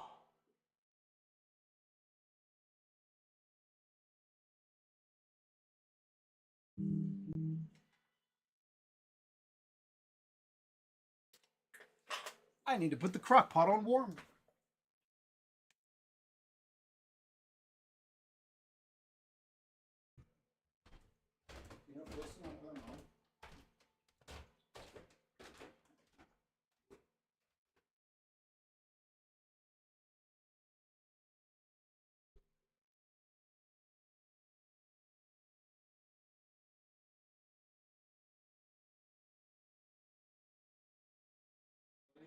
Yeah.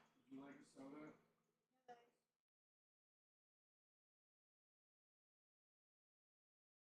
You like iced tea? Yeah. It won't be cold. Oh. Sure.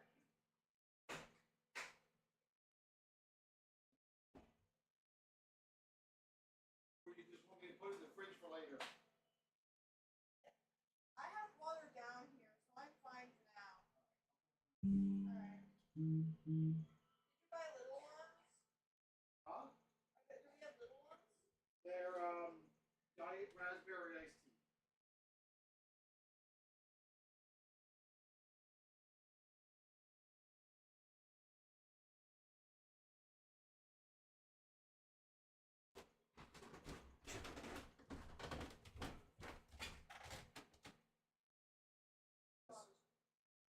That flavor. White gummy. White gummy's the best of the flavors. An oven on 360. 360? 350.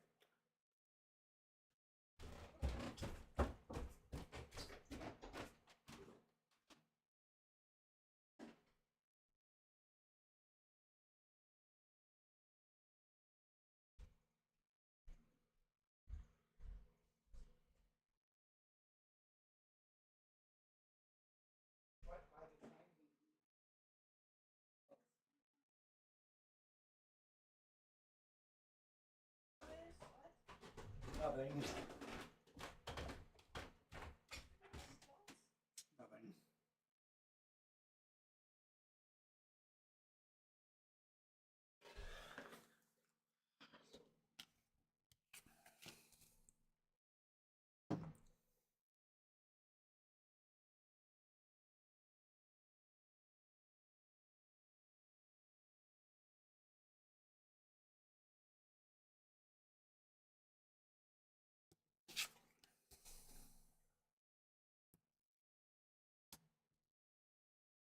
All right, we are back in our seats. Just getting ready to make a hype post.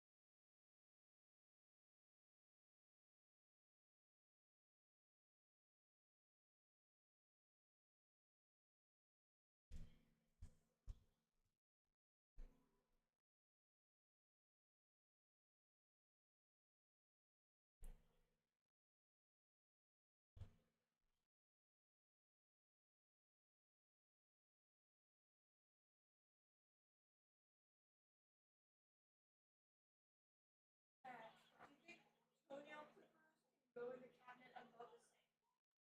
Sure.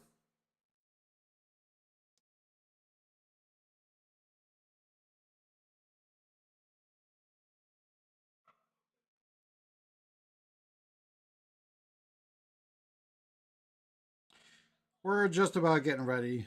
I'm just posting.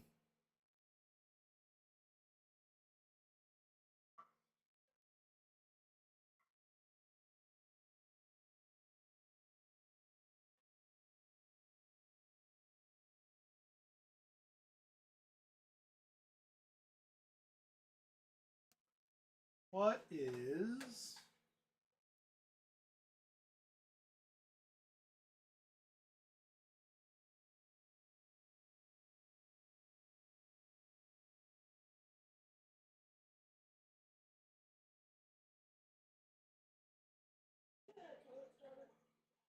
Huh?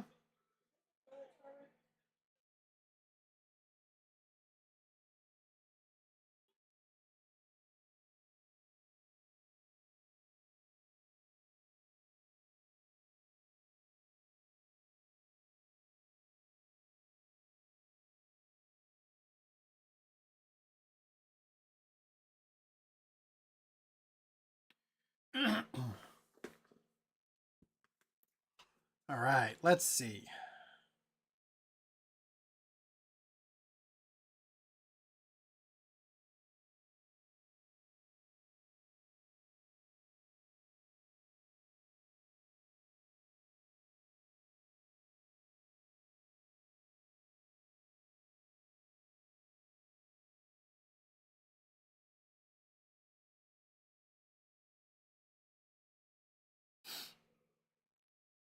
All right.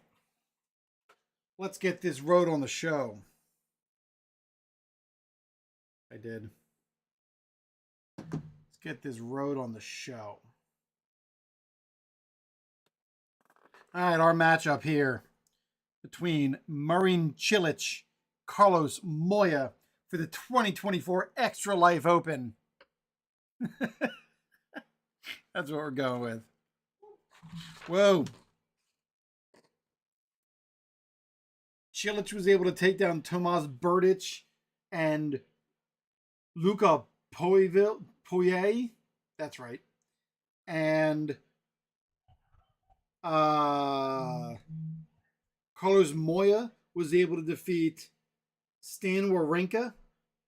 Oh, I'm sorry. Moya beat Wawrinka and Poirier. Cilic beat Tomas Berdych and Marty Fish. I don't know tennis players, so I'm learning tennis players.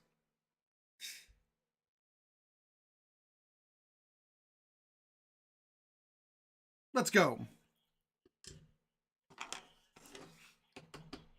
This is...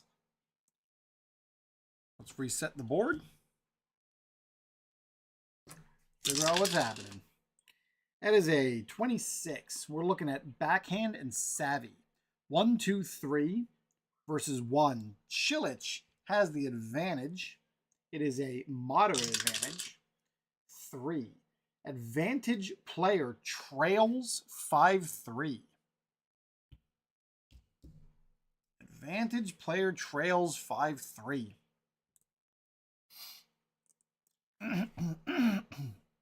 All right, Cilic.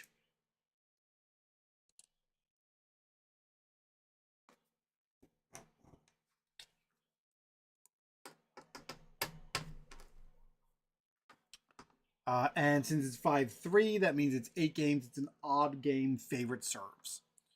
Service belongs to Cilic. Let's go.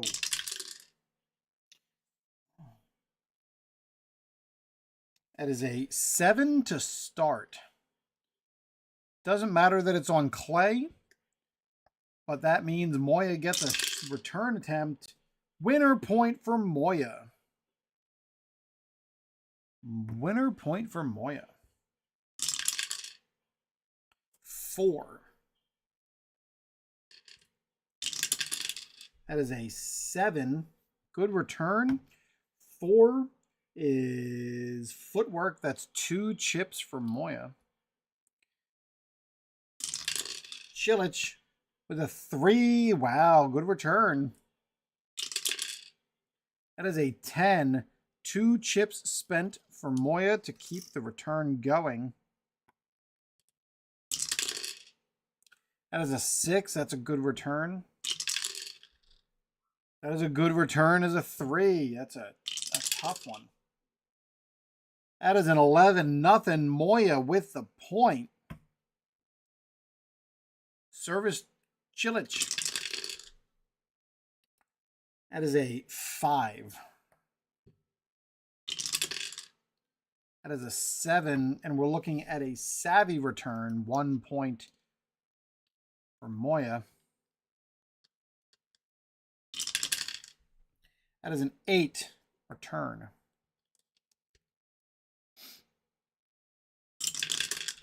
That is a 7. Good return. And we're looking at 3. 1, 2, 3. That's a volley. This is a winner attempt for Chilich. And he hits it. Point for Chilich. 7. We're starting off right there. Means it is a winner attempt for Moya. And he hits it. Point for Moya, 15-40. Service. 8. Return of 8, and it's doubles. That is a good return. Moya's going with the winner. He's attempting to hit the winner. That is a 4, and he hits it. Game and set. Carlos Moya wins 6-3.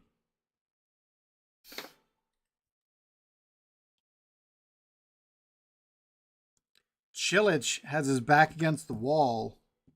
He was the favorite coming in, but it is not looking awesome. All right, for the set, it's a 14 forehand and footwork. Nothing versus 4. That is a major advantage for Moya. It's a 9. Advantage, oh boy. Advantage player 5-0. This is not looking good for Chilich. Woo! Woo! 5-0. It is an even, so the underdog is going to serve. And here we go.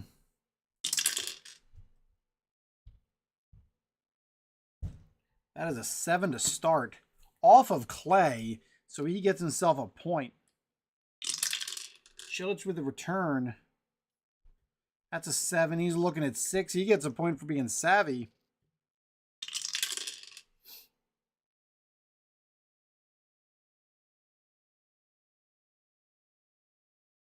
He's going to spend to expand it. That is a 10 return point for Moya. Serve. That is a 7. Another one for being on clay. That is a 6 of a return. Oh, we got an unusual return from Moya. The 4. Return is obviously out, but ruled in. Point for the returning player. Odd is overruled. Nope, it's a point for the turning play. It's Moya. 7. Clay bonus. Has a 10. Nothing he can do. Oh no, that was a point. The point. Chilich just completely looks overmatched. That is an 8 and a double. Chilich is going for the winner point. And it's a 9 and he doesn't get it. And that is game, set, and match. Carlos Moya defeats Marin Chilich 6-3, 6-0. I need a little tiny trophy.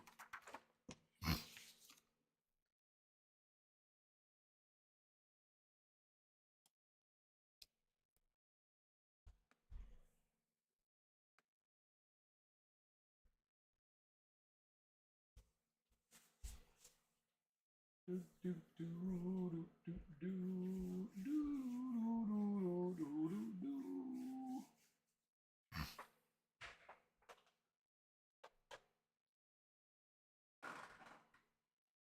don't care about the recorder. I don't want the recorder.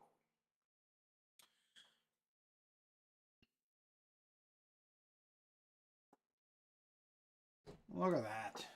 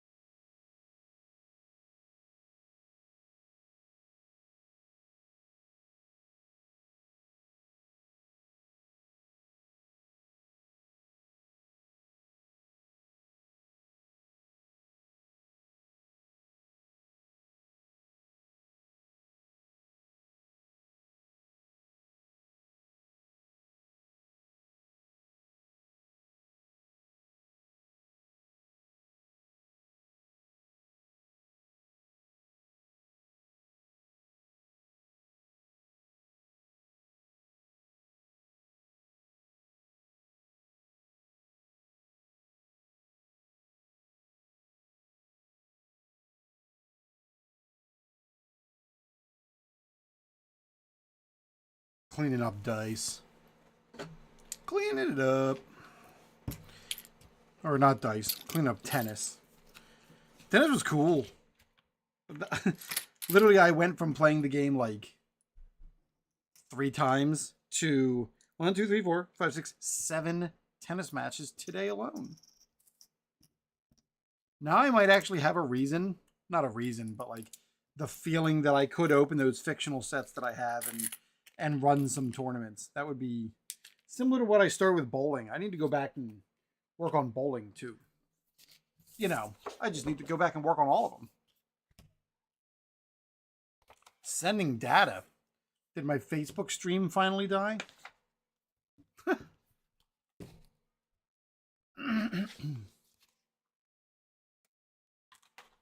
Let's play tennis. We played you. Good. Oh, I forgot to put my charts away.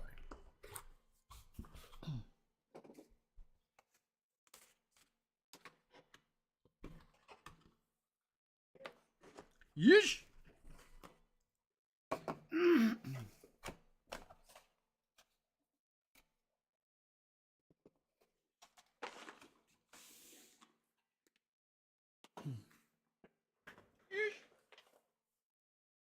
Road paper. Am I really out of paper?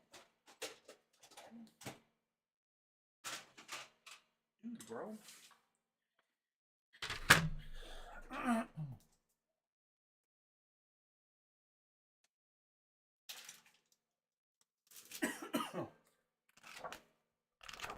All right.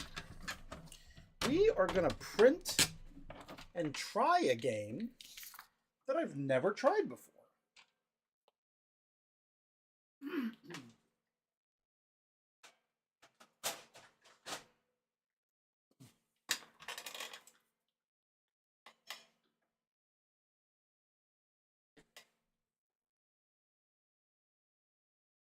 I'm going to learn it as I go.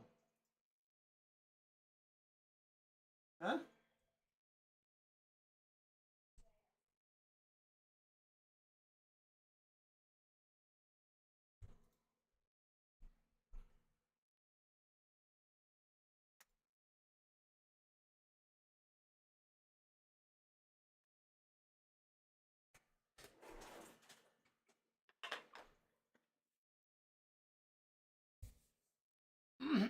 Unable to connect.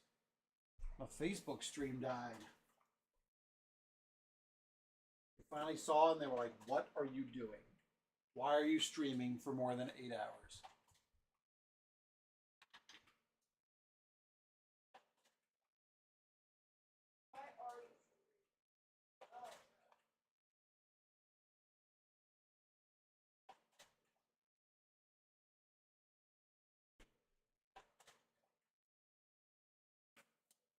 Why did this thing do this?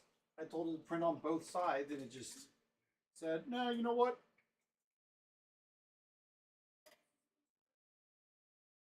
What's that?" I don't know what this object right here is. You see. Zoom into it. Medicine. Medicine of some kind. You put it in the drawer. Yeah. Oh, I feel better. Alright, so there's that one. We're going to print Oh. this one. Do you have any screwdrivers? For what? Thomas. Thomas. Yeah. His kneecap didn't fall off. His kneecap. Or playing with the skeleton and breaking it? No, I didn't break it. When it was outside, the skeleton's what is it called? Screw was like a little bit out. So I wanted to screw it in. He has a screw? Yes. It's the screw is and I just want it in all the way so it doesn't fall. Watch your toes, I don't want to roll over them. I'm not. Turn off.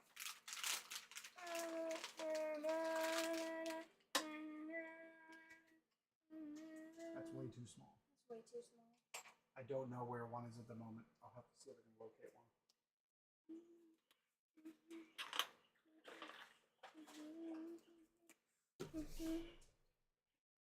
I feel better when I'm dancing. Yeah, yeah. Oh, I'm feeling better.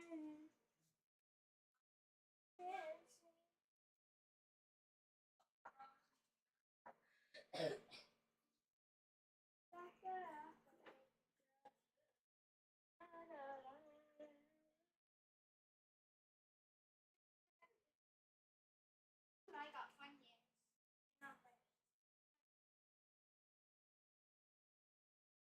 Where is this supposed? What is it? Thomas, I got you a new seat. Yeah, that you're running into some of the stuff that's a bummer.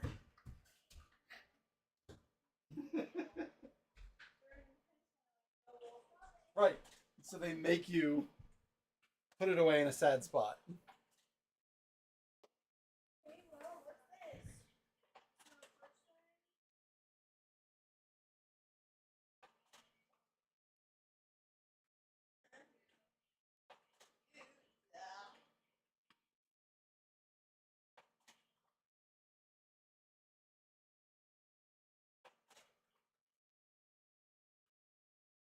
I don't know what this is. What's that? It's just it's like a, it's probably an MP3 player.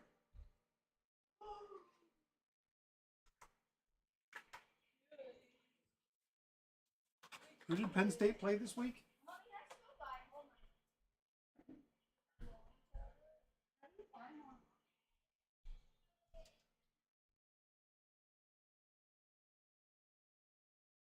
Penn State versus Ohio State.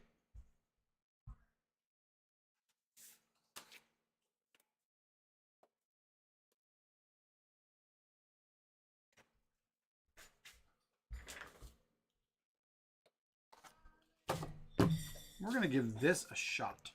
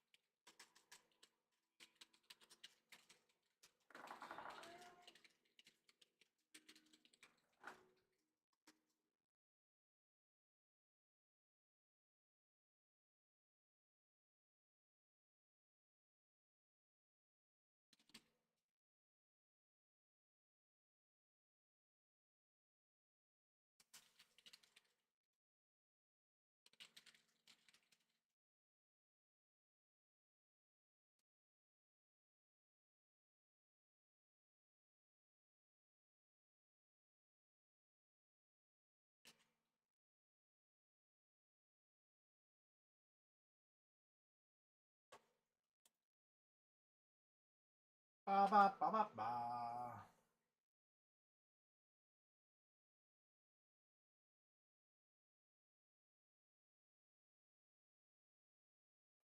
All right, let's see how this John goes. John, Lily. John.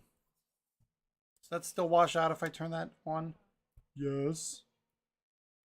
I cannot seem to get my lighting right, but it's fine. Let's see how this John goes. I don't need my audio plan back either. Oh, you know what? I'm just realizing my... Oh, look at that. That's even better-ator. I think that'll work. I think I zoomed in, though. Not what I wanted to do. I did zoom in. My bad. All right, let's see how this guy works.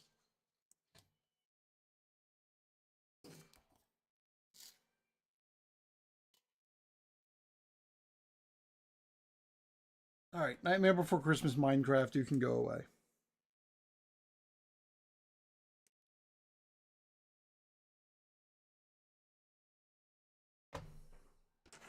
Like I said, never played this game before. Hello, everybody. Again, if you're back here with me, we are going to try Saturday Showdown, a college football game.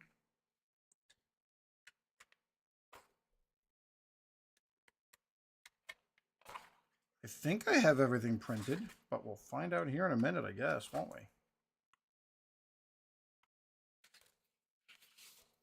Materials needed, board marker. Score sheet, field. Did I miss printing the field? Here's that I may have.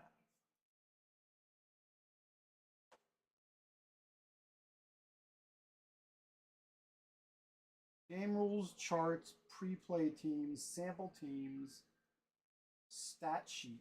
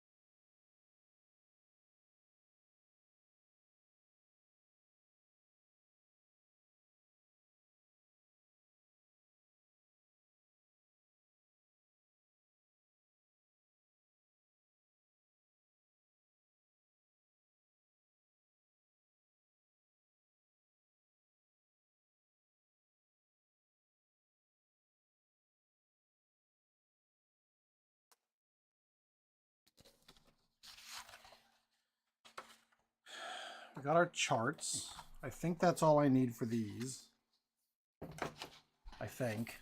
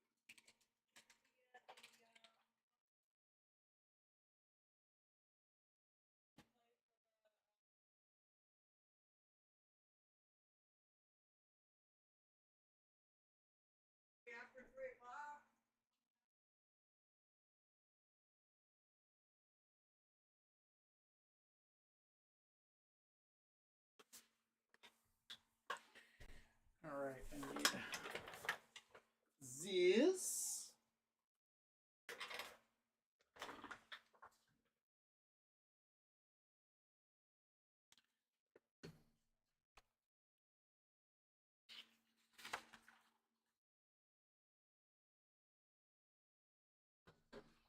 All right.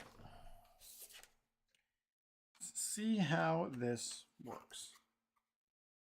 Over here, I'm assuming that's a field.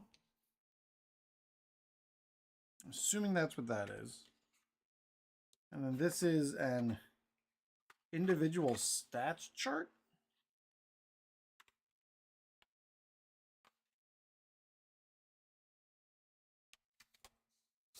Okay.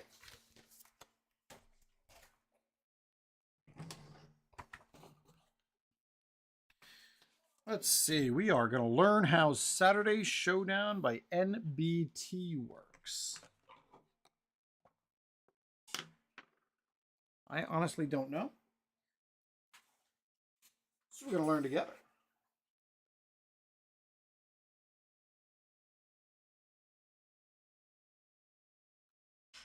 Where?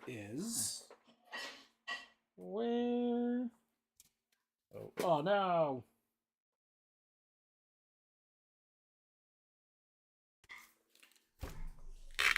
Trapper keeps coming out.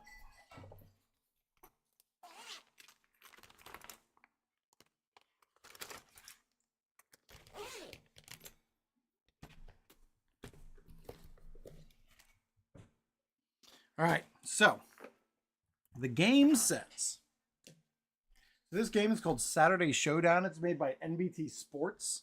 It is a card and dice game.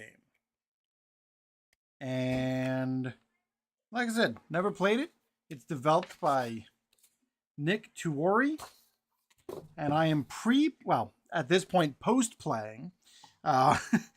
He made some sets available for this week that were some of the bigger matchups from, I guess it's whatever week we're in, week 10 of the college football season. So I printed out the week 10 sets, and I'm using the 2024 Ohio State versus 2024 Penn State team sets. So the home team today was Penn State, who we know now has lost.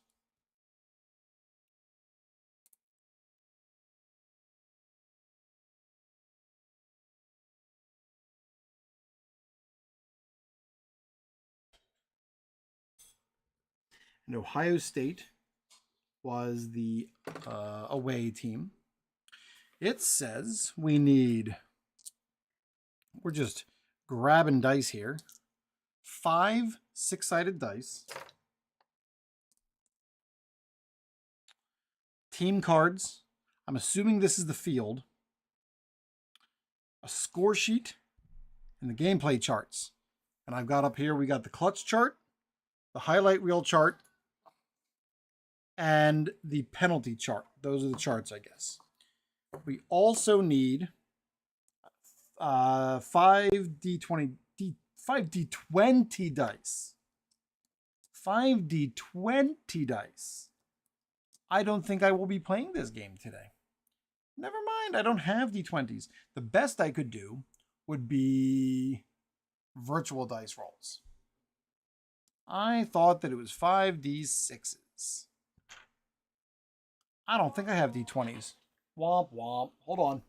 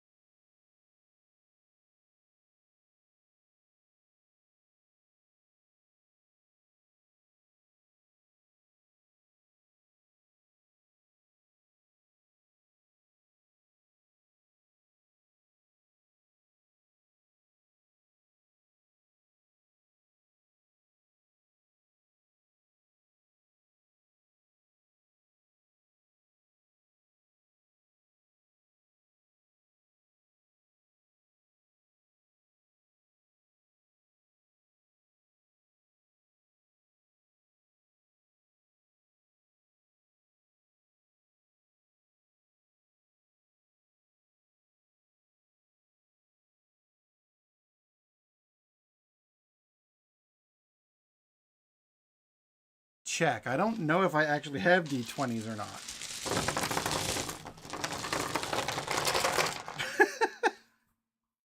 So maybe I do, maybe I don't. We've got, is this guy a D20? One. Sweet, I do. How about them apples, Lily? I have D20s. 3, 4. I want just a D12. D20. Boom! How about them apples? I don't think they fit in my dice tower, though. Oh!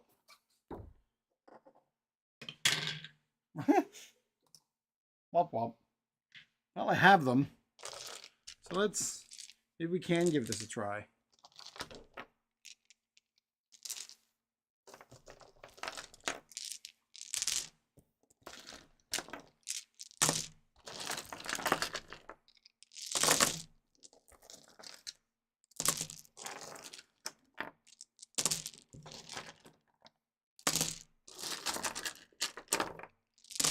Ooh, I'm going to use a purple one instead of 2 green ones. Use a purple one.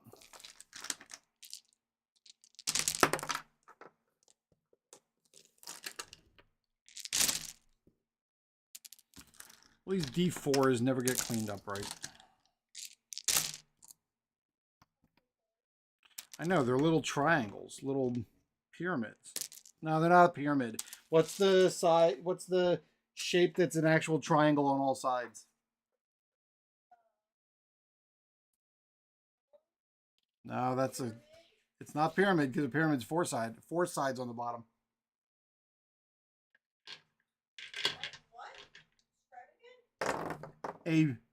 Where all 4 sides, all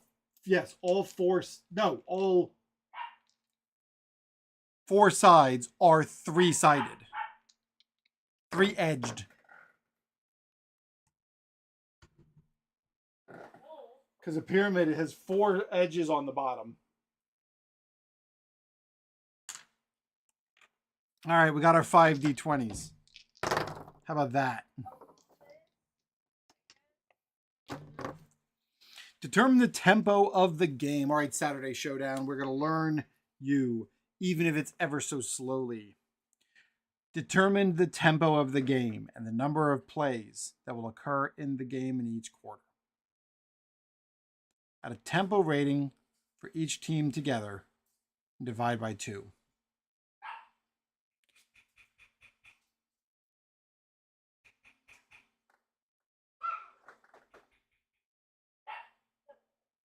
What?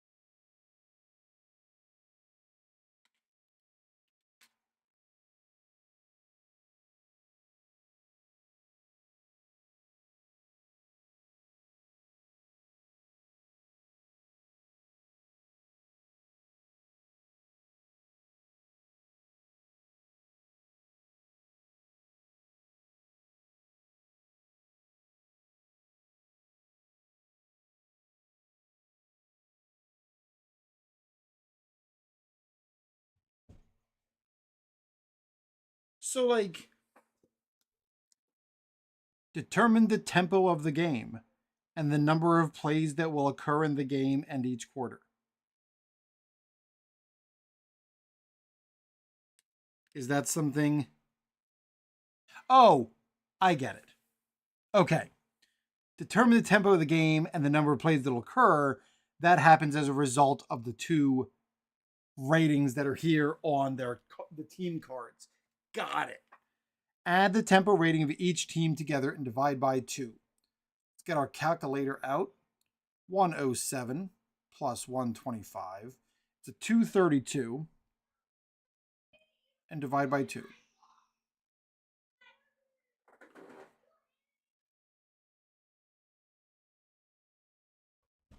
Divide that number by 4 to determine the number of plays in each quarter.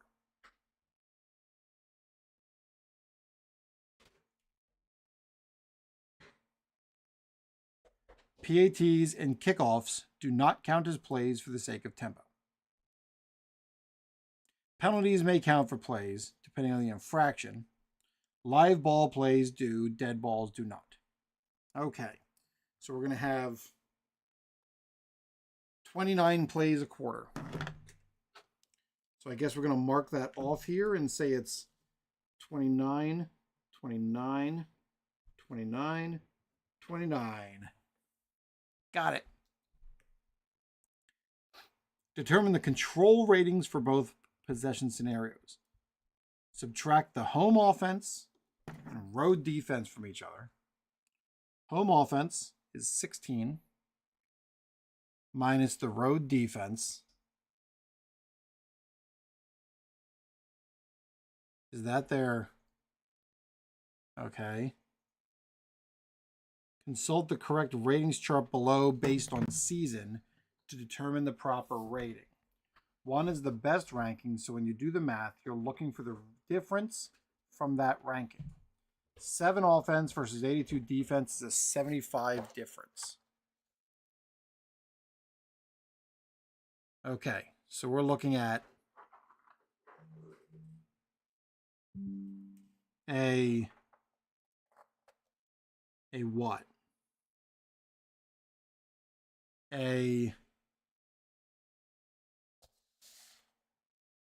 One is the best ranking.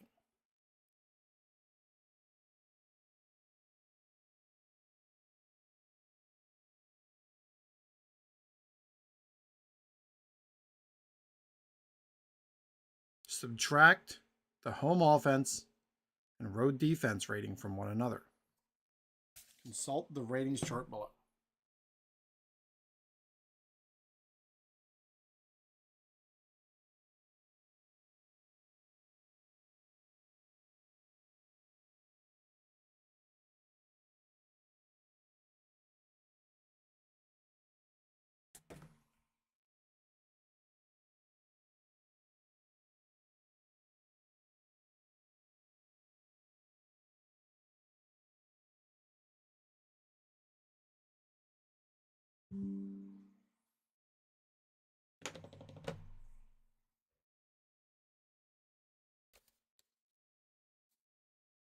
Subtract the home offense, defense chart, offensive control,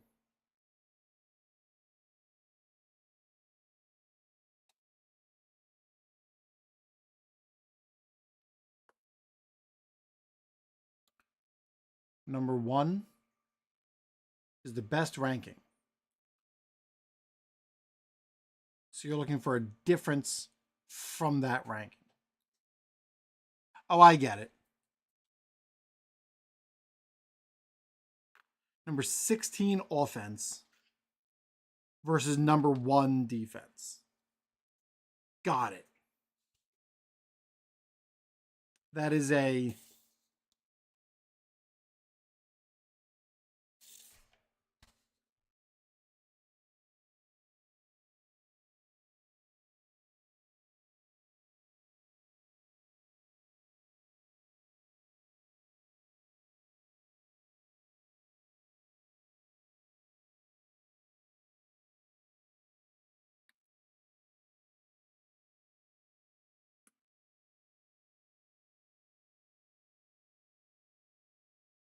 +7 offense to 82 defense is a +75 in offense.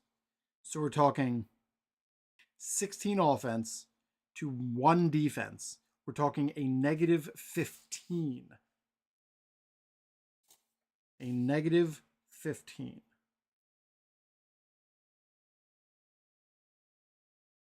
Subtract the home offense and defense rating. I don't know why I'm having such a hard time with this. Subtract the home offense and road defense rating from it. So it's a negative 15. Consult the correct ratings chart below. Negative 15.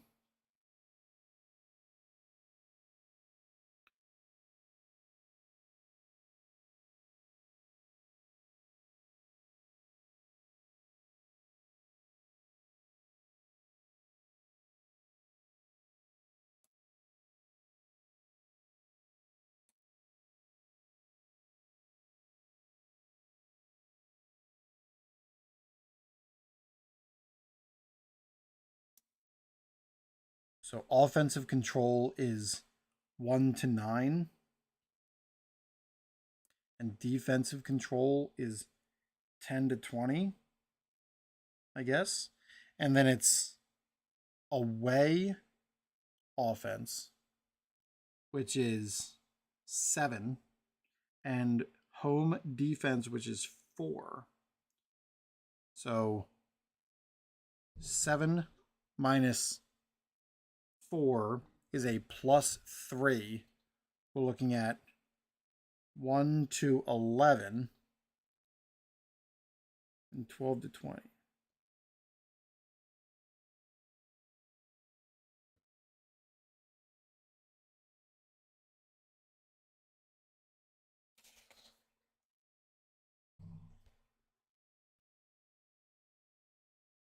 Oh, cool. I'm just realizing that this chart has, the paper here has the ability for me to sit down and actually average this stuff out. Wow, look at that. I'm going to write it down so that I've got so we're looking at a home tempo of 125, an away tempo of 107. And then, so that puts us at a total of 232, or the average is 116, which means we're looking at 29 plays a quarter.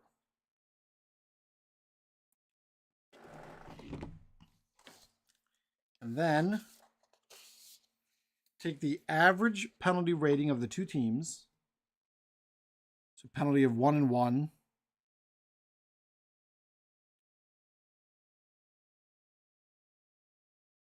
It's 1. Average penalty rating is 1.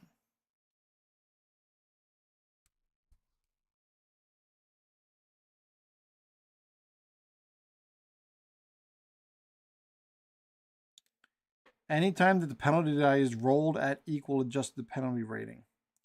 Flip a coin to start the game.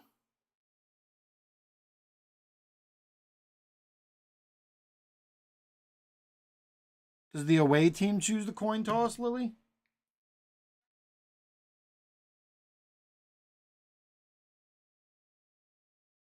Does home or away team choose the coin toss?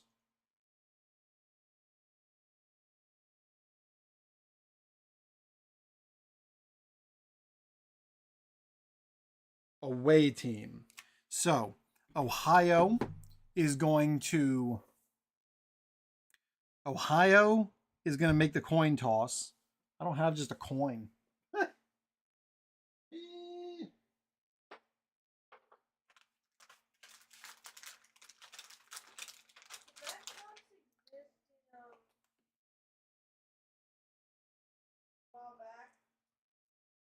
How while back are we talking?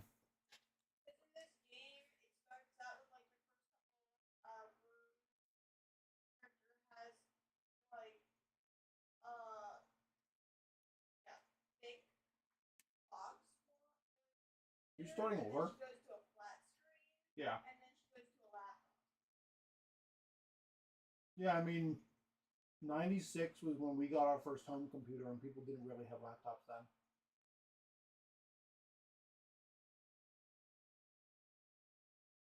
I mean, put it this way, when we were at Patton, when I first started at work, we really didn't have laptops. There were a couple people that did. But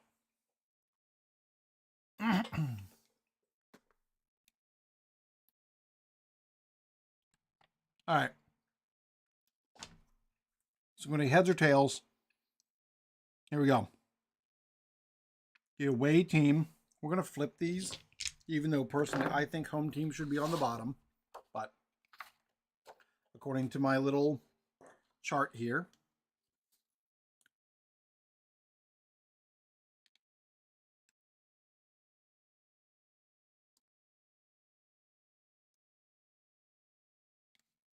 Ohio State said it's going to be heads. Heads is blue. It is red. Penn State is going to receive. That's what I've decided.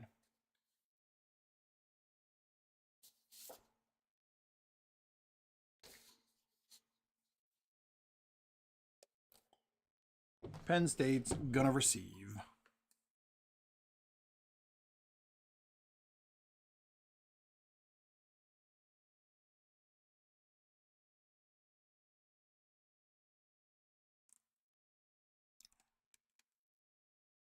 So we're going to just mark that off as Penn State receiving.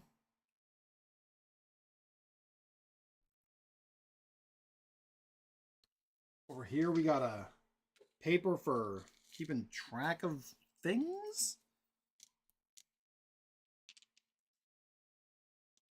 All right. Kickoffs require just 2 D20 rolls. On the kicking team, which is Ohio State, right here. On the kicking team D20, check the team's TB rating located in the PAT kickoff area.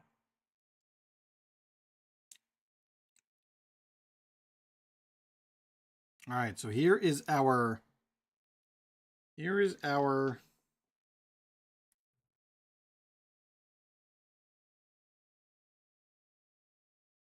team's TB rating. Assuming that's touchback right here. Got it. So Penn State's going to be blue. Do I? Oh, you know what? I should see if I have a red. One of these guys. Yeah, there we go. We're gonna put green away. Now we got a blue and a red. Now we can say that it's Penn State and Ohio State. Makes things easier that way, I guess. All right. On the kicking team's D20, check the team's touchback rating. If the D20 is equal to or less than the kick's touchback. If it's not a touchback, check the kick return team's D20 and consult the chart to determine the return. Add 5 yards to this number to determine the offense's starting position. Kickoffs that result in a touchback begin at the 25. On a highlight reel, re-roll and consult the chart. Remember, kickoffs don't count as tempo purposes. There are things for tempo purposes. All right, so Ohio State is kicking off. We got a red one for Ohio State and a blue one for Penn State. That's what we're going to go with. It is an Ohio State kick, which is a 6 on the I'm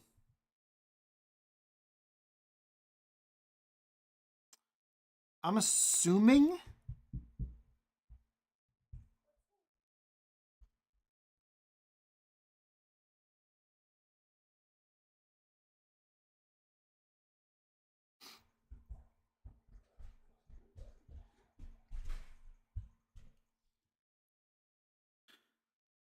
all right, so maybe I'm missing something. On the kicking team's D20, check the teams in the PAT/kickoff area. Oh, there we go. TB15. That's what that means. If the D20 is equal to or less than, it's a touchback. All right, so it's a touchback.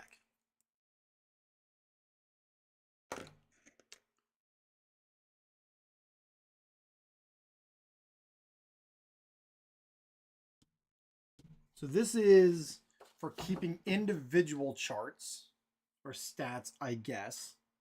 So we can figure that out maybe as we go. In this case, though, it is a touchback, No time has come off the clock, and we're starting at the 25-yard line. 1st and 10 from the 25.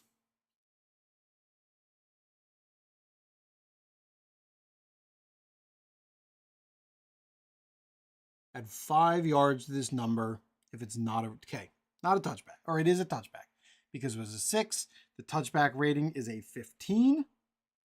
So the 6 is under that. It's a touchback.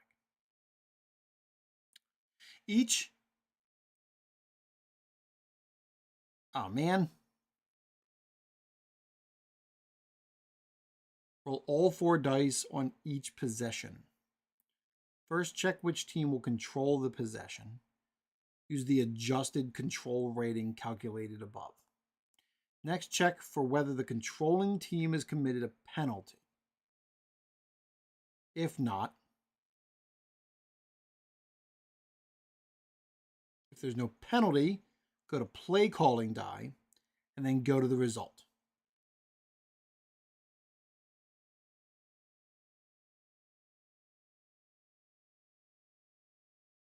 All right, so we're just going to do this one at a time. We're going to try to figure them out in order. Probably could roll them all at once, but for the sake of this, I'm going to roll them in order one at a time so I can know that that's the order they're going in. So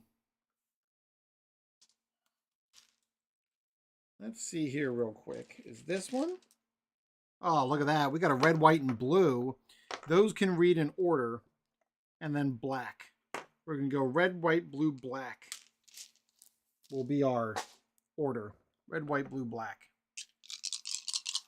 All right. It'll make it easy for me to remember. Red, white, blue. Nope, that's not blue. That's blue. And black. All right. First, check which team controls the possession. So it is a 12. When the home offense, it is defense controlled. Okay. So this is each play we do this. Next, check for whether the controlling team has committed a penalty. If the penalty die is equal to or less than the penalty rating, penalty rating is 3. Our penalty rating in this game is a 1. So unless white is ever a 1, it's not a penalty. Check the AI play calling die and match the die result to the controlling team's AI table. So Ohio State has the ball, or is in control. We're looking at 16. And it is a 11-20 run. That's what that means. 11-20 run. No, we're looking at Ohio State. So they are on defense and in control.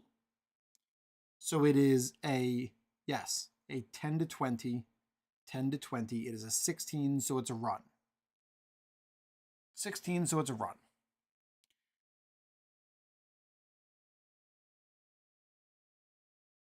Check the A play.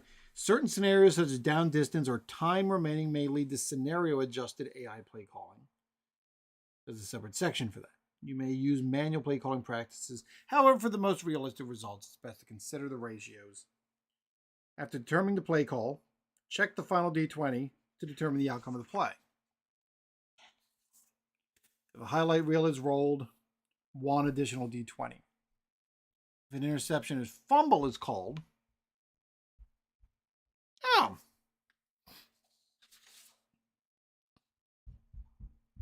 so there's scenario adjusted, there's timeouts, desperation plays, kneel downs, penalties. We can worry about a penalty when a penalty comes up.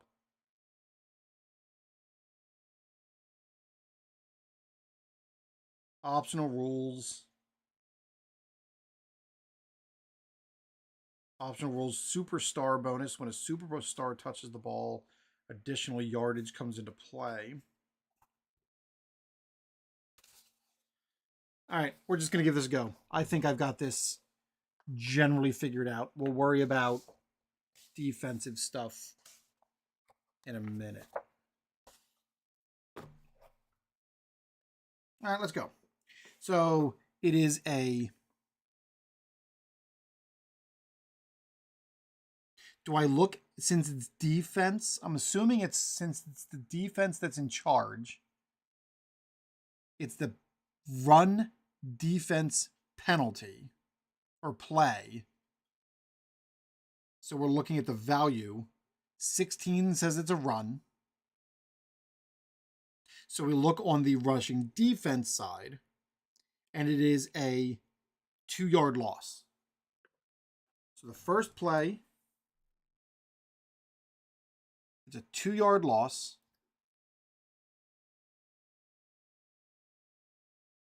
Second down and 12.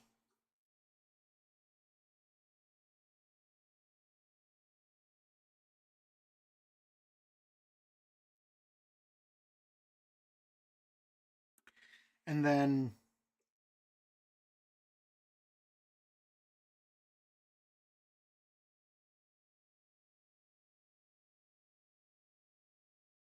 I'm assuming that means that I can use this last die to choose the player that I want, or to select the overall person that made the carry. Optional rolls, optional stat keeping.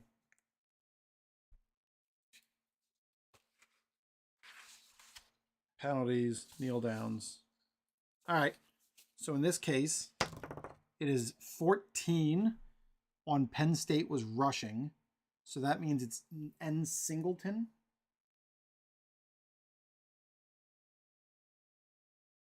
He lost 3 yards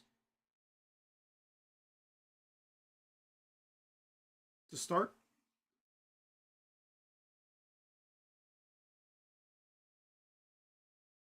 Sure, let's go with that. 1 play down. Got it, Lily. Whoa. All right, red, white, blue, black. Red. So we check control first, penalty, AI play calling, result. Red. 16 says with the home having offense, 16 its defense is in control. So we're looking at Ohio State. 5 says there's no penalty. 4 is the AI play call on a defense pass run. We're looking at it's a passing on defense, and it's a 20. We're looking at a highlight reel, and we need to roll again to figure out what happens. So cool, we get to look at the highlight reel chart. Get to do that nice and early. So when does clutch come into play?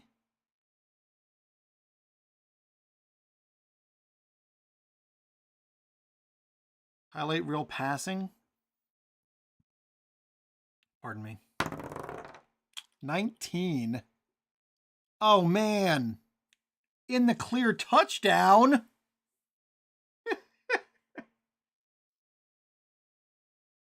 How about that? So right from the get-go, Penn State, on the second play of the game, scores a long touchdown. So we're looking, it's a passing touchdown, quarter 1, PSU, drive start on the 25.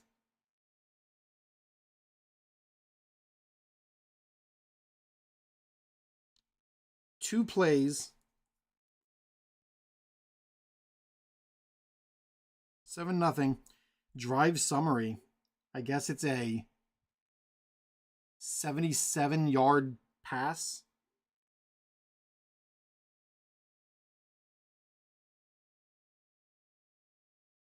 $77-yard passing touchdown. The pass was made by 9.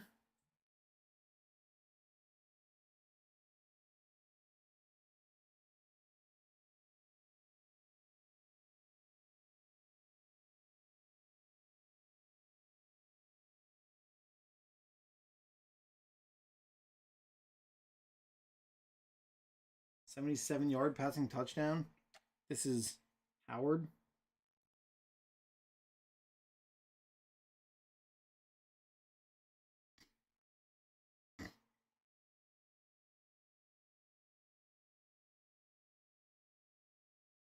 I don't know how to keep track on this chart, so we're just going to kind of write some stuff in and go from there.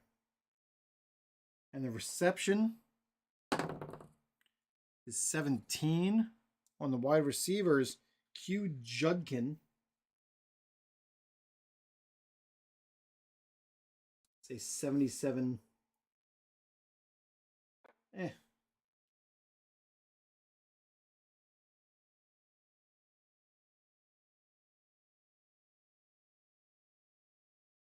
77 yards. I don't know what I'm tracking here. Not sure how this chart works. But we're going to say, and it's a touchdown. And 1 touchdown. I'm ringing. Spam risk. I don't want to talk to you.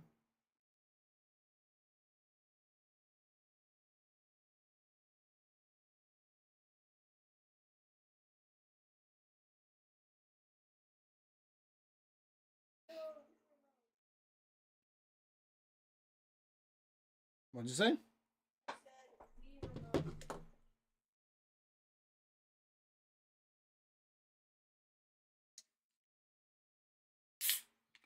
So after 2 plays, Penn State is leading Ohio 7, or well, 6-0.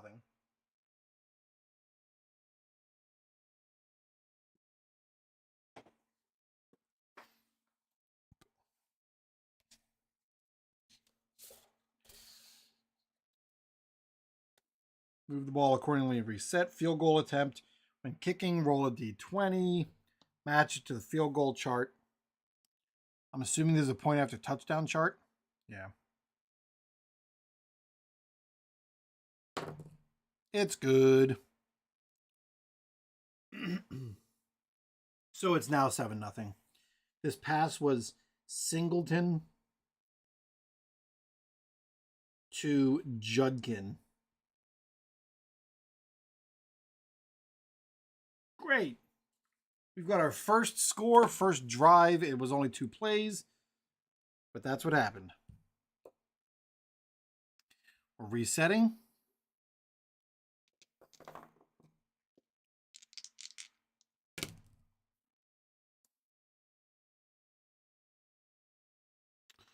If the number, okay, I need to remember now, for a kickoff, if the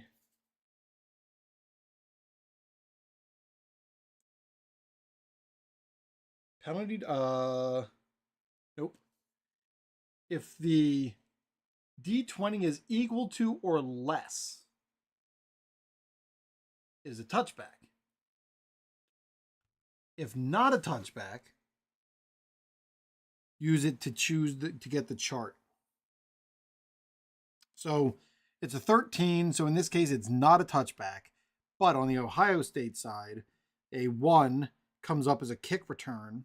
It's a 1 to 5 is a touchback. So we're looking at a touchback starting at 1st and 10 from the 25. Let's switch. This is our PSU chart. This is our Ohio State University chart. If you haven't learned yet, I don't know anything about college football players, but I still enjoy trying to figure it out.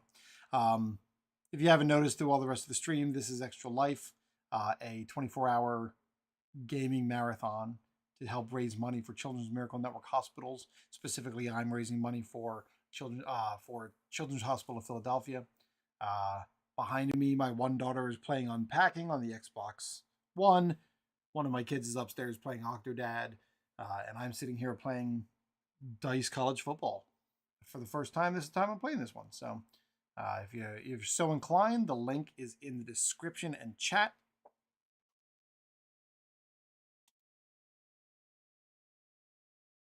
But if you don't want to as well, that's fine too. I appreciate you coming in and hanging out.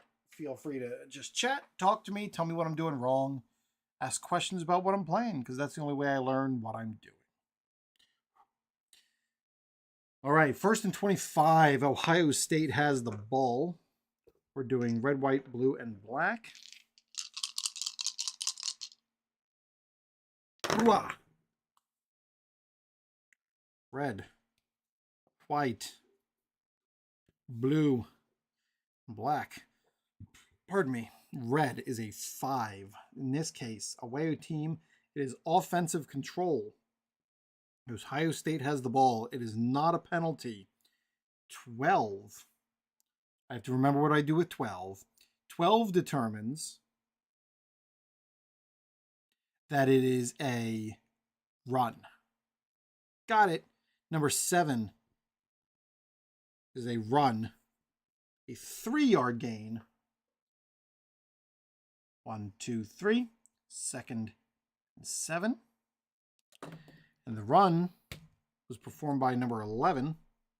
Oh no, I just realized I pulled the wrong names for all the players because I switched. I switched my chart and I got Singleton right. Singleton is on Penn State, not on Ohio State. The Penn State quarterback. See, I told you I don't know anything about college football players. It was Aller made the pass. And the reception was not by Judkin. Judkin is number 17 receiving. So 17 goes to Fleming. There we go. Silly me. Silly me. So that was a 3-yard rush. And we're saying that was number 11. Oh, yeah. 11. 3-yard rush by number 11. It's Henderson.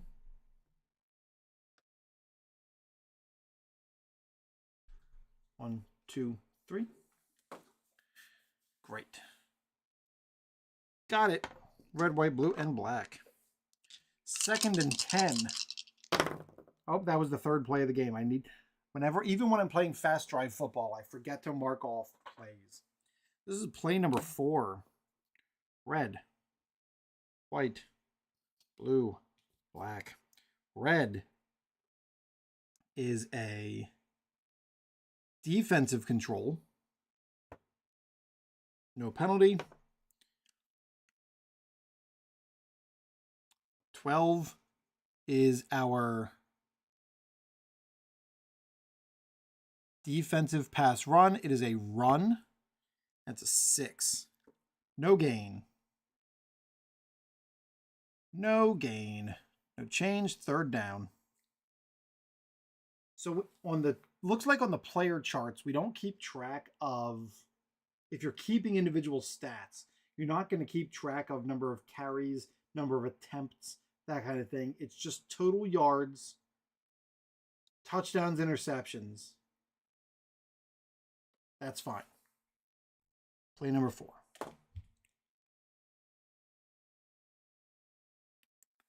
Red, white, blue, black. Red, white, blue, black. White, blue, black.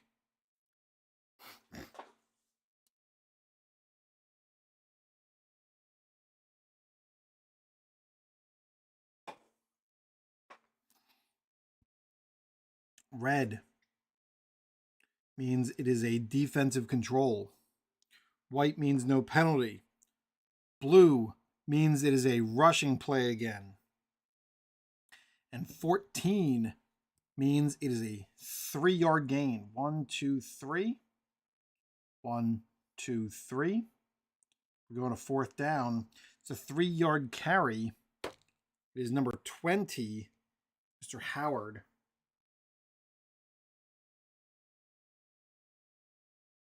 Three-yard gain. And it is 4th and 4. So, from a time standpoint, Kickoffs don't take time, but kickoffs and PATs don't, but punts do. All right, so how do punts work? When punting a ball, roll 2 d20s. One for the punting team, one for the receiving team. Add the yardages together to determine where the ball should be placed. If the result is a touchback,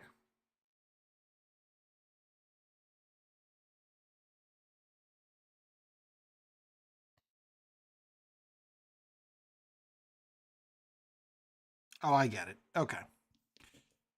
So we're going to take two numbers. Here we got a 6 and we got a 2. We're looking at a 35-yard punt and a no. Nope, did it again. The punt is a touchback. Woo, big punt. Big old punt. Or if the resulting yardage exceeds the goal line, assume. It is a touchback. That counts as a play. Ball starts at the 20. First and 10.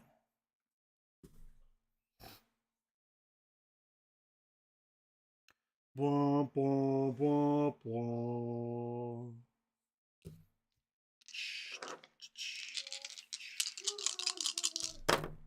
Huh? No more. All right, we are looking at 4 is offensive in control. Penn State's got control.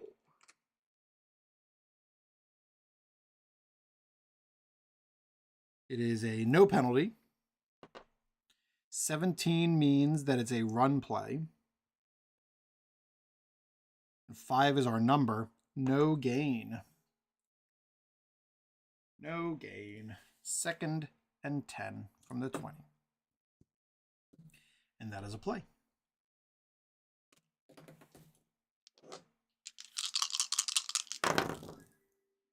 Red, white, blue, black.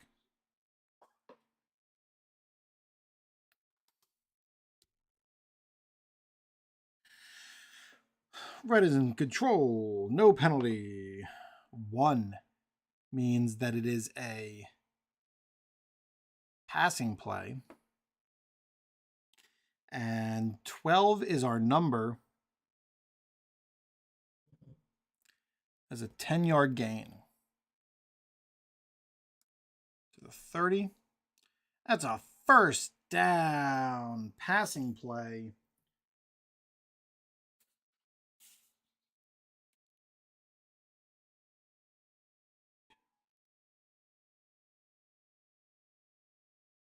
The pass, I'm assuming the pass was made by him.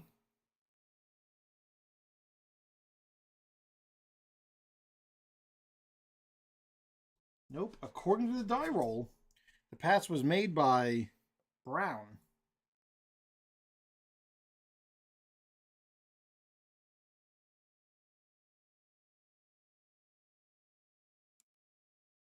And the reception was made by number 6, which is Jer Smith.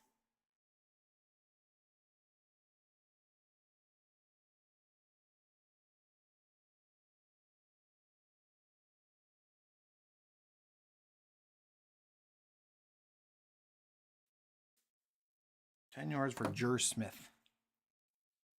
There was something else I saw in here.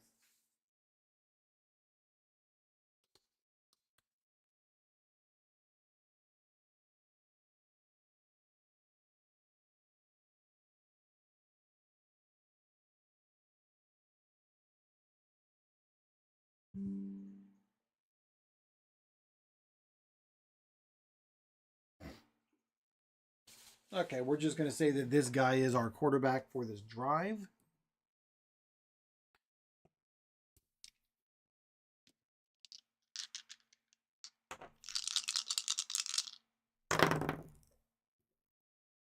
Red, we're looking at, that is the offense is on control. No penalty. Blue means it is a pass. 11 is our number. 9 yards.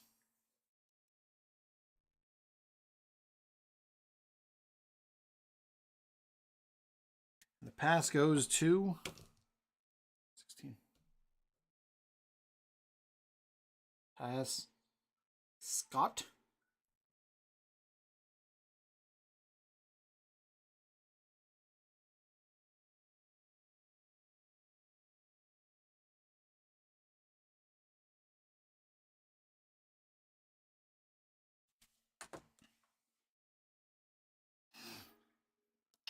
So that is a 16-yard pass.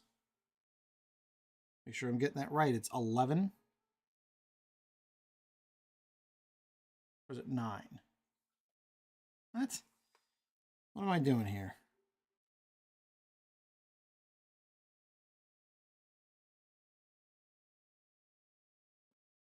No, it should only be 9 yards. What am I doing? Mike. Oh, 16 was the die I rolled. Die. So it's 2nd and 1. It's 9 yards.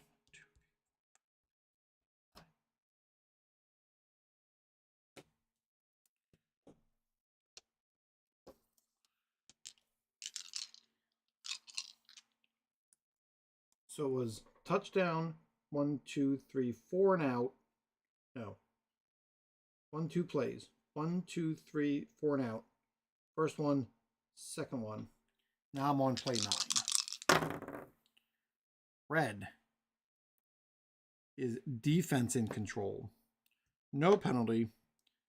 19 is a run. And it is a rushing defense 3, which is a 2-yard loss.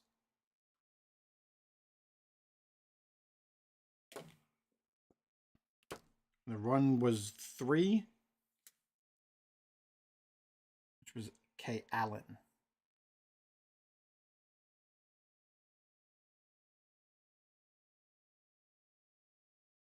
Three-yard loss, 2-yard loss. 2-yard loss.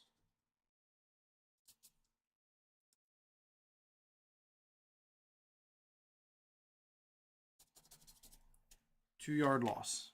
1, 2. 1, 2. 3rd and 3.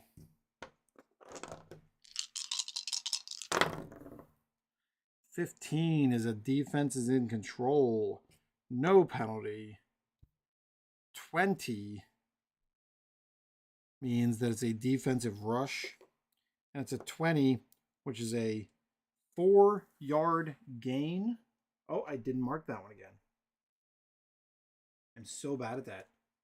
4 yards. 1, 2, 3, 4, and that's a first down. 4-yard gain. The rush is by number 5, Allen.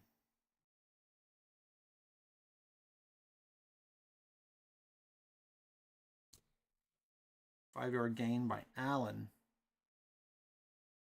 First down. Mark it. It's 10 plays.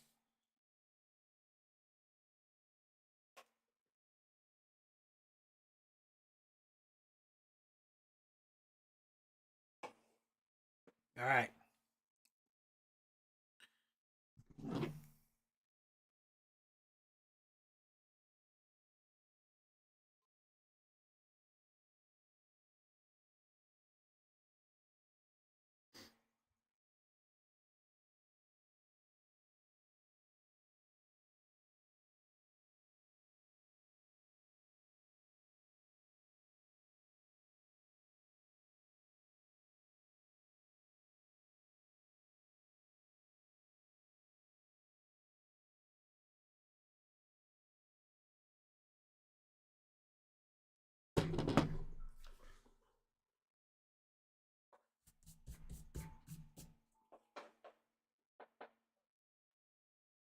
All right. 1st and 10 from the 41.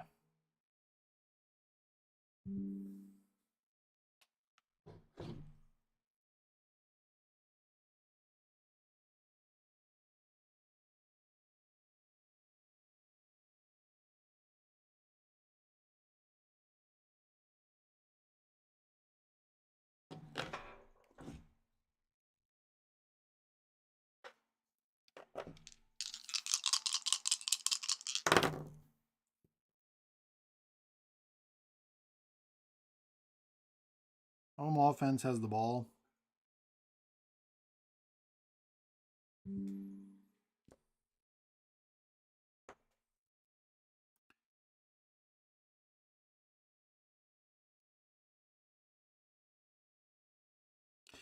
Incomplete pass. 2nd and 10.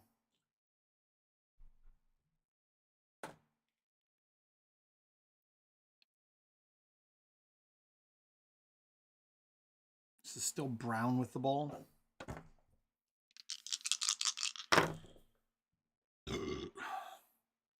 Gross. 6 is home has the ball. So looking at offenses in control, no penalty. 12 means that it's a running play. 7 is a 1-yard gain.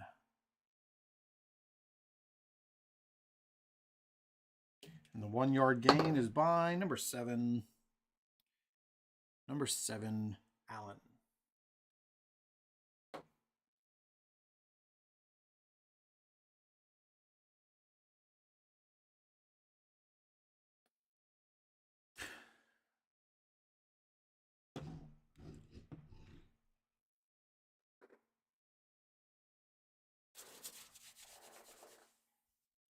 All right. 3rd and 9.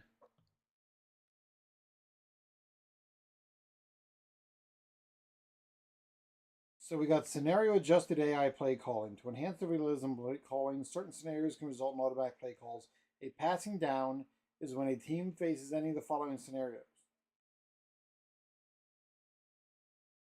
3rd down plus 6 yards to go. Well, that's where we are.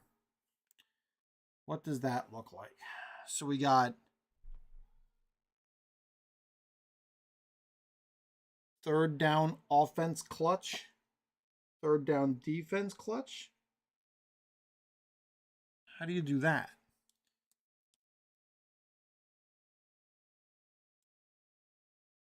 Is that what this clutch chart does?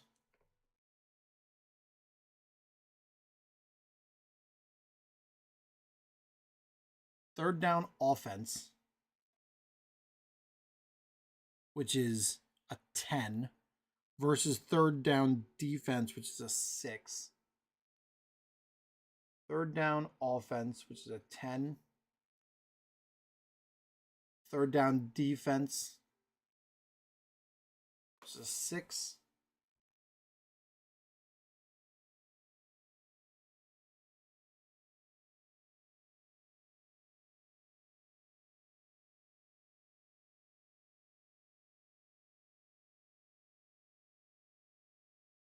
That's an 8. So it's an 8. So what does that mean? What does that mean? It's a special clutch chart. Nope, that's penalties.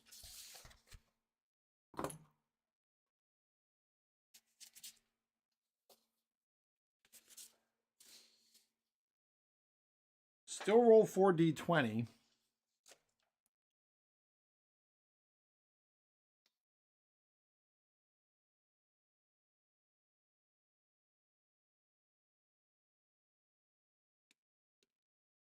What?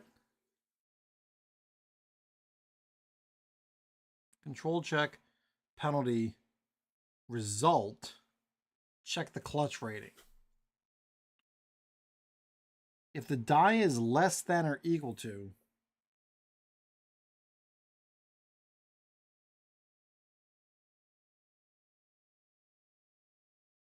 all right, so we're going to give this a shot. I don't know what this even means. So we're looking at a control check, which is 5, which means the offense is in charge. No penalty. Result of the play is a 12. So we're looking that it's a passing 12, 10-yard gain. I think it's 10 yards. And then 16. If the die is less than or equal, disregard. No, so it's not. 16 is the number. If the die is less than or equal to, disregard. Die is less than or equal to, it's not. So that is a good pass. It's a 10-yard pass from Brown. 1, 2, 3, 4, 5, 6, 7, 8, 9, 10. The pass goes to 14, which is Singleton.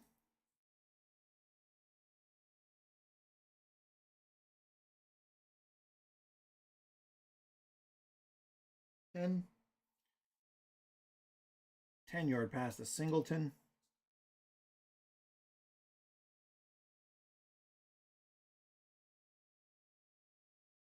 Mark off the play. 1, 2, 3, 4, 5, 6, 7, 8, 9, 10. First down. All right.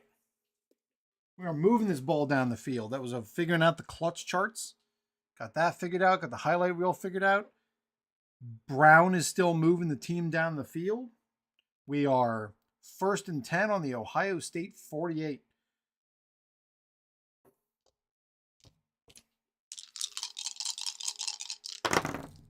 All right, so we got a red 18.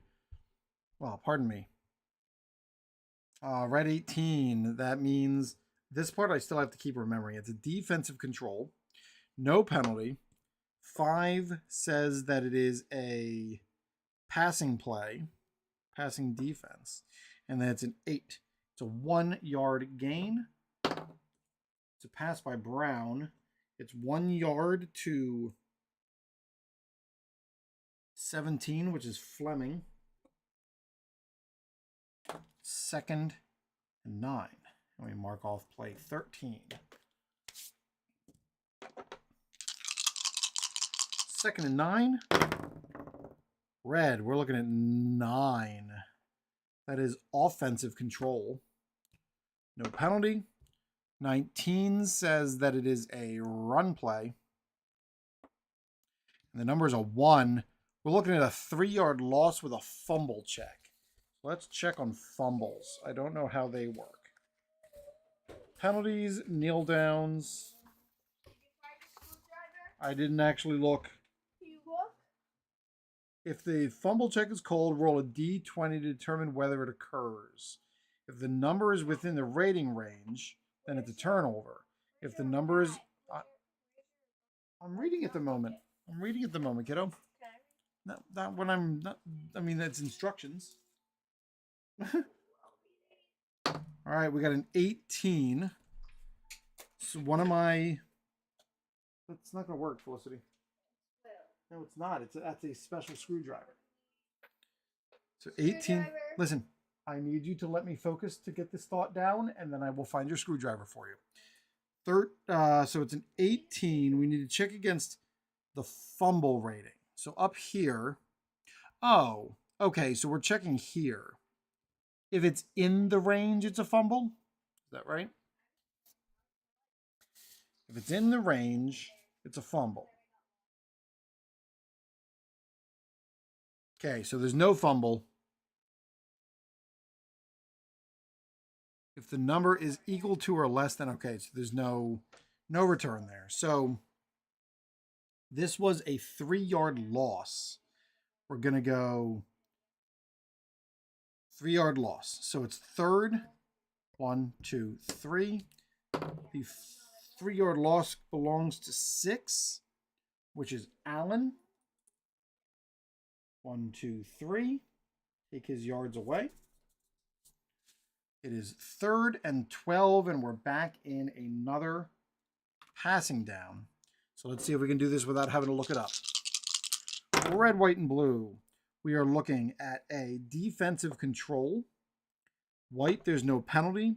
Blue is the result, so we know that this is a passing result, which is 19, but 12 is against the chart. 12 is against the chart. The clutch rating that we've already got is an 8. I should just do that math and write that down. We know that a third down clutch is an 8. This number is above that clutch. So it is a good play. So we're looking at a 14-yard gain as a pass, and that's going to be a first down.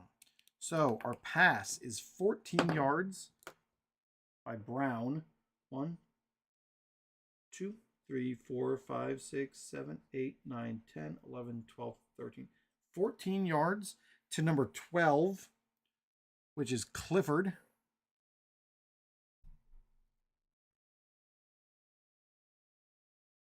$14 yards. 1, 2, 3, 4, 5, 6, 7, 8, 9, 10, 11, 12, 13, 14 yards. That's a first down. 1, 2, 3, 4, 5, 6, 7, 8, 9, 10, 11, 12, 13, 14 yards. First and 10. Look at that. First and 10 on the Ohio State 34.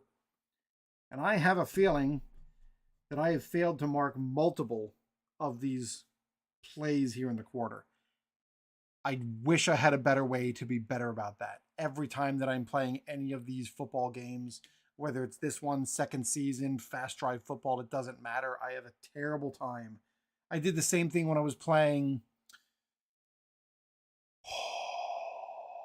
some tabletop basketball game that I've got. It's literally based on the minute, and I can't remember to mark it off every time. That's my fault, nobody else's. Felicity, what kind of screwdriver do you need? Is it flat or is it across? Can I see?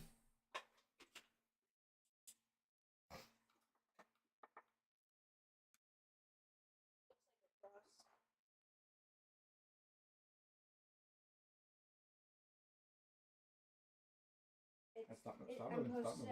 Because it's. Oh, it's coming out. Yeah. Yeah. No, it's supposed to go out and going in the bone. Like this one. Hold on. Stop moving. And I was trying to unloosen it.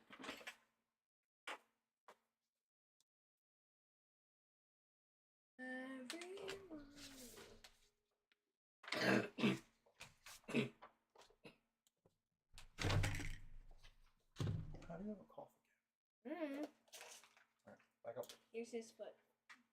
We're just gonna go to the doctor, okay, sweetie? It's not gonna hurt. Put your leg out. We might do some Right, stuff. stop. I'll hurt him. I need you to not pull is what I mean.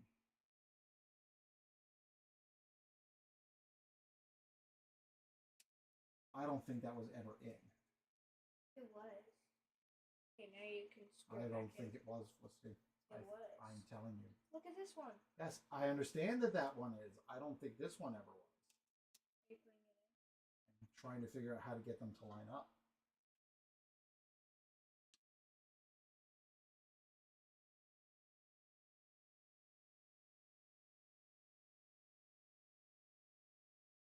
Just don't look, okay? Not gonna hurt. Oh, I don't. Right, you gotta stop moving him. I'll just feel a little pinch in your body when it goes in. Out. What? Did you just take apart his foot? On purpose. Don't look. You're fine. Stop shaking. Yeah, because the screw holes aren't where they're supposed to be. Saw a funny knee here, Mr. Thomas. He has a twin brother named Timus, and that's Mia's skeleton. Yeah, it's Mia's skeleton. For a little. Ready? And a little pinch. Hold my hand. Hold my hand. Ready? Go. You're gonna feel a little pinch. 3, 2, 1. Does that hurt? We're gonna do 3 more. Ready?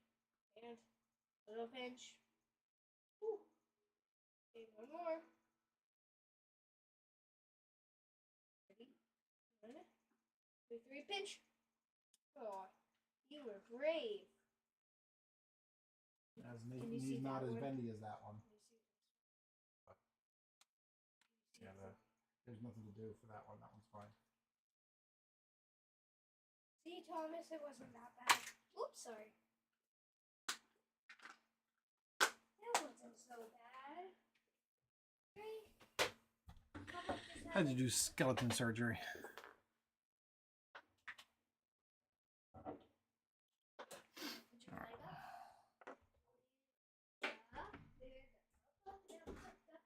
Pardon me.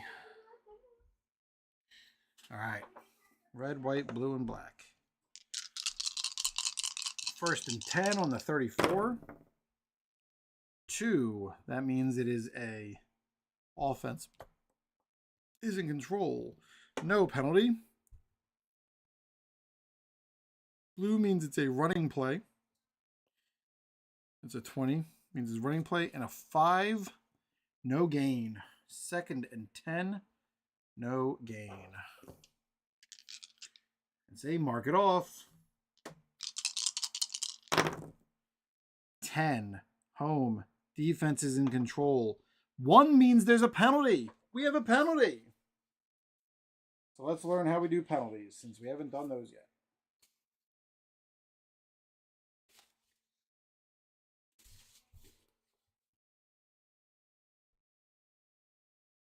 Roll all 5 to determine the proper penalty on the chart.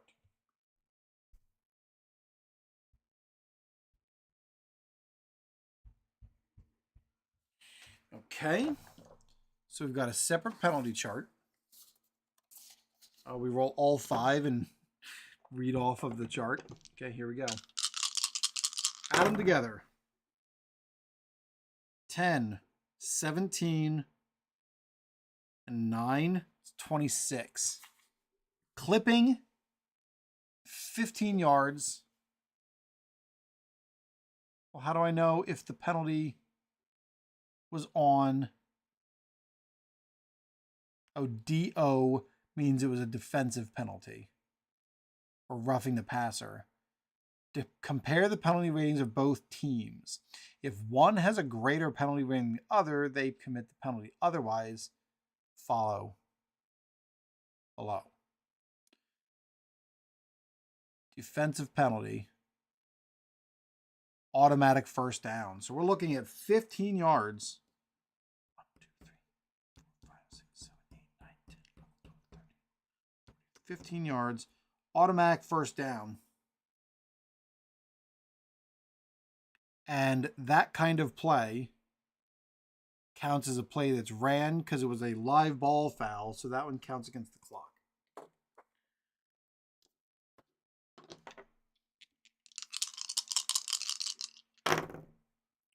Red, defense is in charge. I got it. No penalty. Blue means that it is a run. 14 means it's a 2-yard gain. By number 9, Singleton. Now we're down to -1 yards for Singleton.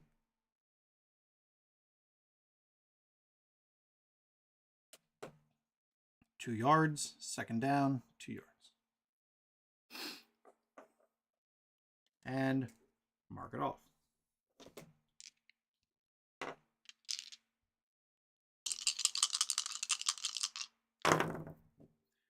Offense. No penalty. 8 means that it is a passing play. That's a 4, which means it's incomplete. 3rd and 8. So just looking at our special scenario adjusted.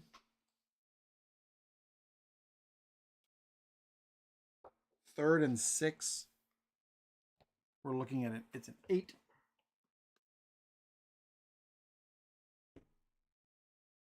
Oh no, we roll all these. Red, white, blue, black. Red, 2. White, 13. Blue is a 20. So we're looking 2 offensive. It's an offensive play in charge. No penalty. 20 means it's a pass, which means it's highlight reel.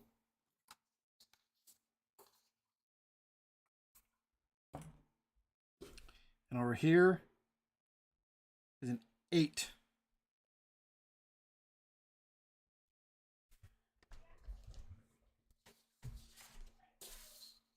Mike, we're ready to play jackpot. Oh, okay.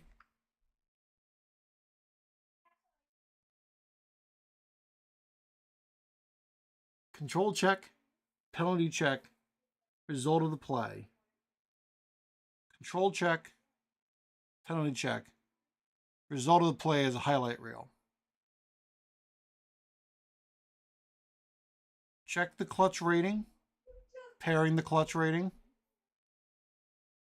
If the die is greater, check the clutch rating.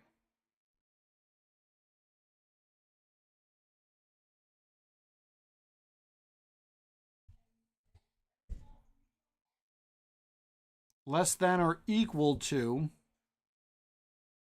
So it's nothing. It's incomplete. Pass is incomplete. It was 4th and 8. Pass is incomplete. And we're gonna try to kick a field goal, and we'll be right up.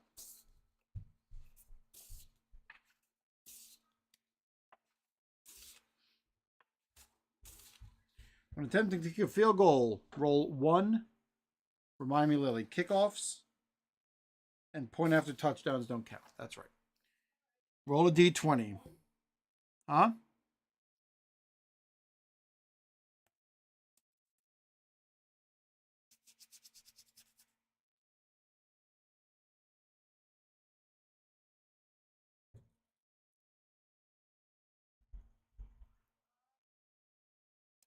What does that mean?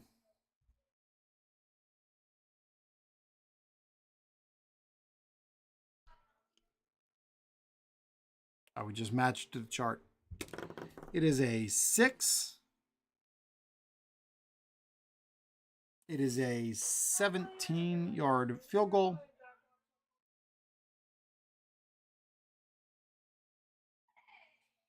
When attempting, roll 1d20. Field goal kickers can attempt kicks.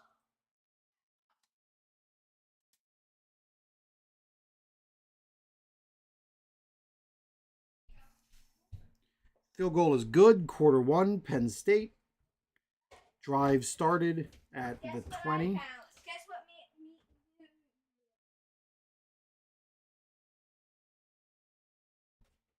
me 1, 2. It's a field goal. 10-0.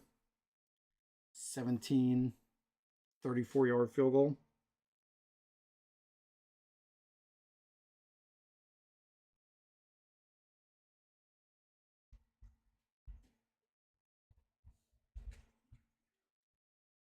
I don't know how I'm keeping track of that either.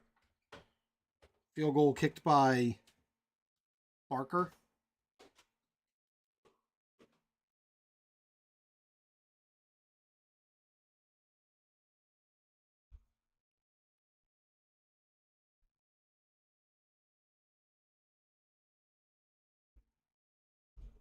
$16 plays, I guess. That's what I'm guessing. 16 plays. And that is, we're not quite at the end of the first quarter. But at the moment, I have to go play some Jackbox with the family. I'm going to pause this and we'll come back and at least pick up the first quarter and see how the rest of that plays out.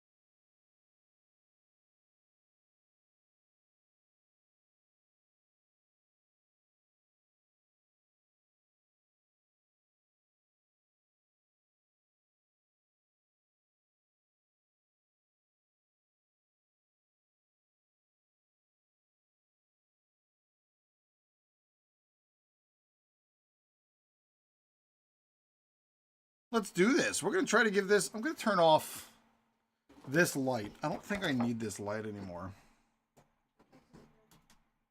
No, that one's not even doing me any good. All right, here we go. How we doing? If you're here for the first time, thank you for joining the Sports Simulation Spectator. My name is Mike Green. I am the proprietor of this wonderful YouTube channel. I have not streamed in like 8 months, and now we're streaming 24 hours. We have about 10 more hours to go, which feels insane. I'm playing Saturday Showdown. I think that's what it's called. Saturday Showdown is a college football game, college dice game that I'm learning how to play. I think I've generally got it down pat. So far we are... You can... Yeah, I just got to move stuff. Give me a second. Gotta move stuff. We are here in the middle of the first quarter between... Are you playing on the 360?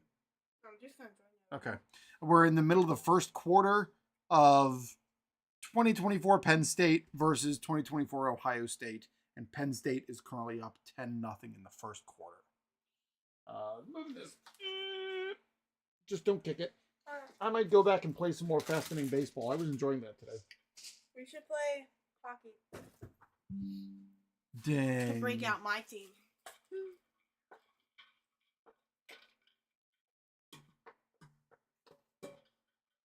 How many hours have we done? 14 hours and 15 minutes. Basically. I think we got started a little after that, and this timer technically is at 9 o'clock. But Okay. I don't think we're getting to 24. So I think I've generally got this game figured out. I think. We got... All right, so this is a kickoff. Oh, you know what? I should just figure out my third down clutch ratings for each of these teams. So, when on offense, Ohio State's is an 8. This is the offense clutch rating. It's an 8. And then Penn State's defense is a 7. So it's an 8, 7. This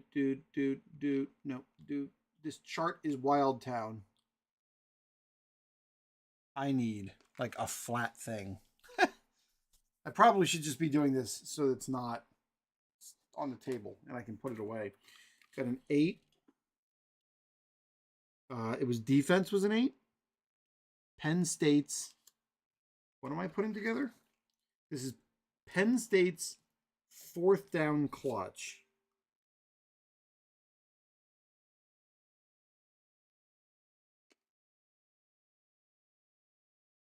Okay, so let's try that again. Penn State's fourth down offense is a 13. And then over here, we've got Ohio State's fourth down defense is a 9. Which is an 11. So that's our fourth down clutch. That pencil's terrible. Why am I using that? And then we're going to figure out the away team's third down clutch, which is... Good night, Felicity. Hi, Felicity. Let's just figure out long LGP. I don't remember what that means.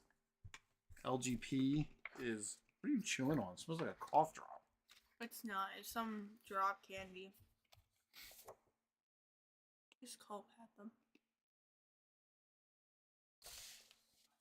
LGP. Last Final gasp. Is that what players. that is? Like a desperation play? I don't know. I know Late how to game play the pass. hockey game, All right, not there we this go. one. It's late game passing. Late game passing. So we're looking at... It's for Xbox. Yeah, it's just a part in pieces. You can play on it if you want. Still works. Yeah. Yeah, I just never finished putting it back together. Which I should do. We're going to finish figuring out the rest of this. I'm probably just going to play the first half of this game. I'm just curious to see how the rest of it plays out. You should play hockey. I might. But I don't know that I'm gonna play. Like I said, right now my brain's in the middle of this. LGP, home LGP is a 14. Defensive LGP is a 13.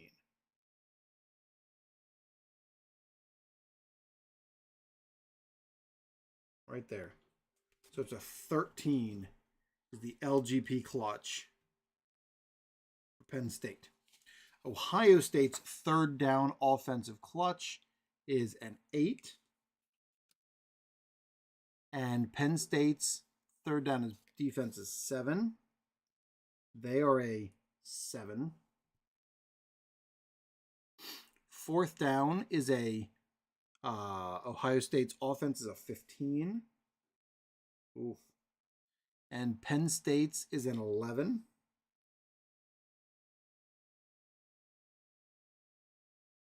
That's a 13.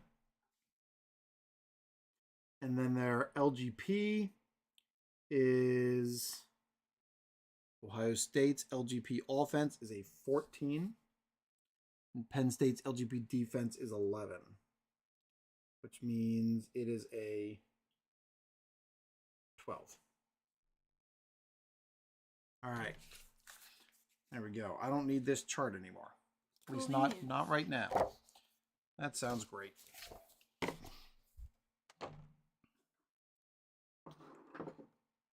Woo! It's a lot of colors. It's a lot of colors, yeah. Did you highlight them or were they? No, printed? that's the way it was printed.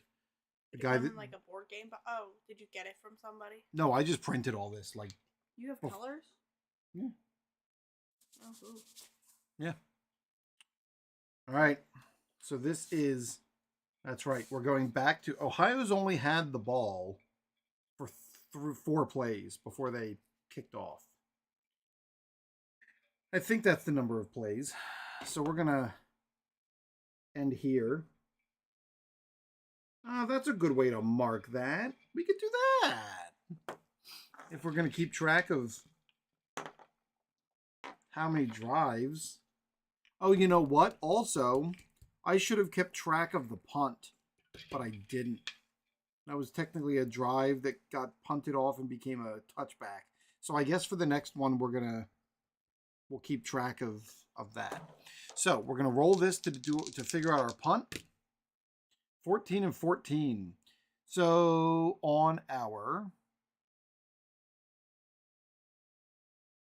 touchback rating, Penn State's kicking. It's a 12, which means it is not a touchback. Is that right? I think I've got it. Kick, returns, punting. I'm trying to make sure I understand these rules without having to go look. Yeah. Kickoffs roll to the 20s. My pages are all out of order now. Do you have them put them in order? No, because they don't have numbers on them, so I should just write them down. Kneel downs. Desperation plays. That's that chart. Here we go. Check the TB rating. If the D20 is equal to or less than, it is a touchback. So in this case, it's a 12. It's not. So it is not a touchback. So the Ohio State ball goes to the 14 on a kick return. A 14 is a 14-yard return. What's that? Can't see your hands because of the sign. That's okay. It's a 14-yard return. Add 5 yards to this number to determine the offense's start position. If it not check the kick, consult the team's return chart, add 5 yards to determine the offense's starting position. So it's a 14-yard return. So we're starting on the 19, I guess. Starting on the 19, 1st and 10. 1st and 10. All right, here we go. So the purple one we only have come up for. What are you looking at? I don't know. I'm just looking at myself. The purple die we only use to bring up basically for injury, penalty, or player selection. The way that I'm reading these dice are red, white, blue, black. So I like the black color. red is a 10, 7, blue, black. So red determines on this chart here if the away offense, it's offensive control. What's so the purple for? we'll use it in the event that we need to roll for a player to figure out who the player was that committed the play, or for penalty rolls. That's the way at least I've been handling it. There's no penalty because it's not equal to 1. In this case, 11, it's an offensive play. 11 on offensive pass and run means that is a run. I'm putting the dice where they need to go. And 13 is our checker. 13 says it's a 5-yard gain. Woo! So, five yards. 1, 2, 3, 4, 5. First, second, and 5. Nope, it's a football field. We're using it to track yardage. Like so on this rush, it is a 16. The rush is by Peoples. Peoples. It's 5 yards. 1, 2, 3, 4, 5. 5 yards. And that's 1 play. 2nd and 10. See? We got this. We know how to play this game now. 12 means it is defense is in control. No penalty. 20 means that it is a run play. And 14 is the play itself. We're looking at a 3-yard gain. What are you using these for? I was using those to sort the hockey teams.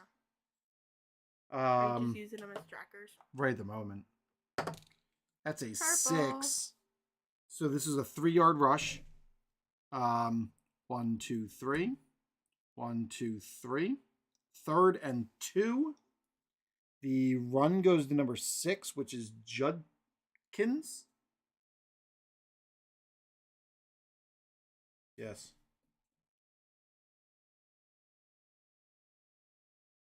One, 2, 3. Judkins gets the carry, and that's 2nd down. So it is 3rd and 2.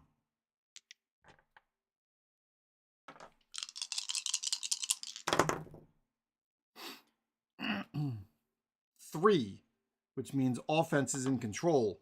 No penalty. We're looking at 8, which means it is a pass play. That's an interesting call. 6 is our die roll. It is a 2-yard gain, and that's enough for the 1st down. 1, 2. Cool beans. 1st down. The pass was made by number 12. Was made by Howard. 2 yards. The pass was made to number 4, Smith, for 2 yards. And new play.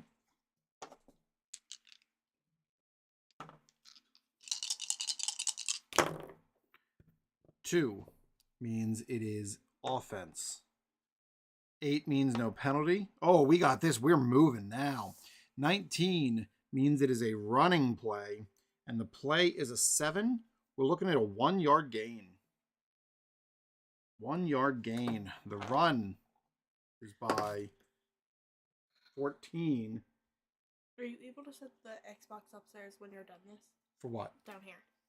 So I'm not having to play it upstairs. I guess so. Thank you.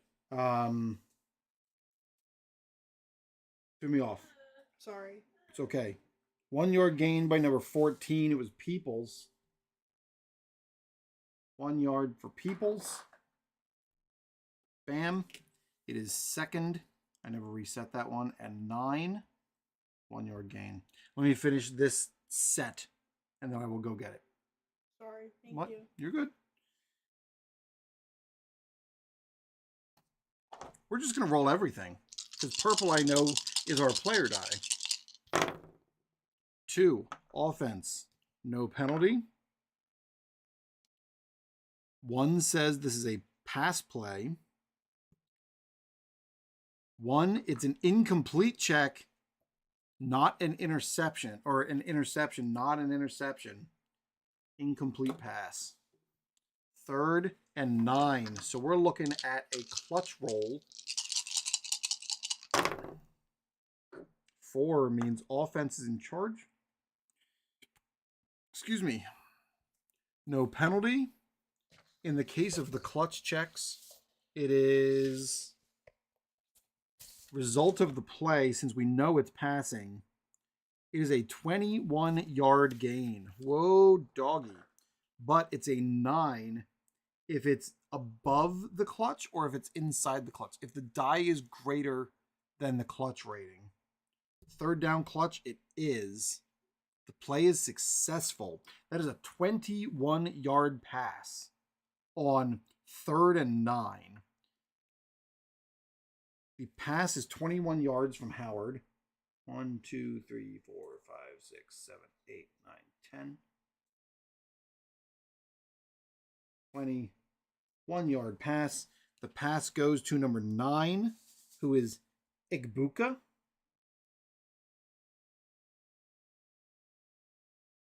1, 2, 3, 4, 5, 6, 7, 8, 9. Oh no, it's 21 yards. 10, 21 yards for Igbuka. That is a first down. Cool beans. First and 10, 21 yards. 10, 21. They're in the Penn State 49. And this is going to be the final play of the first quarter. So we'll wrap up the first quarter rather than the whole drive. Final play of the first quarter. Who's winning? Penn State is up 10-0 right at the moment. Fun. They threw a 77-yard pass on the second play of the game. Oh. 12. That is a defense is in control. There is no penalty. It is a 13, which is a defensive pass run. It's a run play. And it's a 3, which is a 2-yard loss. The rush was by Judkins, and he loses 2 yards. To finish the first quarter, that is 2nd and 12. Can't read it. They just say Too they small. just say Facebook donor. Oh, 1, boring. 2. There we go. So that is the end of the first quarter. Penn State 10, Ohio State University 0. This actually is, it's interesting. It's pretty Cool beans. once you get an order for the dice, I'm sure I'm still getting something wrong, but once I get that order, the order right to know how I want to read them, it kind of works. All right, watch toes.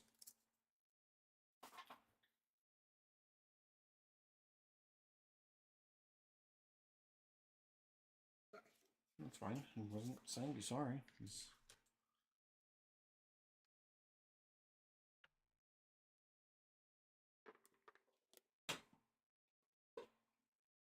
Here, do you want to look through old hockey cards?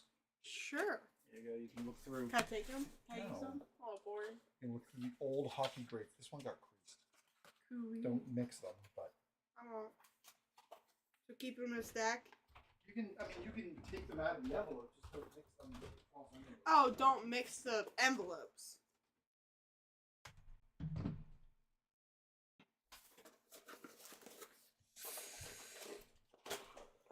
Lily, you should listen to all these cool hockey names.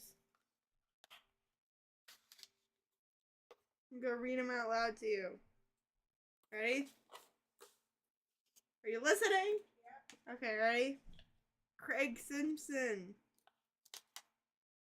Ellis Hemsky. I don't know how to pronounce any of these. Ryan Smith. It's probably Smith. Jari Kari. Issa Tick-Tick-Can. Wayne Gretzky. Peter Kilma. Jordan Aberl. Mark Messier. Doug Waite. It's Mark Messier. Oh. Taylor Hall. Glenn Anderson. Charlie Huddy. Kevin Lowe. Marty Missorley. Marty Steve Smith. McSorley. Oh. Treat these men with some Lee respect. Fogland. Craig Mooney. Kelly Boochberger. Paul Coffey. Paul Coffey was awesome. Grant Fur. Fjord. Bill Ranford. Andy Mogg. Connor McDavid. Connor McDavid is amazing. He's hurt right now, but he is great. So listen, one thing I can't do for you is I'm not willing to bring down the external hard drive because I don't want to unhook all that stuff. Okay. So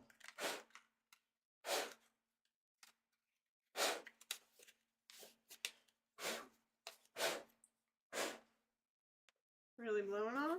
I'm getting dust out of the bottom.